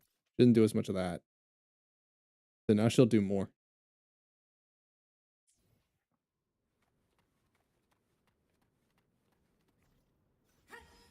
Propulsion mode. How fast she is too. My goodness. Warning. Insufficient power supply.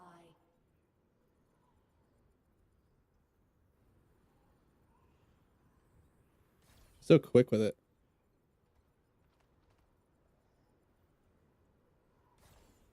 Enemy unit detected. Enemy detected. I don't care about them. We can fly. We don't worry about them. Warning. Insufficient power supply. Yeah, look how much easier she makes things. Nice. Mech mode off.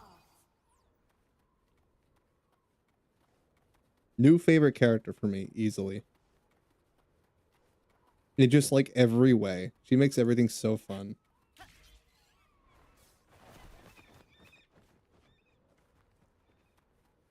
I guess bro just doesn't care about me. Alright, I'll just leave him. Sure. I don't need to kill you.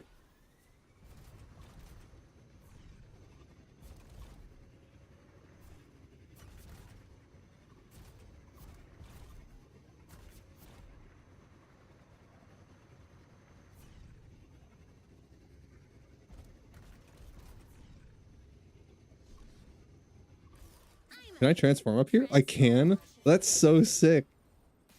Oh my god. Warning. Insufficient She's so power cool.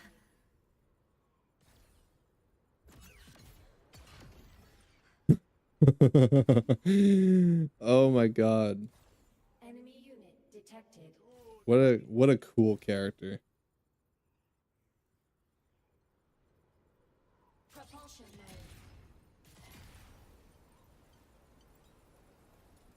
Warning. Insufficient power supply.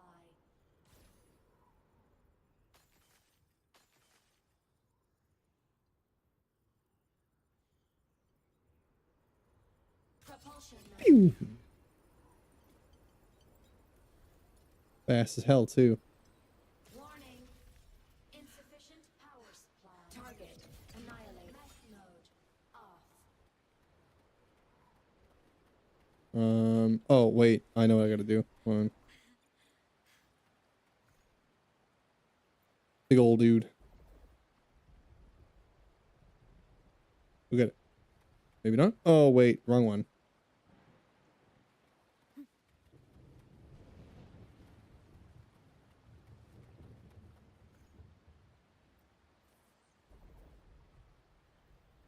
Go get it. Maybe I don't need to do that. Okay.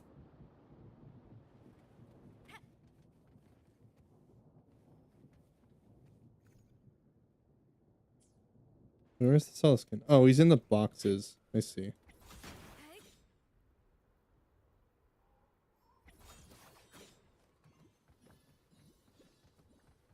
Don't mind if I take these?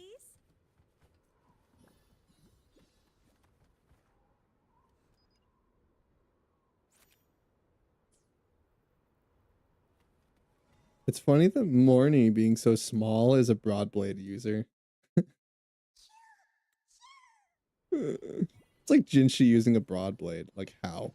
I mean, that makes sense because she actually uses the blade and she kind of just commands it instead of using it. She really commands it. She doesn't actually hold the blade. There's not like a moment where I think she swings it. She just sends it forward.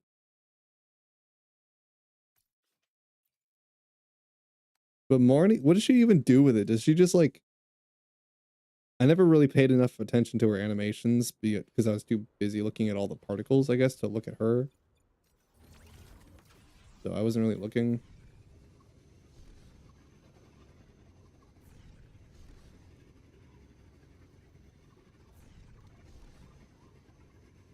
Only hit her in a normal form, and it's like for 3 attacks. Yeah, so she just kind of has it. She didn't really use it. Yeah, because she's usually using her her ability instead, the little shooty things. You can count on me. Target annihilated. The world is mine to guard. Objective. Flying in the array. Yeah, Come on. Star. yeah, the array. Light arc. Breakable. Body damaged. Not the array. Blade cleaves the night. Peril. Burst in light.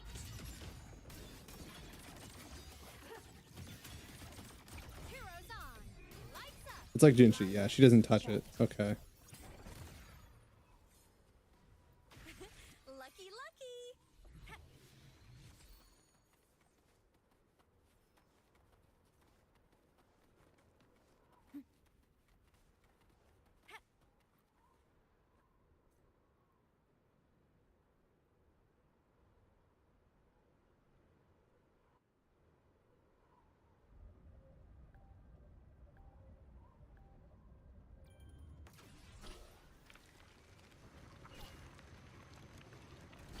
Oh, my butt's starting to hurt from sitting too long in this chair. I'm gonna have to get up. Actually, I can just make my desk stand. Do that after this.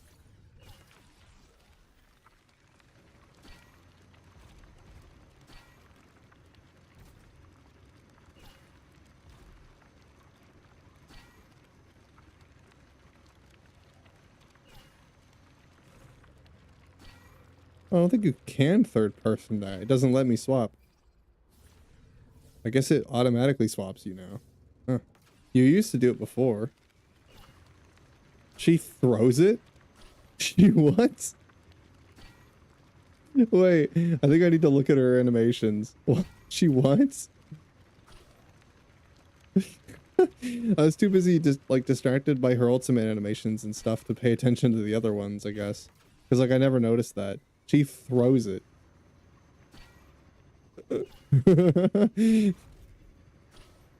Well, now you gotta go get another one or go grab it. What? Morty, that's kind of now you have to go get it. She's gotta go run up and she has to run and go get her sword because she throws it. She's gotta go grab it. I don't need this shit. Treasure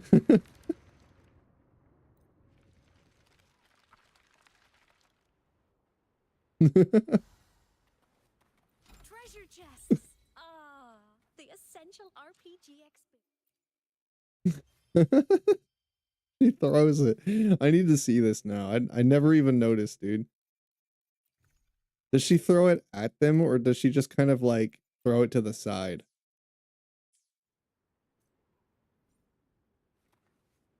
I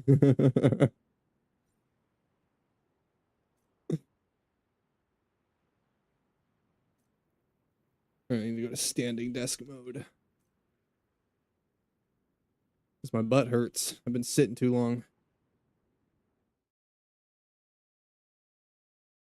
She throws it at the enemy. Well, Morty, doesn't that kind of defeat the purpose of having it? Now you gotta go get it. What? I know you have guns, but now you gotta go grab your sword because you threw it.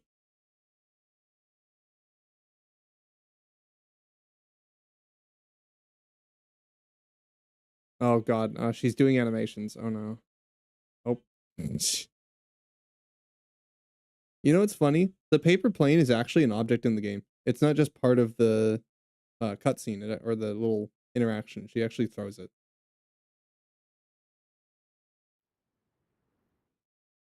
It's actually a throwable. She actually does eat it.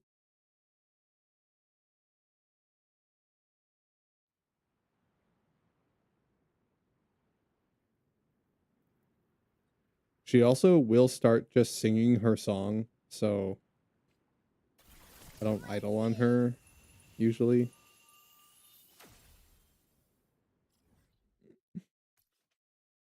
She will just start singing the depressing song.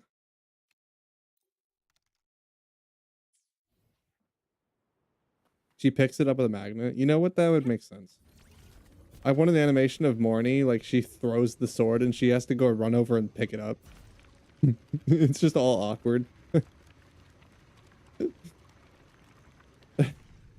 count I'm on like, oh shit, I guess I do need that. spirit. I command you. Do you think maybe she just has more? Like,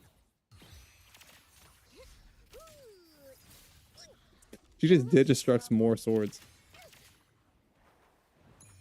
Heaven's thunder awakens. Ghost vanish.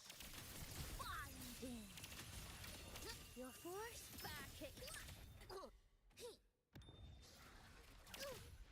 Okay.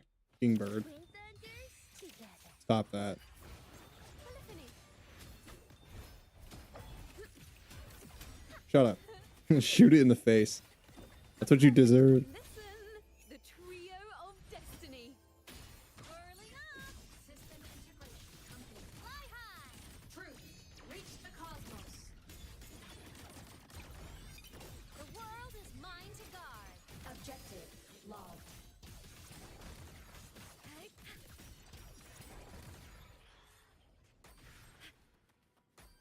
Don't mind if I take these?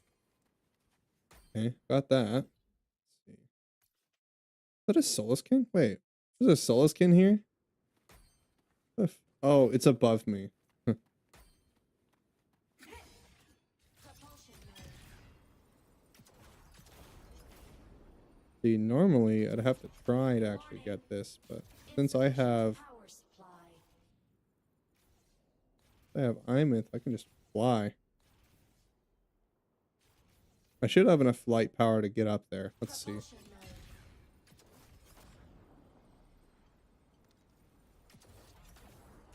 Oh, is that beetle that's been in my lamp finally flying? Wait, hold on. I heard the beetle behind my head. I think it flew at me. I heard it's still in my light. Hold on. There's a beetle flying around my room.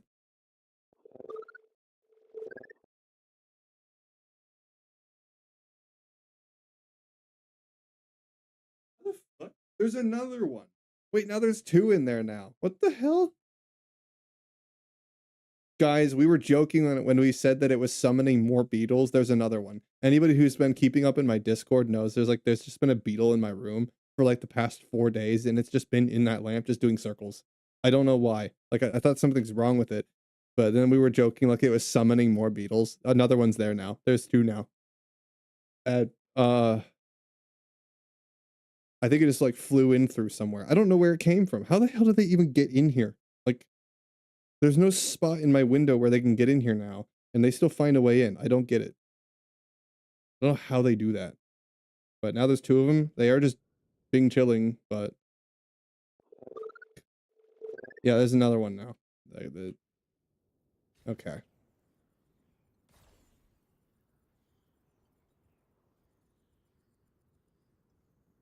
Hmm. Oh, is it down here? Annihilated. There you are, you little shit. I see you. Mech mode.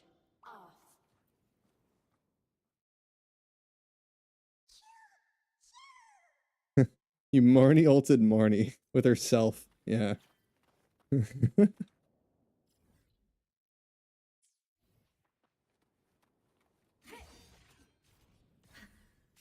mode. Sure, you misclicked. Enemy unit detected. Warning. Insufficient power supply. Oh yeah, check this out, Lamb. I can just fly over water now. That's sick. It doesn't last forever, but I can just fly on the water. And then while I'm in the water, I can grapple out of it and then just do this again. Trends? Oh, wait, no, it doesn't reset. Oh, they thought of that. You bastards. You crafty bastards. You did think of that. It only resets when I'm touching land. Ah. Smart. They were steps ahead of me.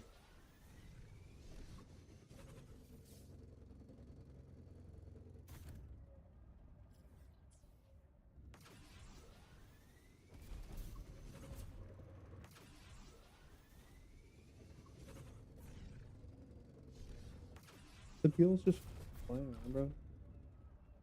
I need you to not be flying around my room. You're gonna annoy me.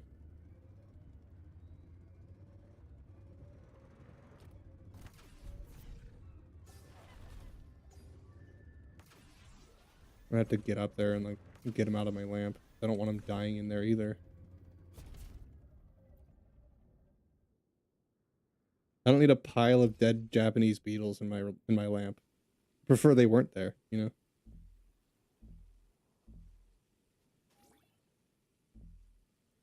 Hmm. The hell is this?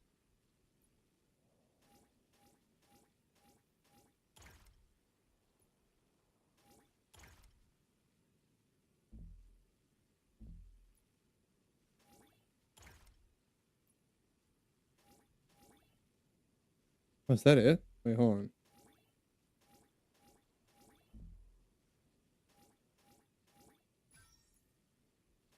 Oh, that's it. Okay, that was easier than I thought it was.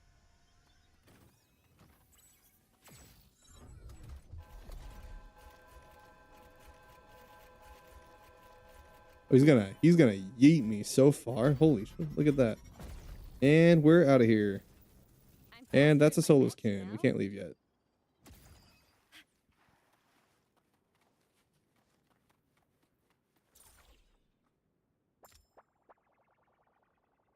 I can hear him buzzing around in there, like flying around the lamp. I can hear it. It's gonna irritate me.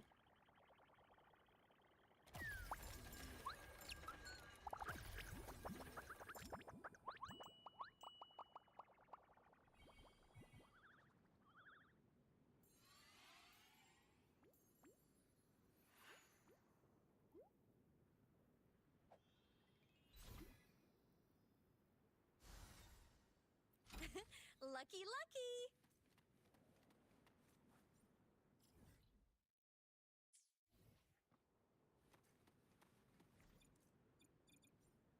I'm a transform.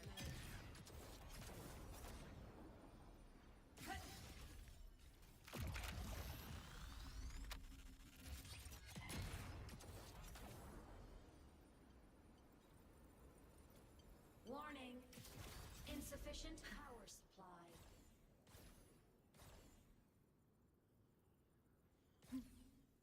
Target annihilated.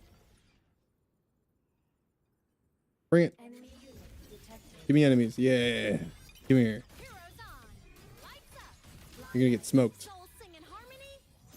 To the Savior's victory! All evils repelled. All right, now I've got healing from Wuthering. Even more healing, Heaven's thunder which is gonna be really nice for this. ghosts vanish. It's a good pull. I did not expect to get another Wuthering copy, but I needed one. Overkill. A perfect chord.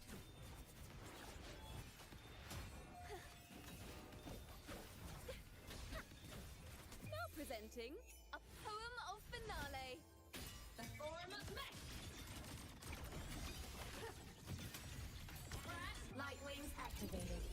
Stars shine tonight.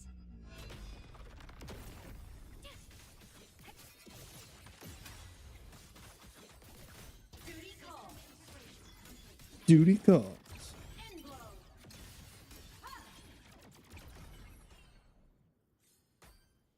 Enemy unit detected. Starlight over the seas. Scorch through the void. Come on, little one. From the sky. Come on. Stars light up tomorrow.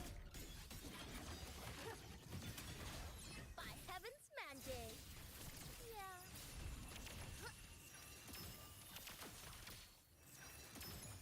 Five thunders have spoken. Demons perish. Thanks for watching.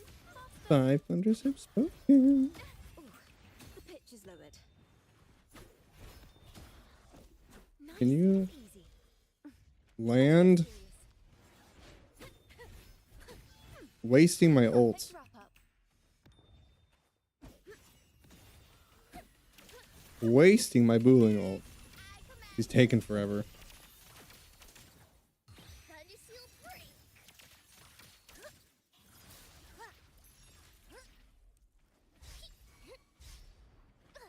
Thanks for watching. Ooh, the pitch is lowered. Let the show begin. Deities, hear my call. The hell? There he is. Spirit, I command you, patching you up. Thunder commands. Hell trembles. Whirling up. Her little giggle. Blazing Wuthering's little giggle. Herald So urged cute. in light. Projection cluster cannon ready. The savior rises.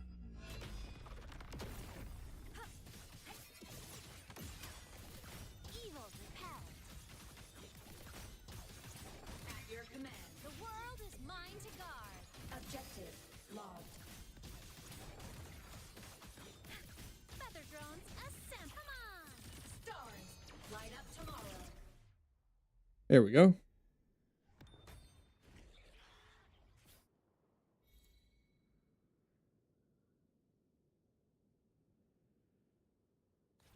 Net mode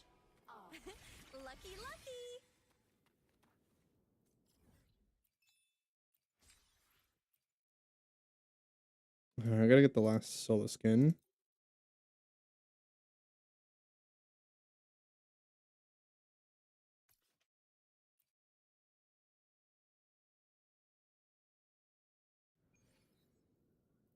Beal's just hanging out in my lamp. I can hear him. Got to deal with him after stream. It's bothering me that they're there. They're not gonna do anything, but like it's just annoying. They're flying around a bit every now and then. I have to listen to it. It's like directly above me because I'm standing.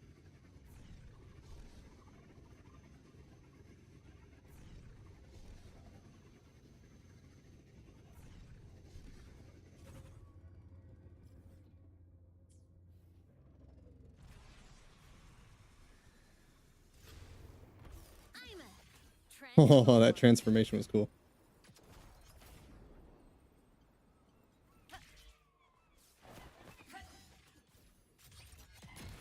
Warning.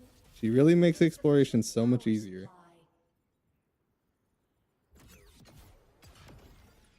Ascending.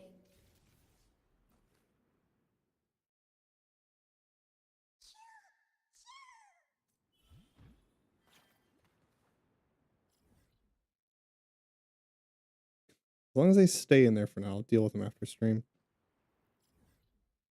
Let's see. Tidlost Forest is done.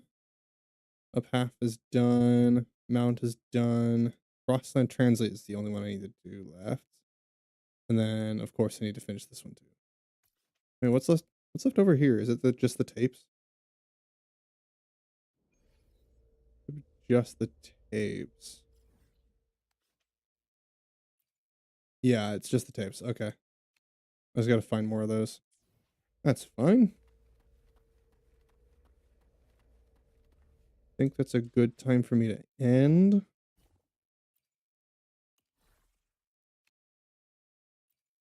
So I will be in Discord immediately after stream just to do a little bit more of this and hang out if you guys want.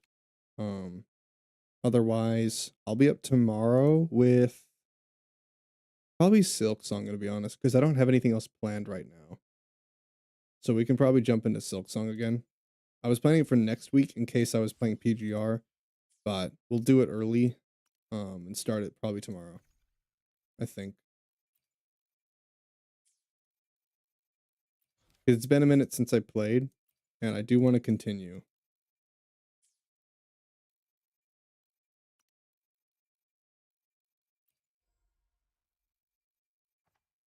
Okay, I think that's it for me for now. Definitely glad that 3.1 is hitting so hard for everyone, and that the reception has been very good, because that means that the game will have more support, more people playing, and of course they'll have more money to keep doing things like that, and it'll encourage them to keep putting out peak, keep cooking, because they're doing super well. But anyways, so far, obviously, my opinion of Wuthering Waves, doing great, doing fantastic. Just keep up that momentum. You don't need to keep doing better and better every single patch. Just maintain that bar. Just keep doing what you did. It doesn't need to be the best banger every single time, but just keep cooking. Just keep doing it and get more and more confident as we go. Because I think that making characters like Augusta more like showing that strength, showing those things, and the things that we critiqued about past characters that are usually just because of a result of them not being brave enough yet. I think because of the success of 3.1, we'll slowly start to work in those ideas as well and start making more of those more Look over here. atypical character designs. You know what I mean? Look at this little idle animation. Isn't it cute?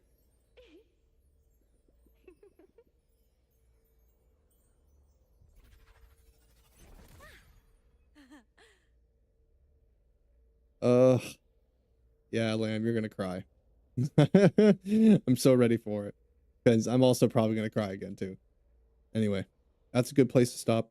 Thank you for hanging out with me. Of course, I'm glad to see you guys agree on this stuff. I can't wait for some of you to try 3.1. Definitely let me know what you think, and how much she made you cry. And I'll see you guys tomorrow, whatever I do. Anyway, have a wonderful night, everybody. If you're in Discord, I'll see you then. If not, I'll see you tomorrow.